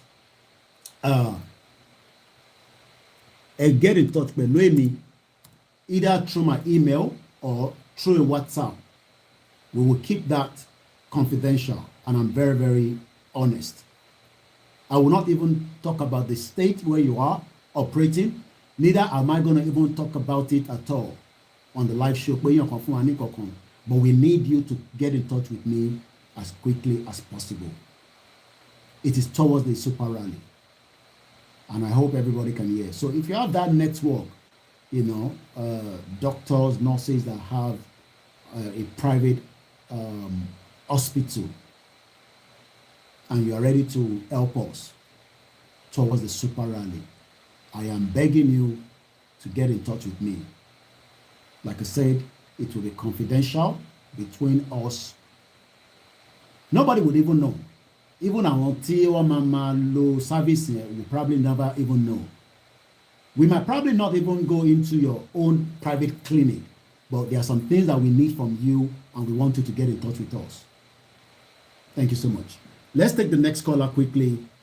2 minutes. Only the last caller was more than 2 minutes, not the previous caller. Egbo's okay. Àwa ni ẹ. Ọlọ́run adúró tì yín. Àmín. Ọlọ́run máa bá wa gbé o. Gbogbo akitiyan yín là ń rí. Ìgbàgbọ́ tí wọ́n sì dá wa lójú wípé ohun gbogbo tí Ọlọ́run ti ṣe ó ti ṣe náà. Ó ti parí ẹ̀. Ilẹ̀ Yorùbá ti dúró kò sí ohun tó yẹ ẹ́. Bẹ́ẹ̀ni. Ohun tó gbẹnikẹ́ni ṣe òfo lásán náà máa mú. Bẹ́ẹ̀ni. Àfi tí ìyá láyé àti bàbá làwọn bá dé ọjà tá bá ní nǹkan rà lóko. Òfo ni wọ́n máa ń mú lẹ́yìn ìgbà tí ọjà bá tó tán. Ilẹ̀ Yorùbá ti dúró. Ọlọ́run fún yín ní ìṣẹ́gun lórí gbogbo ẹnikẹ́ni tó bá dìde ogun sí yín. Adẹ̀kùn ilé tí ó ṣe fún wa Ọlọ́run ti balẹ̀ Yorùbá fún wa náà. Ẹ jẹ́ kí gbogbo wọn máa ṣe asán ni wọ́n máa ṣe lórí ilẹ̀ Yorùbá. Láti ṣe Elédùmarè. Ọlọ́run máa tì lẹ́yìn o. àbúrò ní ṣe yín o lórúkọ Jésù Kristi. Àmín Jésù Kristi. Ẹ bá èrè lórí iṣẹ́ yìí lágbára Ọlọ́run ojú òní tì yín. Àmín. A ó sì rà àánú gbà lágbára Kristi. Àmín. Ẹ kú fẹ́ náà sà. Thank you so much. Ẹ ṣé gan ni. Once again, ẹ ṣé gan bàbá wa. We're only taking the call on the studio line. Don't attempt to call us if it's not a studio line. Ilé ìgbọ́n tètè overheat, so ẹ̀jẹ̀ yọ kúrò ní charger nígbà tí wọ́n sínú Nàìjíríà kó má lè máa overheat. Let's take the next call quickly. Then we have a call from +333. Hello, caller. Advantage, disadvantage. 2023 is an option. For us, it's an option, but we can discuss it briefly. Hello, caller. Everyone's okay? Ẹ káàárọ̀ sir. Ẹ kú iṣẹ́ náà. Èmi ni sir. Ṣé rí mo fẹ́ báàkì ní fún nǹkan tẹ́ sọ lẹ́ẹ̀kan yẹn nípa ti election yẹn? Tẹ́ sọ pé nípa ti Tinubu yẹn. Ṣé bẹ́ẹ̀rí nígbà tí wọ́n fẹ́ ṣe primary yẹn tẹ́ bá ń fọ́lù kìíní yẹn mi fọ́lù ẹ̀ dáadáa. Buhari pé gbogbo gọ́vnà ó sọ fún wọn pé kọ́ jọ kọ́ fún òun láyè kó òun yàn òun wá. Bẹ́ẹ̀ni, èmi náà fọ́lù ẹ̀ mọ́. Pé ní gbogbo state yín mi ò kí ń dá sí. Ẹ̀yin lẹ máa ń ṣùṣèyàn tó ń jẹ gọ́vnà ẹ jọ ẹ fún mi ní ṣáàṣì gbogbo wọn dáhùn. So ńgbà tí wọ́n fẹ́ ṣe primary ẹ fi pé ńgbà tó ń mú amẹ́lẹ́wà jáde ẹ fi pé by accident ni. No, it's not by accident. Èèyàn tí Buhari like yẹn àwọn Tinubu kọ̀ yarí ni pé no Buhari wá síbẹ̀ ni pé òun ò gbọ́ ó wá rọ adákẹ́ fún nǹkan tí mo ọ̀rọ̀ yẹn ni mo ń báàkì. Fúlàní ò kí ń dákẹ́ because you disgrace him. Àwọn dẹ̀rẹ́ àwọn máa disgrace ẹ láfta wọn. Ẹyẹ ní sùúrù ẹ máa wùsẹ̀ wọ́n àwọn àmì lọ́kàn wọn ọmọ nǹkan tó ń lọ. Àwọn kan ti kàkà àwọn ní plan B. Mo tí Buhari máa ṣe fún debate lọ́jọ́ fún yẹn tó jẹ́ kó mú yan ẹ̀wá yẹn. Ṣé pé kò ní forgive? That is if, because we will not even our day stage here, but we are just looking at the assumption. So ṣé pé Buhari ó wà hot ó ń bínú but ó kàn ń gbé pamọ́ ó ń pretend. Bọ́wọ́ ṣe ń behave fún yẹn ìdẹ́lọ́kùnrin wọn ní sọ̀rọ̀. Wow. Action ni ẹ̀ ṣáà ní bọ́wọ́ ṣe máa ń behave wọn ní sọ̀rọ̀ but ẹ̀yin ti yarí sí pé no àgbà let us go to feed the fellowship primary gbogbo ẹ̀ ẹ̀dẹ̀ mọ̀ pé máa yẹ sọ fún yín pé kẹjẹ mú èèyàn mi wá. Àdàmú dẹ̀ tún sọ lórí tẹlifíṣàn pé Tinubu ó sọ pé ọ̀gá wọn lulẹ̀ tó fi rẹ́rìn. We will see to that later. Kódà wọ́n ní Buhari yéé máa sùn kí a lọ́ máa kẹ́tọ́ lọ́kọrin ẹ̀ fún yéé máa sùn gẹ́gẹ́. Alright, say God, God, thank you. Thank you so much. Yeah. Don't forgive. Fulani don't forgive anybody. Don't forgive. Okay. Lórí mi àǹtí mi, Amaya World One. Ẹ ṣé gan ni. Alright. Ẹ ṣé gan ni. Mo kí ẹ̀gbọ́n mi tó pè tán yẹn. I love you so much. Mo kí àǹtí mi dáadáa. Amaya World One. We have a lot of people that have invested in Nigeria. Some are still investing, don't get me wrong. But those investments has meant nothing. Ẹ mute background ẹ ti wọlé láti Germany +49 mo mọ̀ pé ẹ̀ ń wo lórí TV ní ẹ bá mute pátápátá ká lè gbọ́ra wáyé. Hello Mr. Koiki. Ẹ ti wà live. Ẹ kújọ́ mẹ́ta. Àti ṣe 3 hours báyìí o. Wàhálà wà. Wo time tí mi ò ti rí bí mi ò rí lórí program yẹn mo wà wọ́n ní but alhamdulillah. Kò séwu. Akọlọ rest ni. Àwọn ọmọ ń kọ́ àwọn family ṣàlàfíà bàbá. Wọ́n ti lọ school tí wọ́n máa èmi nìkan mọ̀ wọn ní ilé dà. Mo ṣẹ̀ṣẹ̀ ń wọlé nísìnyí mo follow program yìí nísìnyí mo ṣẹ̀ ń wọlé ni so mi mọ̀ nǹkan tẹ́ ẹ̀ bábọ̀lá tẹ́yìn. Well, we are discussing generally but it don't discuss me saying the advantage of having our own Yoruba nation and disadvantage and likewise as people are looking at 2023, I have given a summary of how 2023 will work. That's if 2023 will happen. But at the end of the day, I want everybody to now artists or nípa Edo àti kíni àfisọ yẹn mọ́ because a lot of talk on going on that already. Kò tiẹ̀ sí nǹkan tá a fẹ́ sọ mọ́ ìdílé àwa lágbára Ọlọ́run Yorùbá nation làwa ń dúró dé. No plan A, no plan B. kò sí nǹkan kan lẹ́yìn Yorùbá nation kò sí alternative kankan Yorùbá nation làwọn ń dúró dé kò sí nǹkan kan 2023 ọ̀ọ́lù 2023 kò sí nǹkan tó kàn wá pẹ̀lú 2023 ẹ wò láti more than 7 months ni mo láti fẹ́ ṣe passport fáwọn ọmọ èmi máa ń sọ fáwọn èèyàn wa ṣe sórí ìrọ̀dọ̀dọ̀ tá a fẹ́ dúró lélẹ́lẹ́ náà sọ pé ká dúró nínú náà Nàìjíríà orí jákujàku láti 7 months láti lọ renew passport fáwọn ọmọ ní Germany tá lọ ṣe ní Holland lẹ́gbẹ̀ẹ́ wáyé báyìí sórí ìrọ̀dọ̀dọ̀ tá a fẹ́ dúró sí lélẹ́yìí èmi sọ fún èmi ò tiẹ̀ dúró ní passport wọn mọ́ Yorùbá nation passport ló kù táwa dúró dé so kọ́lọ́n kó bá wa ṣe nínú ọdún ìdágbára Ọlọ́run so ẹjọ́ ẹ̀ka mi ni mo fẹ́ fi èmi náà fẹ́ dá sí àkáǹtì ẹjọ́ ẹ̀ka mi fẹ́. ìyẹn ṣe problem tó bá ti dọ̀rọ̀ owó ẹ̀mọ̀ kí ẹ má ti lọ ẹjẹ́ ṣàkọ nọ́mbà yín lẹ́ẹ̀kan tẹ́ bá ti sá lọ ní sàn lérí nọ́mbà yẹn mọ́ so that màá lè pè yín ẹ má jẹ́ kí n jẹ́ kẹ́ sá lọ because àwọn èèyàn máa ní anídòwó púpọ̀. àmọ́ mẹ́kọ̀ọ́ èèyàn ló máa dúró de wá Nàìjíríà àmúkú mẹ́kọ̀ọ́ àyè tí ò lórí tó ń rò ló máa sọ̀rọ̀ wá Nàìjíríà ẹni tí ò lórí tó ń rò rárá ló máa sọ̀rọ̀ wá Nàìjíríà. ẹ ṣé gan ni thank you so much mo ti note it down máa pè yín lẹ́yìn ètò ẹ ṣé gan ni ẹ̀gbọ́n wa ẹ bá ń kí àwọn ọmọ yín.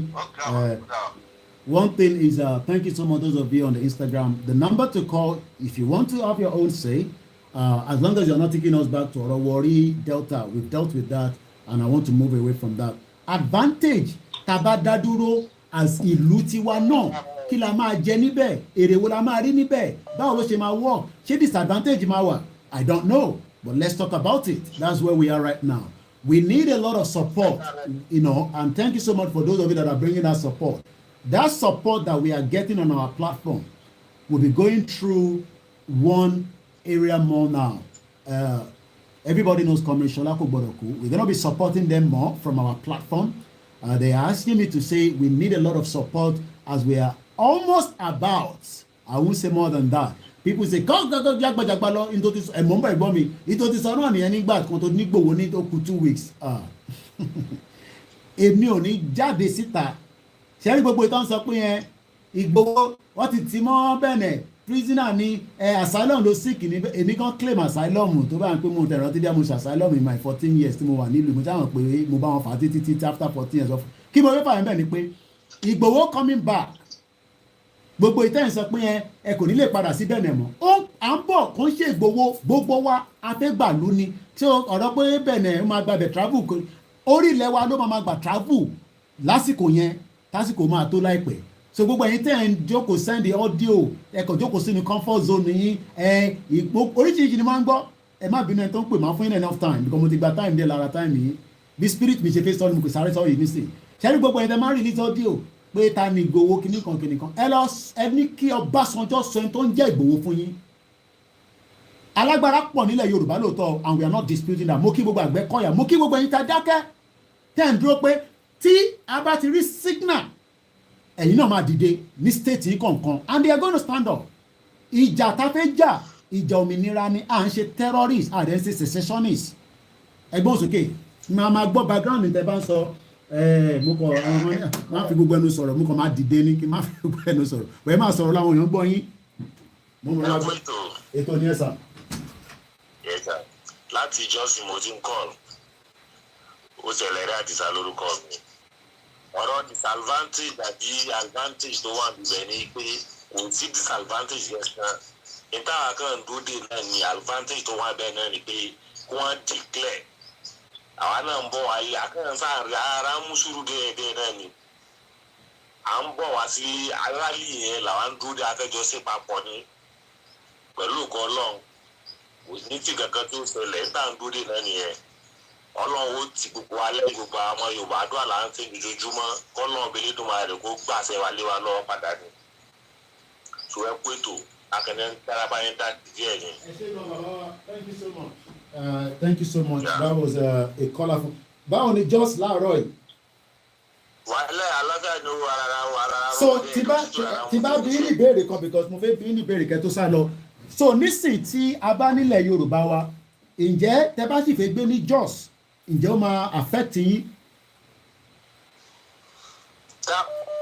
Tàbá ti dá dúró tán tàbá sì ní good relationship pẹ̀lú ìlú tó bá wà nínú Jos mo kàn fẹ́ béèrè. Ṣé tẹ́ bá sì decide fẹ́ lọ gbé níbẹ̀ ṣé ó máa disturb yín kò sáà ní disturb yín àbó máa disturb yín. That's it. so tá bá gba ìlú kò mí pé a ní ẹ tó dà bí bàbá ìbá ní business tó wọn ní Jos òun ò fẹ́ kó wá sí ilẹ̀ Yorùbá mọ́ kò mátà but wọ́n máa jẹ́ ọmọlẹ̀ Yorùbá a ní máa jẹ́ Nàìjíríà mọ́ we just want to remove that name Nigeria it's as simple as that ẹ ṣe gan ni Kọ́lá thank you so much. Yeah. Okay. Oda. Ẹ ṣe gan ni thank you so much. Bẹ́ẹ̀ni bẹ́ẹ̀ni. torí wa bílí pé náà bá ta Yorùbá nation wa bá yí bá ti lọ sí kọ́ńtírì títí wa ọkàn kálukú ọ̀bọ̀n kálukú lè padà lọ sí Yorùbá. Oda. Ẹ ṣe gan ni thank you so much and if anybody wants to ẹ má bínú mo jẹ́ kó sọ̀rọ̀ mọ́ ẹ jẹ́ n pe bishop you are calling but it's okay àwọn náà ló ń pè ní sí ara lé ní bishop ẹ ṣe sùúrù díẹ̀ bishop fún mi ní 1 minute again like I said message as I'm getting it there's a lot of needs if you want to help directly let us know I will connect you with everybody knows Comrade Shola our very very hardworking mother directly or if you want to send us to them let us know we need a lot of medical equipment and needed to pọ̀.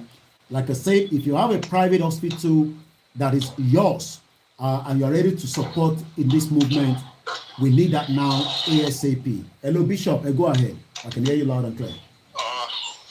Okay. Koiki, thank you. Traffic here, I've been trying. But I'm happy. I'm able to enter. So, Oshegon. Now, advantage to one in local orílẹ̀-èdè wa ó pọ̀. But we quickly process on 2. A lè ṣe ìjọba wa bó ṣe wù wá to the closest to the citizen.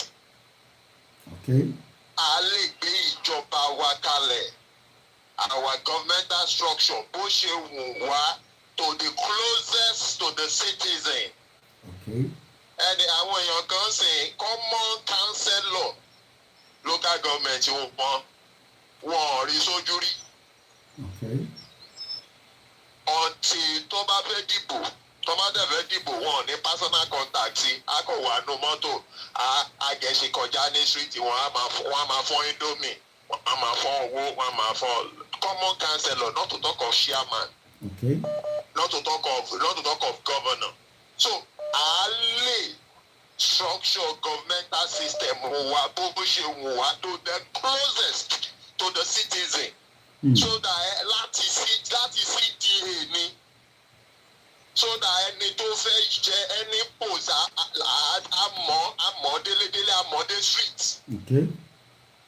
Kò lè fọ́kọ̀ tó bá fọ́kọ̀ bó mọ̀ pé ó máa jẹ tọ̀ìtọ̀ ìtura àwọn ará street ẹ̀ mọ̀ kò tó bẹ́ẹ̀. So that's it. Corruption will not be able kò ṣe ìtọ́ ṣe ìtọ́ máa jẹ lọ. Secondly, a lè print owó wa fúnra wa. Okay. We can decide on our economic owó wa value owó wa a lè gbèsè fúnra pé iye báyìí la fẹ́ kó owó wa máa jẹ́ to dollar according to our microeconomic basis. Ṣẹ́rí one thing tó ṣẹlẹ̀ yìí pé bí Nàìjíríà tẹ̀ ṣe wà yìí bí Nàìjíríà ṣe fọ́n yányán yìí tó jẹ́ pé àwa fẹ́ kúrò ń bẹ̀ yìí òun ló máa jẹ́ kí ìlú wa kó ní best and good economy. Reason is because the macroeconomy ti Nàìjíríà ó ti lulẹ̀ ó ti fọ́ yányán ó ti lulẹ̀. Owó yẹn lélẹ́yìí o ó ti lulẹ̀ ẹgbọ́n rẹ̀. Náà tí àwa wá fẹ́ gbéra dìde kúrò láti ibẹ̀ the lower your poverty coming out from the poverty the bigger the prosperity. Okay. Can you get it? You get it? Yeah. So òun ló ṣe nígbà tá a structure gbogbo currency gbà àti value ẹ̀ sí náírà òun ló ṣe jẹ́ kí owó wa rúbà kó ní strong value $12 to 1 rúbà.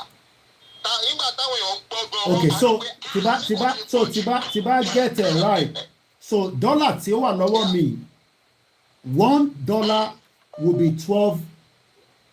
No, $12 to 1 ruba.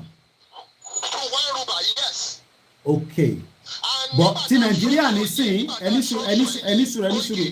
sùúrù bishop mo fẹ́ púpọ̀ yáwọn yẹn wa so dollar lele because mo ń bọ̀ ẹ jẹ́ kí n because there is this reflection ẹ jẹ́ kí n yọ reflection yẹn kúrò so that mo fẹ́ yẹ káwọn èèyàn rí intan sọ̀rọ̀ ẹ̀ dáadáa because ọ̀rọ̀ owó là ń sọ nísìn owó dẹ̀ ṣe important in economy kan gbé Nigeria ti lulẹ̀ báyìí so dollar lele báyìí nísìn.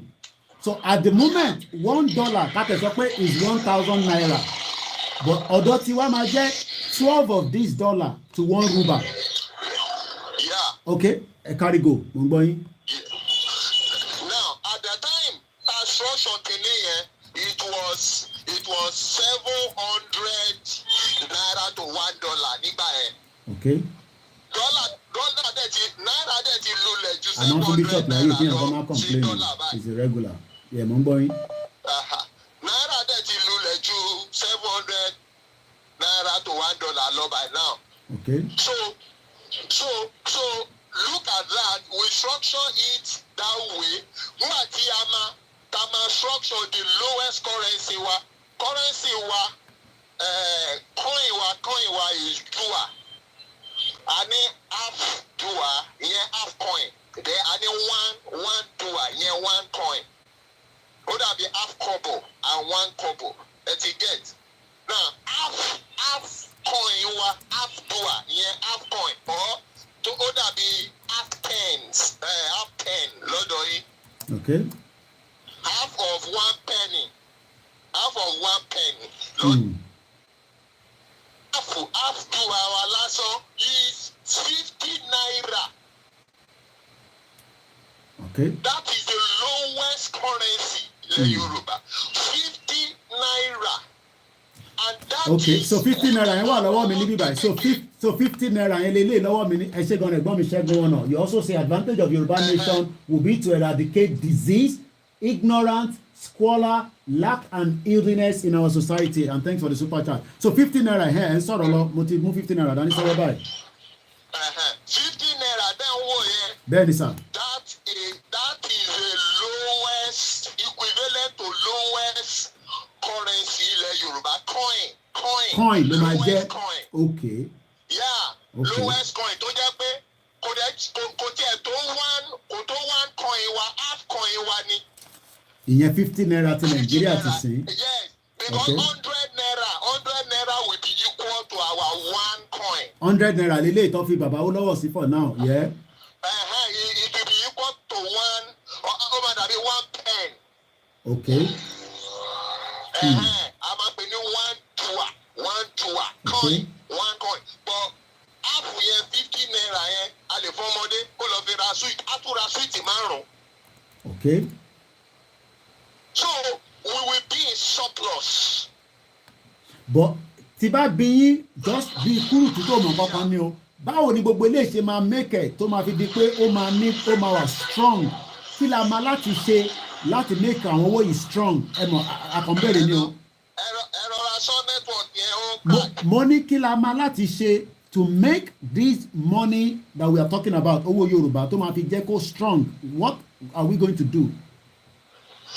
kò sí nǹkankan tá a máa ṣe ju institution wa a máa set it up a máa dẹ̀ ti set it up a máa gbé value wa lé a dẹ̀ máa print owó wa that's all. ṣẹ́rí the location 419 kẹ́lẹ̀ mọ̀ pé inú oko ẹrú ni wọ́n wà ẹgbọ́n kan tí CBN governor sọ the other time wọ́n fẹ́ print 15 billion.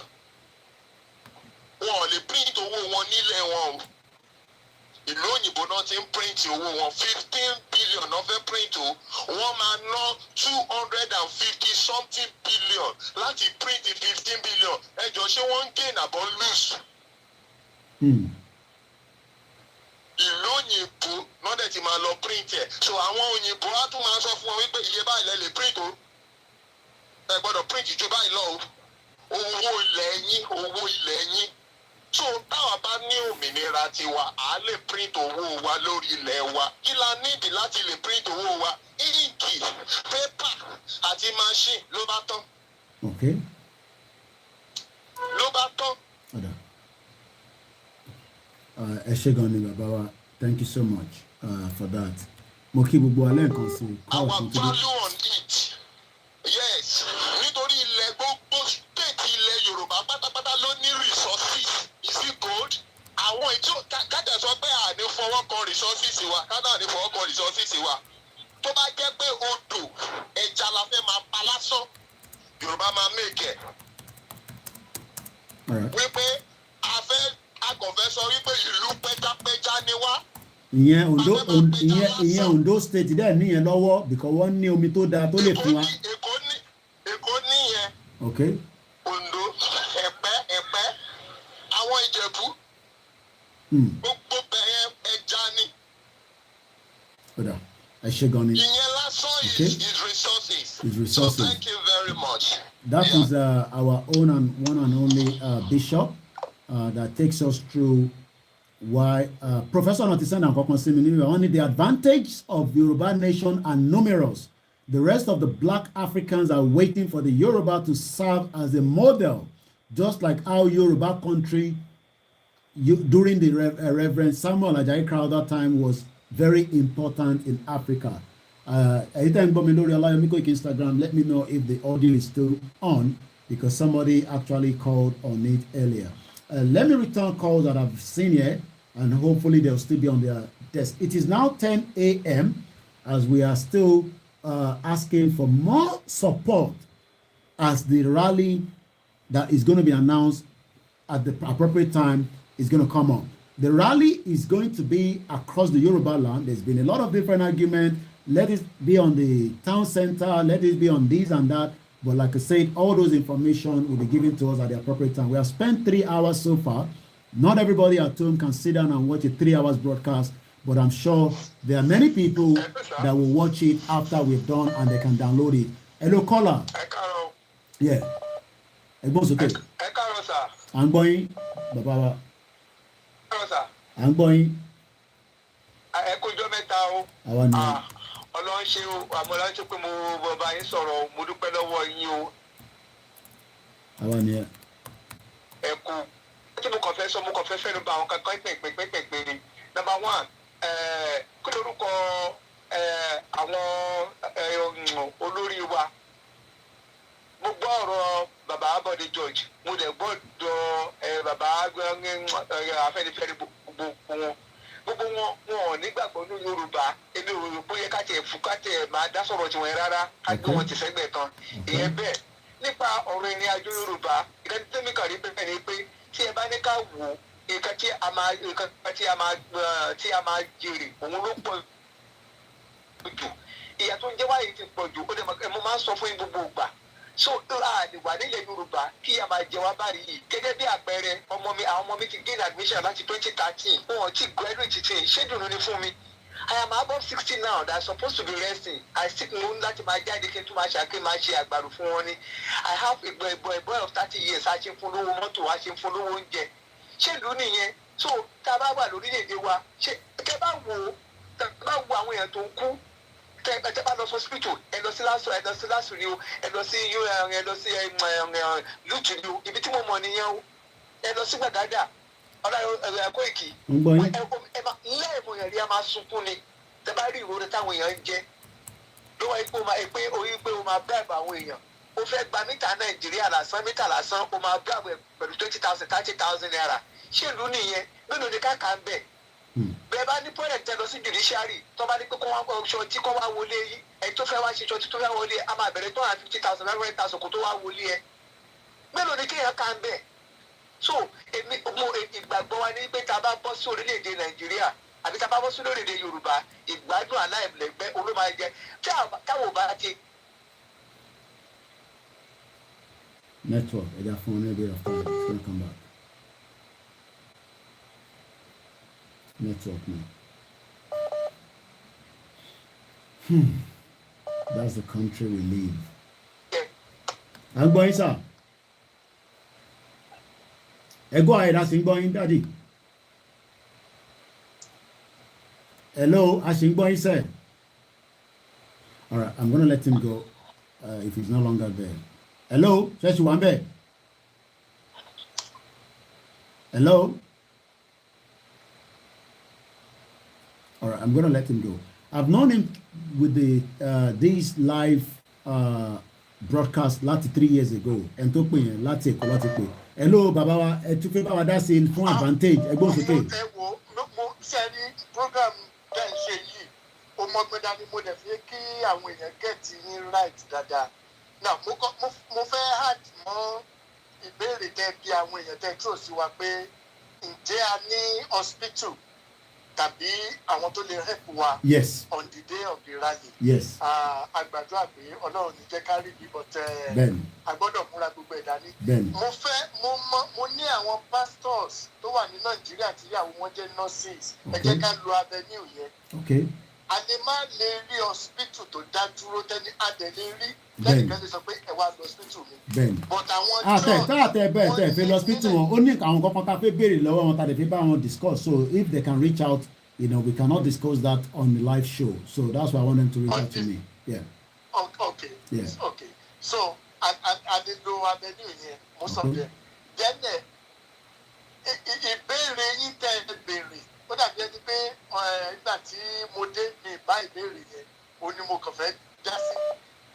Ẹni kí ni benefit tá a bá gba Yorùbá nation. a ṣe ń sọ òun náà la ṣe ń sọ lọ́wọ́ the advantage òun la wà lórí ẹ̀ báyìí.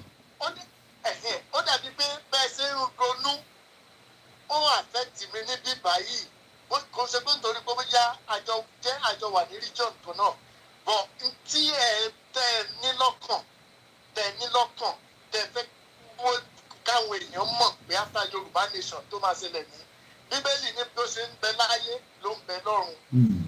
Now the benefit tá a máa rí ń bẹ̀ ni a very very perfect unbiased social care and social services. Àwọn òkú local government tá a ní nísìnyí the new local government will come with a local city centers or whichever city. Nígbà tá a bá pín àwọn yẹn tán àwọn yẹn ló máa ṣiṣẹ́ lábẹ́nú láti look after àwọn arúgbó àwọn benefit schooling torí owó school àwọn ọmọ ọ̀fẹ́ ló yẹ kó jẹ́ títí tó fi dé university. So then ìgbà yẹn la máa sọ pa infrastructure tàbádẹ́ sọ pa infrastructure Yorùbá nation new Yorùbá nation níta a máa kọ́kọ́ ṣe ni pé a máa kọ́kọ́ kọ́ affordable home fún àwọn èèyàn àwọn tí ò ní ability láti gbé inú ilé tán rẹ́ǹtì ilé tó jẹ́ pé láàárọ̀ náà wọ́n á fi wáyà náà kọ́ òpó náà tó bá ti dalẹ̀ wọn àyọkù mẹ́ kí NEPA má bàa mú wọn ìyẹn ò ní ṣẹlẹ̀ mọ́ city council will look after them they will be on benefit gbogbo àwọn igbó tí àwọn Boko Haram ń sápamọ́ sí yẹn gbogbo ẹ̀ la máa channel tó máa jẹ́ building àti tá a bá fẹ́ fi ṣe countryside táwọn àgbẹ̀ wa tá a máa locate fáwọn àgbẹ̀ tó máa kọ́ tó máa gbé nǹkan sí ànílò gbogbo ẹ̀ láti fi kọ́lé àáfà àwọn kan ṣe countryside táwọn àgbẹ̀ wa ti máa gbé iṣu tomato wheat gbogbo ẹ̀ kò sí tí ò kì í grow ní Nàìjíríà so ìgbà yẹn tó bá rí bẹ́ẹ̀ yẹn tó làwọn foreigners náà tó máa wá invest tí peace yẹn bá ti wà tó ti rí pé àwọn lè ká àwọn ọmọ àwọn lọ àwọn lè ní iléeṣẹ́ síbẹ̀ ìgbà yẹn tó máa wá invest then our currency will now peak because ó máa jẹ́ epic attraction for investment. Okay. So and then we'll be talking about road channelization. Okay. From city to urban gbogbo a máa channel road wa ni irú BM1 ṣe wà bí lè sọnù tẹ́ bá ń lọ kásùfọ́ tẹ́ bá ń lọ Bamiyan tẹ́ bá ṣìnà you will still link your road back again. Okay. Check road channelization yẹn a máa ṣe but níta máa kọ́kọ́ ṣe ní Yorùbá nation is a perfect social welfare infrastructure and a good city councils and good local councils. Okay. So àbẹ̀rẹ̀ ṣe ń sọ̀rọ̀ yẹn dábì tẹ́ bá ti parí mo tuntun tó tún gba another call ẹ̀gbọ́n mi tó ń pè láti Dublin it is only studio line don't call the other number mo máa lọ sí ibi tí mo ti mú jáde I'm sure you might be aware of that It's called the Local Government Association. What are the benefits? Ti UK ni o, ma farabalẹ̀ ká. So tí dáàdi bá ti sọ̀rọ̀ tán, I'm going to go into that so that some of you will understand what is about to happen, the reality of Yoruba nation to our people. But mo fẹ́ kí dáàdi sọ̀rọ̀ tán, and I'm just preparing that. Tó bá fẹ́ rí gbogbo tí mo ń ka yẹn náà, mo máa post ẹ̀ sórí timeline wa àti lórí broadcast à ń ṣe lọ́wọ́ ẹ̀. So but mo ń ṣiṣẹ́ yẹn lọ́wọ́ nísìnyí, ẹ máa sọ̀rọ̀ lọ ká tó lọ sínú ìyẹn. God bless you. Ṣé rí ìdí focus Yorùbá nation lákọ̀ọ́kọ́ ó ní pé àwọn tí yàrá jẹ àtàwọn arúgbó wa àti kọ́kọ́ gbọ́dọ̀ níyẹn lọ́kàn láti lè mójútó wọn. So then àwọn mo mọ̀ pé bẹ́ẹ̀ sí jókòó yẹn brother Koiki ní táìmù táwa ń sọ yìí kò wá ní jẹ́ irú òṣèlú òṣì tó ń ṣe lọ́wọ́ báyìí. Àní politics àmàlàtẹ̀bà ló ń ṣe sẹ́ẹ̀, politics àmàlàtẹ̀wédú. It's now going to be the politics of the learned. Àwọn tá a ti sá kúrò ẹ máa wá organize a very perfect election time. Àwọn tí ọpọlọ wọn pé tó wà ní ẹ̀wọ̀ a lot of people. L'Amẹ́ríkà ní Sweden ní nígbà àwọn tó rí wọn ti pé tán sá lọ kúrò Nàìjíríà fún àwọn àtúgbùrúkú tí wọ́n lè bíà. People like that will now return home and tó bá ní interest àtàwọn tó wà nílé náà tó ní interest lórí wọn pé tí Fúlàní ò fún níṣẹ́ tó jáde ní yunifásitì tó rí wọn pé tọmọ tó ṣe tó tilé tó dáa wá wọ́n wà Nàìjíríà. Irú àwọn tó wà ní àjà tó pè lẹ́ẹ̀kan tó ní àwọn carpenter, I don't think people understand that. Owó mo bá bọ̀bọ̀ kan ṣiṣẹ́ nílùú yìí, Clyde builder ni. Ìtẹ́ mi máa ń ṣe ni pé èmi máa ń drive ẹ̀ but èmi náà ṣáà máa ń mọ àgbẹ̀ àṣẹ bẹ́ẹ̀ tó mọṣẹ́ èmi náà máa ń gbé àwọn tó but àwọn ìtòrẹ̀ sọ fún nígbà pé a máa ń fix toilet but ó ní láti kékeré ọmọ Mọ́súrátì ni bàbá àwọn kóhun tó pé 15 years ló ti fòun sí the top person tó ń build ilé nílùú àwọn bọ̀bọ́ yẹn gbóná ju kílò dálẹ̀ lọ a ti fẹ́ wá ṣe nǹkan kan Nàìjíríà náà nìbọn kò lè work kí ni mo fẹ́ fàwọn bẹ́ẹ̀ ni pé irú ẹni tó pè wá láti àjà tẹ́ ń pé kápẹ́ńtà ẹ imagine tá a bá ń kọ́lé ẹmọye apprentice tá a máa need on the bill kò ń ṣe tí ẹ ṣe máa lọ máa bẹ̀bẹ̀ ẹ ṣe máa sanwó fún no a máa sọ̀rọ̀ yẹn ní sẹ́kù díẹ̀ ẹ kí dáàdi sọ̀rọ̀ kan. inú mi dùn torí mo fẹ́ káwọn èèyàn get yín right mo fẹ́ káwọn èèyàn really get my brother Koiki mo fẹ́ káwọn èèyàn get yín right bẹ́ẹ̀ ṣe ń ronú níbí ó jẹ́ kí n máa love you I love you I love Yoruba nation I love everybody that is involved. Sẹ́ẹ̀rí tá a bá ti ní solid yẹn àwọn tọpọlọ wọn pé they will now come kò sí pé bóyá pé ẹ̀ ń bribe ẹnìkan kẹ́ tó wá fún election kì í ṣe pé bóyá lọ yáwó ń báńkì kẹ́ tó participate nínú election ní Yoruba nation. People they will vote voluntarily. Without even intimidation. Ẹni tó fẹ́ vote gan nílé wọn intimidate èmi mi lọ́lé mo rí yín náà èyí máa parọ́. I was in Alimosho local government for the president election in 2019 kọ́ni. I was at home. Wow. I got to Nigeria 2-3 days before the election. I was there mo show yín pẹ̀lú èmi àti Ṣéwọ̀n Kínbalóye nígbà tí mo lọ gba electoral kìíní mi. So kò ń ṣe pé àìsàn gbogbo di shenanigans tẹ́ ń ṣe nínú polling unit ń bẹ̀. Wọ́n intimidate ẹni tó fẹ́ vote fún PDP àní ẹni lọ ní mo parọ́ sẹ́ wọ́n jẹ́ káwọn èèyàn dìbò ní Alimosho wọ́n sọ fún gbogbo àwọn ọmọ Ìgbò yẹn pé tẹ́ bá dìbò PDP àwọn máa gba gbogbo sọ lọ́wọ́ yín intimidation ló ń pè.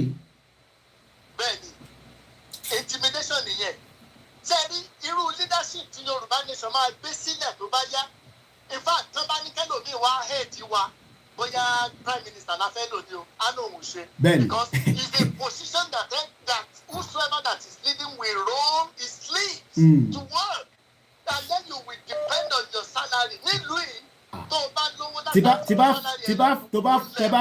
tẹ́ bá gba ordinary pencil lọ́wọ́ mi níbí by as an MP ó gbọ́dọ̀ kọ́ sínú rẹ́kọ̀dì pé òun gba pencil lọ́wọ́ mi o because èmi lè sọ pé torí ó gba pencil yẹn pé mo ní kó bá mi béèrè tó wà unofficial lọ́wọ́ prime minister ó lè ti torí ẹ̀ kó lọ sí court nílùú yìí kó gbé lọ sí court pé ẹ rántí pé Alfayed ṣe bẹ́ẹ̀ pẹ̀lú MP kan mo rò bí ẹ rántí story yẹn dádì Alfayed tó ní kí bọ̀bọ́n yẹn bá òun béèrè ó fún ní bí akọ́lidé ohun àbí kankan tí mo tó ń bọ̀ ẹ ṣe gan ni dáàdi wa ẹja sáré san benefit yẹn according to what we have it here that was our pastor all the way from Leeds ẹ ní sùúrù ẹ̀ dẹ́n pé alájà máa gbé yín wọlé later ẹ jẹ́ kí n sáré ka according to the local government association here in UK kò ń ṣe àìtẹ́wà lórí KOIKIMEDIA if you're still not hearing me on Olayomi Koiki let me know so that I can restart it no more call for the time being actually the time I'm not worried I'm not tired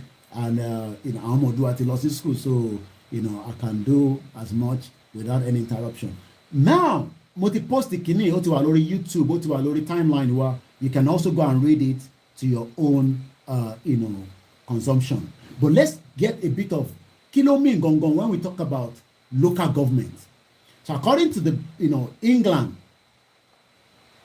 across England mean pé dádì wa tó wà ní Leeds England ló wà but tó bá ti ń lọ sí Wales ó tún ti di another area Scotland but for now England lèmi wà okay what are the benefits across England councils are realizing a broad range of benefit through community action. These include direct benefit for the council, community, well-being, economy benefit, and cross. Okay, Emma Bino, because you related to almost 3 hours. I think is the reason why the Instagram ended. I hope not, or I hope so. Because confusion of the 4 hours. That's why the 4 hours need a bit clearer again. All right, let me restart anyway. Emma Bino, because we have to carry everybody along. So let's start it again. So let's start it again.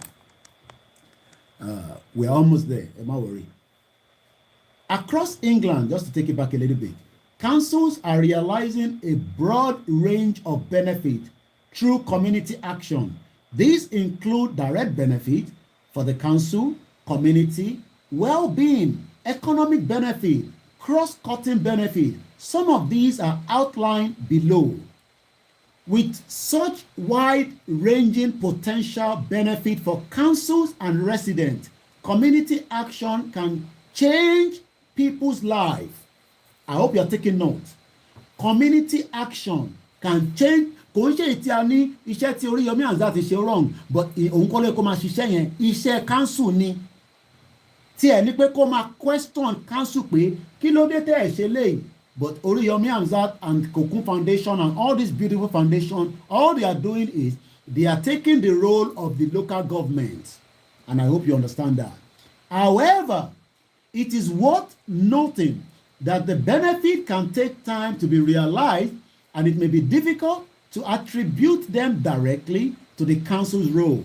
Benefit for the council, less reliance on the frontline services, decreased demand for social care and or low-level support, well-being benefit.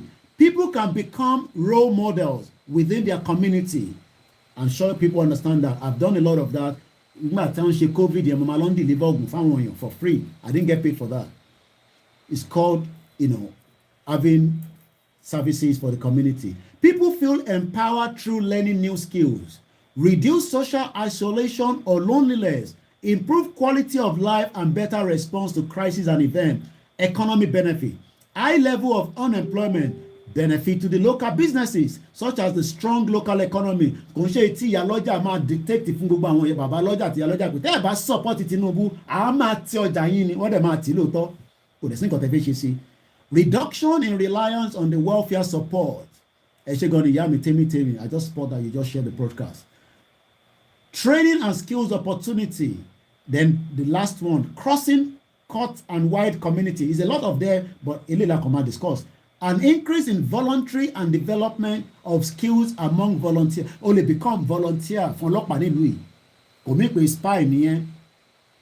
Because you just want to make sure that you are part of the community. Èèyàn mélòó ló máa lọ volunteer for ọlọ́pàá 419 tó wà Nàìjíríà. Better understanding of the social asset with local community. Reduce duplication of services. Closer or new partnership across agencies. So that tí bá jẹ́ Koiki nísìn tí bá lọ sọ́dọ̀ àwọn dádì wa ní leave tó bá gbà mí lálejò tó bá rẹ̀ mí díẹ̀ tí bá lọ sí hospital doctor yẹn máa ṣí kọ̀ǹpútà ó dẹ̀ máa rí fáìlì mi tí mò ń lò ní bọ́ọ̀rọ̀ mi a rí níwájú ẹ̀ a lè mọ irú àìsàn tó ṣe mí wàá lè mọ irú ìtọ́jú tó máa fún mi ṣé irú ẹ̀ wà Nàìjíríà ìyẹn ló wá ń gbàdúrà kó máa wáyé. You're lying. Shared, learned and joint funding, making use of underutilized community facilities. Now let's take some of the calls as we have them again. Once again, we are talking about advantage or disadvantage of having a Yoruba nation, pé ká dá dúró, as against being part of what is called Nigeria. Salaam alaikum. Ẹ káàbọ̀ sórí ètò ìyá wa. Assalamu alaikum. Akú ètò ni ẹ mọ́ mi. Adélẹ̀ lórí láyọ̀ àtàlàfíà o. Hello sir, mo fẹ́ sọ advantages ni mi fẹ́ sọ díẹ̀ nú ẹ̀. Ẹ ti wà lórí ẹ̀. Disadvantages. À ń gbọ́ yín mà. Yes sir. Even gbogbo àwọn tó pera wọn ní celebrity wọn mọ advantages ẹ̀. Mo wà lórí page wọn lánàá, èmi náà máa ń lọ wo page wọn. Mo wo page èèyàn mẹ́rin, èèyàn different people ló sick lórí page wọn. As a gist lover, ẹnìkan ní di 20 million fún dialysis. Kò ń ṣàwọn olóyè kan gbé síbẹ̀. Ara nǹkan tó yẹ káwọn náà máa campaign kéèsì nìyẹn. Iṣẹ́ gọ́ọ̀mẹ̀ntì ni. Àwọn ọmọ kan àwọn yẹn nídìí wọn lè rìn, wọ́n nídìí àwọn young boys dá about 15-16 wọ́n wà lórí gist lover. Kátàtà lọ fi ń tọ̀. Wọ́n wá nídìí wheelchair. Orí chair ẹ bá rí inú ilé tó ń wà, inú ilé wọn gan kò tiẹ̀ ṣe é rí. Ṣé gbogbo àwọn tó ń sick tó ń tọrọ bára àwọn èèyàn ò mọ̀ pé ìjọba ló yẹ kó ṣe. Advantages ẹ̀ nìyẹn. Then àwọn ìlú tó ń lọ Dubai tó ń lọ Saudi Arabia táwọn wá síbi kàyí náà. Àwọn òfin tó ń lò òfin yẹn pọ̀ fún mi. Wọ́n lè máa lo owó òfin tó ń lò àti position wọn pọ̀. Ẹni tó bá àwọn iṣẹ́ tó dẹ̀ ń ṣe wọ́n pín iṣẹ́ wọn tó yẹ pé tó bá gba £10 ó ní láti account fún. Kò jẹ́ síbi tí ṣe ò tí o. Bẹ́ẹ̀ni. Bọ̀dẹ́ tó fún £10 á rò pé àwọn tó máa bẹ̀rẹ̀ question lọ́wọ́ mi wà at least nǹkan tó máa fẹ́ náà bí ó lè máa ju £1 lọ. So that a lè defend the £10 yẹn properly níjọ́ tó bá pè fún inquiry. Bẹ́ẹ̀ni sà. Bọ̀ gbogbo ètò ìṣe Nàìjíríà yẹn ẹnìkan máa ṣubú ẹ máa fara rìn náà wá tá a wà nílùú òyìnbó. Èrò máa ṣe oríṣiríṣi ẹ ti believe pé ìgbà tó ti travel yẹn dandan nìkan ṣe nǹkan fún yín lé. No. Ẹni tó bá wá bẹ́ẹ̀ ní celebrate ẹni tó yẹ bá pé inú yín Yorùbá nation ó ti ń kọlẹ̀kùn tẹ́nibọ̀dì bá wá tó bá sick ẹ lè gbé sórí platform yìí ẹ kọ́ wọ́ọ̀ síbẹ̀ pé gọ́ọ̀mẹ̀ntì ló yẹ kó ṣe kínní ìfún yín. Wọ́n sọ wọ́n ní ní Dubai tó bá ń drive ò gbọ́dọ̀ drink ṣé ẹ mọ̀ pé UK wọ́n máa yọ point ni. Bẹ́ẹ̀ni. Bọ̀ wọ́n mọ̀ pé ìlú wọn àwọn tó wà nílùú àwọn wọn tọ̀ wọ́n dẹ̀ làgídí lẹ́yìn tí kámẹ́rà bá gbé wọn tán wọ́n máa fún ẹ ní 50k náà máa nà wọ́n ní àtẹ́lẹsẹ̀ wọ́n máa nà wọ́n lọ́wọ́ bọ̀bọ̀ tó gbé mi láti àlàyé tó ṣe fún mi nìyẹn ó láwọn wọn ní wọn bí àwọn ọ̀dà mo ní bọ̀ wọn rí yìn ó ní tóun bá lọ mú tó bá lọ kọjá límìtì nǹkan ó ní kò sí bọ́ ṣe ní rúùmù. Ẹ káàárọ̀ bàbá pásítọ̀ mọ́nà tọgbà. Gbọ́ àwọn Muslim wa ni wọ́n lo ṣẹ̀ríà lọ tó ń lò kó sínú kúrà nínú àdìtì ló wà torí pé ìgbà míì tẹ bá rí environment wà tẹ́lẹ̀ pé ẹnu tẹ fi sọ̀rọ̀ òye wọ́n ní láti mú nǹkan tó bá le tá a bá ti gba Yorùbá nation I need something tougher because ká mú ti gbogbo àwọn Tinubu gbogbo àwọn tó wà lókè nǹkan tó ń ṣẹlẹ̀ ní local government ọ̀rọ̀ tẹ sọ ni mò ń tẹ̀lé o ó ń pàdé ju nǹkan tó ń ṣẹlẹ̀ lókè lọ èmi gangan lọ sínú secretariat fúnra mi Ṣèyí Mákindé ní 175 ní CFO mo dẹ̀ san 175 sí bank mo dẹ̀ débẹ̀ wọ́n ní kí n lọ sign mo ti san one bank ẹ tún ní kí n lọ sign receipt lọ́nà méjì ní mo dẹ̀ wọnú ibẹ̀ ó dẹ̀ gbé bí bọ́ọ̀lù sábẹ́ ẹ̀ jíà wọ́n máa ń dẹ̀ béèrè pé kí n mú wá káwọn tó sign fún mi mo lówó kí ni mo fẹ́ fún yín mo nítorí mo ti san 175 ṣíṣe Mákindé ní kan san sí bank ìwọ ní ẹ̀kọ́ lè bá yín tó tè process ẹ̀ ni mo ṣe tí ìbá sí mo ṣe yọ fóònù kejì nìyẹn mo ní mo máa record yín mo dẹ̀ máa gbé sórí social media èmi ò ní fún mi ò lówó tí fẹ́ fún yín o bọ́tẹ́ bá wá sáìn kí ní tẹ́ bàjẹ́ kọ́ tètè process ẹ̀ bó ṣe máa rí bó ṣe bá nígbà tí mo fi pètì fún wọn lóòótọ́ ó lé lọ́dún kan bọ̀ wọ́n padà bá mi process ẹ̀ mi ò sanwó. wọ́n dìlé ẹ̀ ti bá wọn jà náà sọ àwọn náà ti dìlé yìí ìyá mi ẹ léyìn ẹ káàbọ̀ sórí ètò àwọn náà dìlé yìí ni nígbà tẹ́ ti lọ sọ pé máa rìkọ́ọ̀dì wọn. torí ẹ ṣe máa ń nǹkan báyẹn ìlú ìyẹn àsìká wà very careful ọkùnrin kan gba visa of recent mi ò bóyá ẹ̀ka láti inú Òṣòdì ó dẹ̀ wọ bọ́ọ̀sì ó lọ sí. mo rí yéyéyé mo gbọ́ mo gbọ́ sórí yẹn mo gbọ́. ṣé wọ́n pé ọ̀rọ̀ yẹn dẹ̀ wá ń sọ pé bọ́ọ̀sì yẹn ò já ẹnì kankan tá a bá ní CCTV camera ẹni bọ́ọ̀sì bá move láti ibì kan ṣe àpáwọn kan wà ní control room tó ń wò. bẹ́ẹ̀ni. wọ́n á rí i pé bọ́ọ̀sì yóò máa drop èèyàn definitely wọ́n máa pa àwọn ọlọ́pàá tó máa stop. ìbí wọ́n ṣe pa Bámiṣé nìyẹn wọ́n tẹ̀fẹ́ sí Bámiṣé o so hopefully their family will be coming for your support the sister is talking to me at some point mo ń gbọ́ yín yàrá. Interesting. kò sí kámẹ́rà tó bá dẹ̀ sọ fún wọn pé kí ni ilé work wọ́n ti believe pé kò sí nǹkan tó lè work ààrẹ tí yóò lè dá ẹ jẹ́ káwọn máa lò ó lọ bẹ́ẹ̀ kí ló sọ bẹ́ẹ̀ fún yín ìlú tí ò bá ti sí òfin ó lè ṣe òsì. kí n buttress intercessor káàbọ̀ sórí ètò bàbá Pastor Emmanuel Tọ́gbà post kan wà lórí Twitter lánàá ó wà lórí timeline wa mo kúkú sọ àwọn èèyàn ẹ ń lọ sórí timeline wa so ẹ ṣì ń dúró de àwọn jagbajantis blogger ẹni yìí ó wà ní Qatar ó fẹ́ lọ wo football wọ́n ti sọ pé kọ́ máa wọ aṣọ tó ní gay òun wá wọṣọ yẹn just now ó wá post only just now security guard refusing to let me into the stadium for the US and the Wales you have to change your shirt it is not allowed ẹmọ tí ọmọ Qatar kan ẹmọ tí yẹn sọ fún I don't know who that person because Arabic ló fi sọ but Twitter official ẹ̀ wà ó ní blue tick ó ní as a Qatari I am proud of what happened. I don't know when we the Westerners realize that their values aren't universal. There are other cultures with different values that should be equally respected. Let's not forget that the West is not a spokesperson for humanity. Kábíyèsí Elédùmarè. Ìjọ làwọn ọmọ Yorùbá náà máa lè wà ní that same situation. God bless you. Mo gbọ́rọ̀ mo ka kíní ẹ̀ lórí Twitter lánàá mo sáré kọ́pì ẹ̀. No respect nothing anybody come my yan wọn kọ máa pàdé wọn máa ṣe nǹkan tó wù wọn o fẹ́ pé PDP ó pé PT ó tún ti ṣànọdá wọn lánàá ẹ ti dàgbà kó sẹ́ni tó ń bá yín jà go and sit down this country is not moving anywhere gbogbo àwọn hospitals wẹ̀ lè jókòó ẹ̀ lọ́sọ̀tún Nàìjíríà tẹ̀ ẹ ṣé gan ni yàrá thank you so much Alhaja ẹ ṣé gan ni lágbára Elédùmarè mama retí. Yes, Eshegoni, thank you so much. And if you want to be a member of the Yoruba Nursing Association, what you register in Dublin, get in touch. I will link you with them. Kò ṣe àyìntẹ́ wà nílé o pé a fi wọ Dublin là ń sọ ẹni tó jẹ́ nurse, whether UK or England or whatever, but Dublin, what you register. A lot of us have registered for different Nigerian associations. You can still be one of them. We are not fighting anybody that still believe in Nigeria. Let us get this right. We have people that are friends, family that believe in Nigeria. That's fine.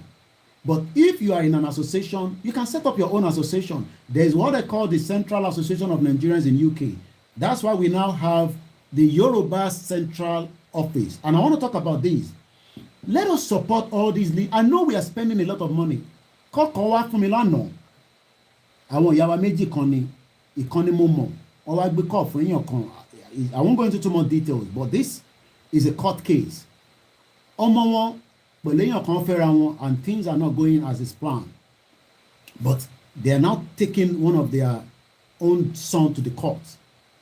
And lawyer tó lọ bá oníkọlọ mú £2,000 wá. Ìlú yóò free o. So they called me.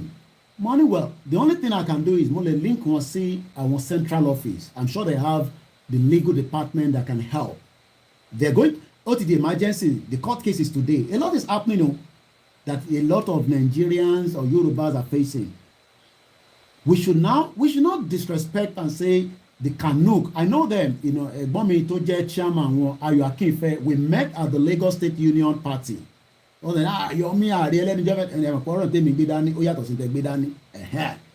we are still friends. But what I'm saying is we need to start understanding that those association that is linked with Nigeria is not taking us anywhere.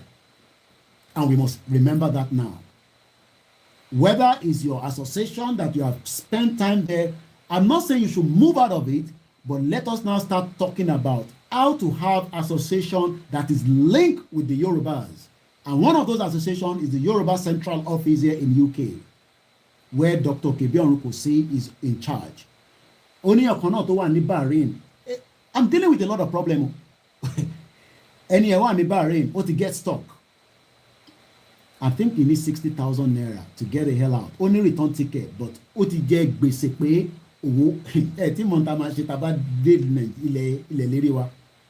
our immigration has to be well controlled.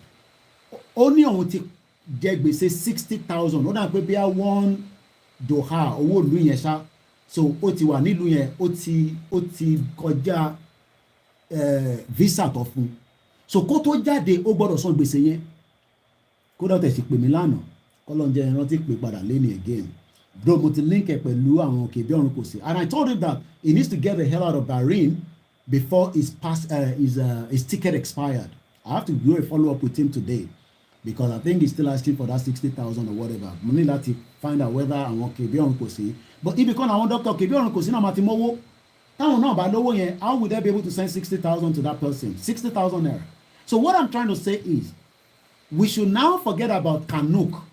I'm not saying the people there are bad. Like I said, Ayo Akinfe ẹ̀gbọ́n mi ni wọ́n. Dr. Boma Douglas was the former chairman. Baba Chief Bimbo for àwọn NDDIS. Some of them might be watching me, but they're probably not comment because they know that interjunctionism is different. But we cannot rely on this association anymore. We need to now have our own association from the Yoruba perspective to move us into our support in America, in Cyprus, in whatever we are. Ẹni ẹ̀ tí overstay bẹ́ẹ̀ ni and now he has to pay 60,000. Ó dẹ̀ máa sanwó yẹn kó tó jáde. Those Arab countries, they're not easy. Don't let anybody tell you that there is joy. Pé wàá ríṣẹ́ tó bá dé Bahrain, ẹni yẹn wà ń bẹ̀ ní sí kò ríṣẹ́. Àwọn kan máa ríṣẹ́ lóòótọ́ o, but it depends on what got you there. If you are a student in any country around the world, you are likely to work. To buy a student visa ló lò débẹ̀. You will do at least 16 hours. I don't know how many hours they're doing here in UK now, but at least 16 hours. But tó bá kọ̀ jẹ́ pé wọ́n kọ̀ bẹ̀ ṣe visa because wọ́n rí America ṣe fún ẹ, wọ́n rí UK ṣe fún ẹ, wọ́n rí Canada àwọn olúgbòógì yẹn, ó wá lọ há sí àwọn Arab countries with just a normal visa. Do you know that ó ṣe máa lọ apply for permit láti gbé sórí tourist visa? It doesn't allow you to work. Okay, what increases is 20 hours. Okay. 2 people have already said so. Wow, interesting. One on Instagram. So what I'm trying to say is, let us be careful. Student visa is different from tourist visa. Tourist ni pé wá náwó lọ́dọ̀ wa kó dẹ̀ padà. But I'm not fi padà because we want to stay there and survive. So let us remember that. Let me go back to the local government. Again, ọmọ Qatari ó ń sọ fún ẹni tó náà fẹ́ wáṣọ gay. I mean, gay is allowed in their country, but only lè dictate fún wa. Ẹ̀yin kọ́ lè máa dictate. And that's the way the Yoruba should start thinking. Hello, caller. I don't know whether it's Canada or US +1. Ẹ káàbọ̀ sá. Yeah. Yeah. Oh, TJ ló ń pè. Okay, sorry. Yeah, go ahead. Yeah. Mo rí àbíṣòtì gan ni ọlọ́run ló tún tì ọ́ àwọn tó bí ajé rẹ̀ pẹ̀lú ògùn ọgbẹ́ èèyàn lọ́jà jẹ́lé lẹ́yìn ọjà gbogbo ẹ̀ tó lọ fẹ́ jà èrè lọ́wọ́ àlọ́ fẹ́ jà àwọn tó bí ajé rẹ̀ wọn náà jìyà àwọn kan tó tara ẹ̀ jáde pẹ̀lú ògùn ọgbẹ́ òun tó ti bẹ́ẹ̀ ni pé ẹni tẹ súnmọ́ ṣìf àti bàbá mo mọ̀ pé mo gbà ló sọ̀rọ̀ èmi náà lè fọkàn balẹ̀ mo gbà ẹ́ gbọ́ pé yẹ ó máa pọ̀ lọ́dún ẹjọ́ ìtura náà ẹ jẹ́ kí sí ikú ṣẹlẹ̀ lọ́dún. Tó bá ti ṣẹlẹ̀ lọ́dún yìí ká gbé láti Christmas àwọn ará àtàwọn ẹ̀ ti gbọ́ àsìkò ọdún náà wà yìí Nàìjíríà ọ̀rọ̀ gbọ́ o àwọn tara tíkẹ̀tì àdìwá ní o àwọn tó wà ń ta àwọn òde jáde o so báwọn ará ilé tá international bá ti gbọ́ sí i a máa ètè yìí miss out. Bẹ́ẹ̀ni ẹ̀yìn náà ẹ̀yìn náà bẹ́ẹ̀ ṣe sọ fáwọn náà ẹ máa sọ fáwọn èèyàn pé kó jáde nígbà tó bá ti pèpè yẹn TJ èmi náà sọ fún ẹ pé báwa sọ fáwọn èèyàn náà pé kó jáde as much as you are saying to us that ó gbọ́dọ̀ ṣẹlẹ̀ lọ́dún yìí àwọn èèyàn náà gbọ́dọ̀ jáde because what you have said is we need the international community to intervene in this the amalgamation not literally pé àwọn ọlọ́mọ sọ fún àwọn kọ́tà ló máa ṣe but if people do not come out as well then I'm sure you know what that means. níbi táwa iṣẹ́ ọmọ Yorùbá tí ò bá jáde ẹ gbàgbé ẹ ọmọ Yorùbá tí ò bá jáde ní kórìíta ibi táwa iṣẹ́ ẹ gbàgbé ẹ wọn ò ní jáde kẹ. ẹ mọ ìtọ́ ta ráìsì. 48,000 mo rà ní last week 48,000 naira. ẹ mọ ìtọ́ ta àpò ráìsì ní 48 láì tí di Christmas. ṣé tó bá bá ti tà ń bọ̀. ọ̀dà. so ọjọ́ ìdúró náà All right. Thank you so much. Yeah, no, yeah.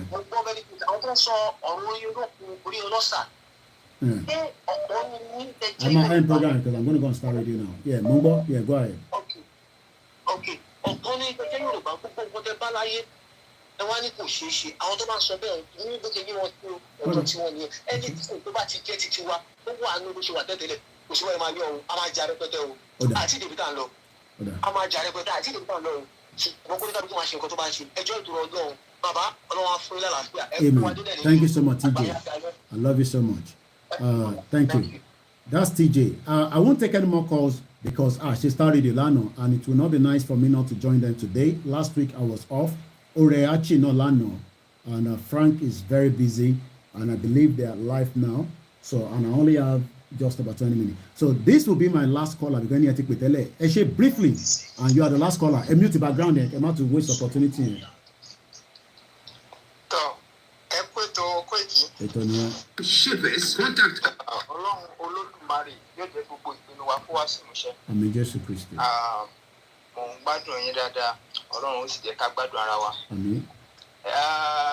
Gẹ́gẹ́ bí tọ́pìkì tòní wípé kí ni advantages àti disadvantages tó wà nínú Yorùbá nation. Bẹ́ẹ̀ni sà. Inú mi dùn torí pé èmi náà ń kópa tèmi individually. Okay. Kí Yorùbá nation lè wáyé ó dẹ̀ máa wáyé. Agbára Ọlọ́run. Kódà àwọn èèyàn kan wà tí mo lè fà mí kó máa gbọ́ torí wípé ẹ̀ ń sọ̀rọ̀ tó ń dùn mọ́ gbogbo wa nú. Torí àwọn èèyàn yẹn ní ìsìn mo fẹ́ wá sọ àwọn nǹkan tèmi mọ̀ kó jẹ́ advantages wà dábàá dé Yorùbá nation. Àkọ́kọ́ ni wípé èdè wa èdè Yorùbá tá à ń sọ yìí ló máa jẹ́ èdè tá a máa sọ. Èdè àjòjì oníjẹgàba lórí èdè wa. Tá a bá sì ń sọ èdè wa náà máa fi kọ́ àwọn ọmọ wa lẹ́kọ̀ọ́ ilé ẹ̀kọ́ ilé ìwé. Látàrí ìyẹn a máa ṣe àwárí ọ̀pọ̀lọpọ̀ èdè tó wà tọ́lọ́run jogún fún wa nílẹ̀ Yorùbá. Nítorí pé tá bá ní ká wo àwọn developed country tá à ń sọ èdè wọn ni wọ́n ń lò láti fi kọ́ àwọn ọmọ wọn. Bẹ́ẹ̀ni. Ló dàbí pé wọ́n ní àṣeyọrí. Advantages tiwa náà ni pé a máa lo èdè wa láti máa fi kọ́ àwọn ọmọ wa ní subject nílé ìwé. Very good. A máa yé wọn dáadáa. Wọ́n sọ nǹkan kan nínú Bíbélì wípé nǹkan kan ṣẹlẹ̀ tí Ọlọ́run da èdè wọn rú. Wọ́n fẹ́ kọ́lé lọ kan Ọlọ́run wá da èdè wọn rú. Ìyẹn òwe náà fi pa fún wa wípé ìlú tí wọ́n bá ti ń sọ èdè kan náà wọ́n máa ń ní ìdàgbàsókè wọ́n sì máa ń wà níṣọ̀kan. Advantages alákọ̀ọ́kọ́ nìyẹn káwọn èèyàn wá bá wa tú kán bá rò dáadáa. Ẹlẹ́ẹ̀kejì òun ni wípé wọ́n máa dá ìran Yorùbá mọ̀ lágbàáyé pẹ̀lú bí Ọlọ́run ṣe dá wa láti ìpilẹ̀ṣẹ̀. So tí bá ẹ má bínú mo kọ́kọ́ tì ṣé wọ́n dá wa mọ̀ nísìnyí ni as Nigerians ni àbí báwo? Bàbá wọn ò dá wa mọ̀. Ẹ gbọ́ àyè. Mímọ̀ tí wọ́n mọ̀ wá wọ́n ti àdàrúdàpọ̀ mímọ̀ tí wọ́n mọ̀ wá ní oko kan tí àwọn òyìnbó ti rorí. Àwọn tó jẹ́ àgbàlagbà olóye nìkan ló mọ̀ wá pé ìran kan wà nínú oko yẹn o tí wọ́n ń pè ní Yorùbá. Ìran yẹn sì dáa púpọ̀. Tá a bá wá gba orílẹ̀-èdè wa gẹ́gẹ́ bí orílẹ̀-èdè Yorùbá nation. Gbogbo ayé máa wá mọ ìran tí wọ́n ń pè ní Yorùbá yẹn gan. Wọ́n á béèrè wípé ibo ní ilẹ̀ tí wọ́n ọ̀pọ̀lọpọ̀ gbogbo ayé máa wá sílẹ̀ tiwa náà láti wá wò pé àwọn tí ń gbọ́ orúkọ yìí ti pẹ́ ibo làwa wà látijọ́ yìí. So látara bẹ́ẹ̀ ìdàgbàsókè máa wọlé sínú ìlú wa. Ẹlẹ́ẹ̀kẹta ara advantages tó máa wà ńbẹ̀ náà ni wípé ìfẹ́ máa wà láàrin wa. Gbogbo àwọn òṣìṣẹ́ pátá bóyá òṣìṣẹ́ tó máa ṣe lábẹ́ ìjọba ni o àbí ìtajà ẹni tó ń tajà ni o ìfẹ́ máa wà látàrí èdè kan náà tá a bá ń sọ. A ní yára wa sọ́tọ̀ àbí máa gbé pọ̀. Ṣé wá rí advantages ní kúkúrú kí n mú torí tìbítì ńlá dálé ayé. Advantages tí mo lérò pé máa wà ńbẹ̀ náà ni wípé ìjọba Nàìjíríà ò ní nǹkan ṣe lórí Yorùbá mọ́. A ní fẹ́ gbégbèsè kan ní sìkáṣẹ̀ máa lọ nà síwájú àwọn ẹ̀yà míì. àwa ara wa la máa darí ara wa. Very good. Okay. Àti ọ̀pọ̀lọpọ̀ àwọn àgbàtìtẹ́ ti sọ fún wa kọ́lọ́run jẹ́ kó yé àwọn èèyàn wa. Àmín. Ẹ ṣé gan ni daddy. Thank you so much. Ẹ jọ̀ọ́ ẹ bá wa sọ fún àwọn bàbá wa kó má yẹ̀ ẹ̀dùn ọdún yìí o. Kò lè yẹ̀ lọ́dún yìí lágbára Elédùmarè. Lágbára lọ. Ẹ ṣé gan ni. Thank you so much. Ẹ bá ń kí grandma. Thank you so much. And as we are going to, I don't know why, I think I should end the whole broadcast so that I don't link it to the Star Radio. And then that way, I think it will be better. But I'm going to the remaining part of the local government. Okay, I think Bishop wants to say one or two things. Let me allow him quickly. Hello, Bishop. Yeah, thank you. Nígbà tí mo sọ̀rọ̀ lẹ́ẹ̀kan yẹn, mo gbàgbé the last question. You said that the 2023 election wípé ìjẹ́ ó ní àǹfààní. Yeah. So ó ní fẹ́ sọ̀rọ̀ lé lórí. Now, kò sí àǹfààní kankan tí 2023 election máa ṣe. Let me analyse it. This is the first time tí a rí party mẹ́ta gbòógì tó dìde tó dẹ̀ jẹ́ pé one is a northerner, the other is from the west, the third is from the east. This party is coming to tussle for one political office. It has automatically split Nigeria into parts. Tí ẹni tó dúró fún north tó ń bá wọlé, olùlẹ̀ máa bínú. Nígbà yẹn lòun náà máa padà sí Yorùbá nation tó máa dà lóru. Tí olùlẹ̀ bá wọlé, kí north máa bínú. Nígbà yẹn ni Boko Haram máa wá gbilẹ̀ tó ti wà lógbó wa already. Títí east bá wọlé, nígbà yẹn ni north àti west máa bínú. Títí gbogbo ẹ̀ máa fọ́. So kò tiẹ̀ sọ́gbọ́n kankan tí election yẹn máa fi wáyé tí ìlú máa lójútùú. Ìgbà yẹn gangan ni wàhálà Nàìjíríà yẹn ṣe wá bẹ̀rẹ̀ tí ò ní látúnṣe. Okay. So the election did not have any good thing for Nigeria. It's either kí Yorùbá ti lọ kó tó ṣẹlẹ̀. So that's it. Thank you so much. And that is Bishop there. And I guess we'll still manage maybe 2 more calls. I'm going to return them because they've called. I'm going to close the broadcast, probably start the Star Radio afresh so that it doesn't link with these. And then after the Star Radio, I'm not going to come back. I'll probably just go straight and rest. We might come back out again later tonight. Oh, yeah, but I say briefly. I'm going. Lára àwọn nǹkan tí mo rí pé àwa Yorùbá pé tí a bá gba kíní yẹn tó máa wúlò fún wa. Orí many things làwa Yorùbá la ṣe pàdánù gan nínú àṣà wa. Ní ayé ìgbà táwa yìí wà ní kékeré tí wọ́n bá fẹ́ ṣe ìgbéyàwó àbí òkú àgbà ní ilẹ̀ Yorùbá. Àdáwọn ayẹyẹ wọn sílé. A ní nǹkan kan tí wọ́n máa ń pè ní cultural dance láti ijó ìbílẹ̀. Ẹ wo níbi tí àwọn ọba aládé ti ń ṣe ayẹyẹ ibo lẹ ti rí tí wọ́n ti ń jó ijó ìbílẹ̀ yìí ní ayé ìsìn kò sí mọ́. Gbogbo mẹ́ni àwọn ẹ̀bùn tí àwọn èèyàn wá ní ó ti parẹ́ nípa wípé wọ́n ti da lórúkọ mọ́ wọn ṣàtà èdè òwe wọn ní ká máa sọ káàkiri. Àwọn kan wà tí wọ́n ní àwọn ọ̀nà jíjẹ́ tó máa ń gbé àwọn èrè tó máa gbé ilé rẹ̀. Àwọn ìdílé kan pàtó máa ń gbé ní ilẹ̀ Yorùbá tó fi ṣó. Lẹ́pẹ́ tí wọ́n bá gbé láyé àwọn ló ń gbẹ lọ sí àwọn máa ń ta tó lè kú. Àwọn tó ń ṣiṣẹ́ yàtọ̀ tí mo mọ̀ dáadáa nínú wọn tí wọn lè ṣe bísínẹ́sì yẹn mọ́ nítorí fáwọn èèyàn ò fàálù gbogbo kìíní yẹn mọ́.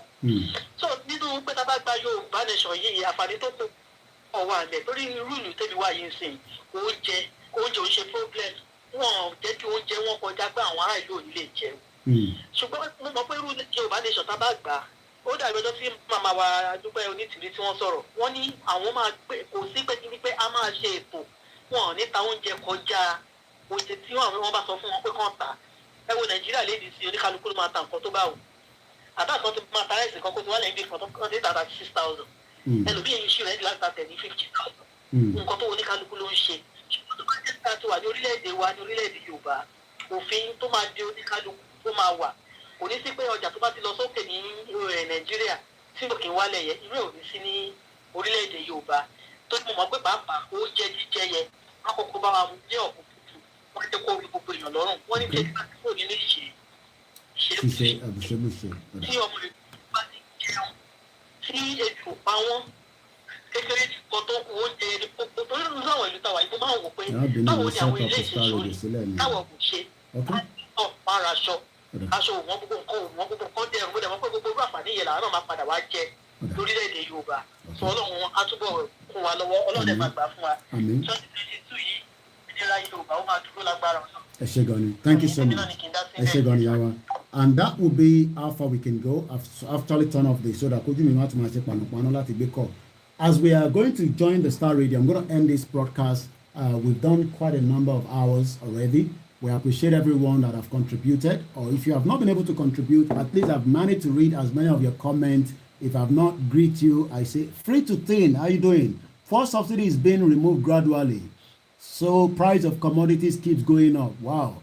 Felicia Ajagbe, thank you so much. And as many of you that have joined us, I'm just looking at Ninas. This is there is a lady called Indidi Iwuchu. Hashtag Nigeria is a criminal enterprise. So rigging and killing is all part of maintaining it.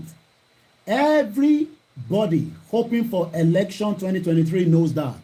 Hashtag Ninas is right. Hashtag Ninas plan is the answer. Hashtag we stand with Ninas. Hashtag we transition with Ninas. And it says that the sovereignty and the self-determination first. Even though we are not part of Ninas, but like I always say, Nigeria has to be broken into many countries. It does not matter how. These are still the Ninas that says sovereignty and self-determination first.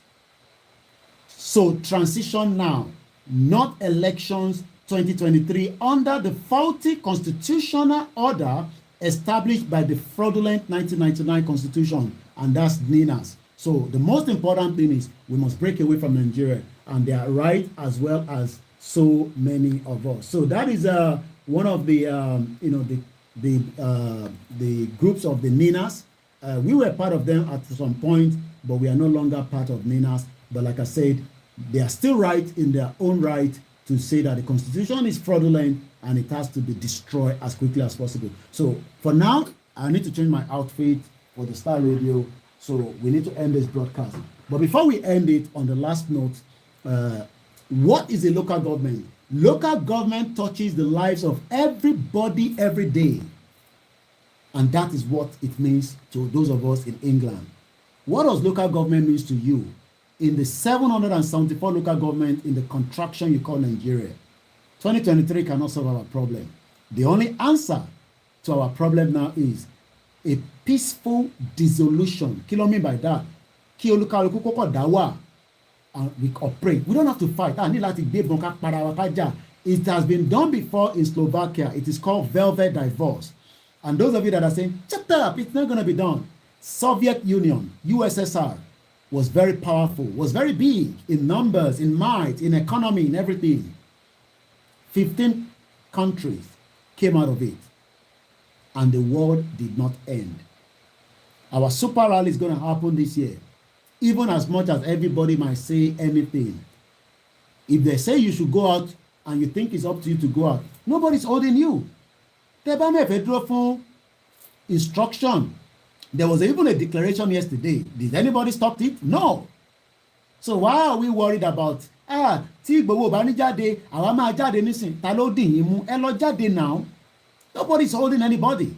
You have the right. Bó ti sọ fún yín, èmi máa máa kà sí létí, òun lélẹ́yìn. Number 2, all people have the right to self-determination. By the virtue of that right, they are freely determine their political status, freely pursue their economy and social cultural development. So pé ẹ fẹ́ dúró de Ìgbòho àbí Bàbá Akíntóyè kó fún wa ní instruction. Ẹ jáde now, kí la wá ń kílẹ̀ fẹ́, ẹ ní láti bínú fún yẹn. Ẹ jáde ní àdúgbò yín, kémi dẹ́ rí kíní káwọn ọmọ mi gbé ní live. So kí la ń bínú sí yẹn fún? But èmi ò ní go before the instruction from our leaders. That's all. It's as simple as that. When they tell us to announce we are coming out, we will announce it. But the bá ní ẹ ti sún yín, gbogbo tẹ́ ẹ sọ mọ́, ẹ̀yin wèrè, ẹ̀yin kódà bá buwa títí dọ̀la. You have the right to self-determination, okay? Any right láti ṣe whatever you want to do. As long as it wants to kill that contraction, ẹ ṣe ìyá mi ẹni lọ lóbọ̀. And that's all I can say. So gbogbo voice note tí olúkálùkù record bẹ́ẹ̀ tó record orin nínú artist nínú studio, you have the right. Nobody is holding anybody. Igboho is not holding anybody. But we are waiting for the instruction from them. And if you think that that instruction is not coming, why don't you go out and do what you want? Go to LA block airport, LA block seaport, LA block anywhere. It doesn't matter. I have said it 3 years ago. I'm a Nigeria. Ninas is still going to pay. Mo de ti gbọ́ tí máa lọ wá fídíò yẹn jáde fún yín. Tony Namdi, only if you think we cannot use weapon, we can use weapon. Ó sọ nínú fídíò ẹ̀kan tó ṣẹ̀ṣẹ̀ pé so come and push àwọn. Everybody ló máa jàrósọ̀ tó ń bọ̀ yìí. Èmi náà ní family nílé. Koiki ò lè jókòó síbẹ̀ kó máa dictate fún wa. You have the right to ní right nínú Nàìjíríà, but èmi sọ fún ẹ pé o ní right to self-determination. So tó o bá fẹ́ dúró de Baba Akintoye àti Igboho and the leaders, fine, go and do whatever you want to do. Nobody is holding you. You have the right. You have the right. All you need to do is just come out and say, Èmi lélẹ́yìí. And if anybody believes in you, they will go with you. But I am not going to go ahead of the instruction. I told you after I came out the first day, instruction is important. If you listen to instruction, ta ló dì í mú? Ìyẹn kàn dé anybody mú náà. Kúkú ní right nínú Nàìjíríà, but èmi ti sọ pé ní right nínú Yorùbá nation. Jáde náà. Dúró de Ìgbòho kò sí nǹkan tó ń ṣe, àlàáfíà ló wà, wọ́n mú mọ́lẹ̀ níbẹ̀ ni, jáde. Kò sẹ́ni tó dì í mú. They were against it. I'm not going to come here and critique anything. I am an intelligent person. Ẹ fẹ́ da brain wa rú, kò ń ṣe brain tèmi lẹ́ máa dàrú. Ẹ fẹ́ da brain wa rú, kò ń ṣe irú brain tèmi lẹ́ máa dàrú. Brain yẹn, ìyá tó bí mi ti lọ Taiwan ní 1970 kan tó bí mi. Dọ́là mọ̀mísí mi ṣì ń correct English mi lórí Facebook, if you don't know that. So you don't know who you are dealing with. Ẹ fẹ́ kọ́ wa sí ibi tá ìtì fẹsẹ̀ sí. Èmi sọ pé Nàìjíríà máa pín dispute yẹn. So if anybody wants to do anything before that, it is a good thing to do. But my instruction is only coming from the bottom. And that's all I can say. Ó dẹ̀ ti yá àwọn èèyàn because mo fi kóòdì sọ̀rọ̀ ni. Mo fi gbogbo ẹnu sọ̀rọ̀. Ẹni tó bá dẹ̀ yìí, I cannot help you. So let me go and dress up. Ẹ pàdé mi lórí èmi àti Achi. Let's discuss about Nigeria again. Bye for now.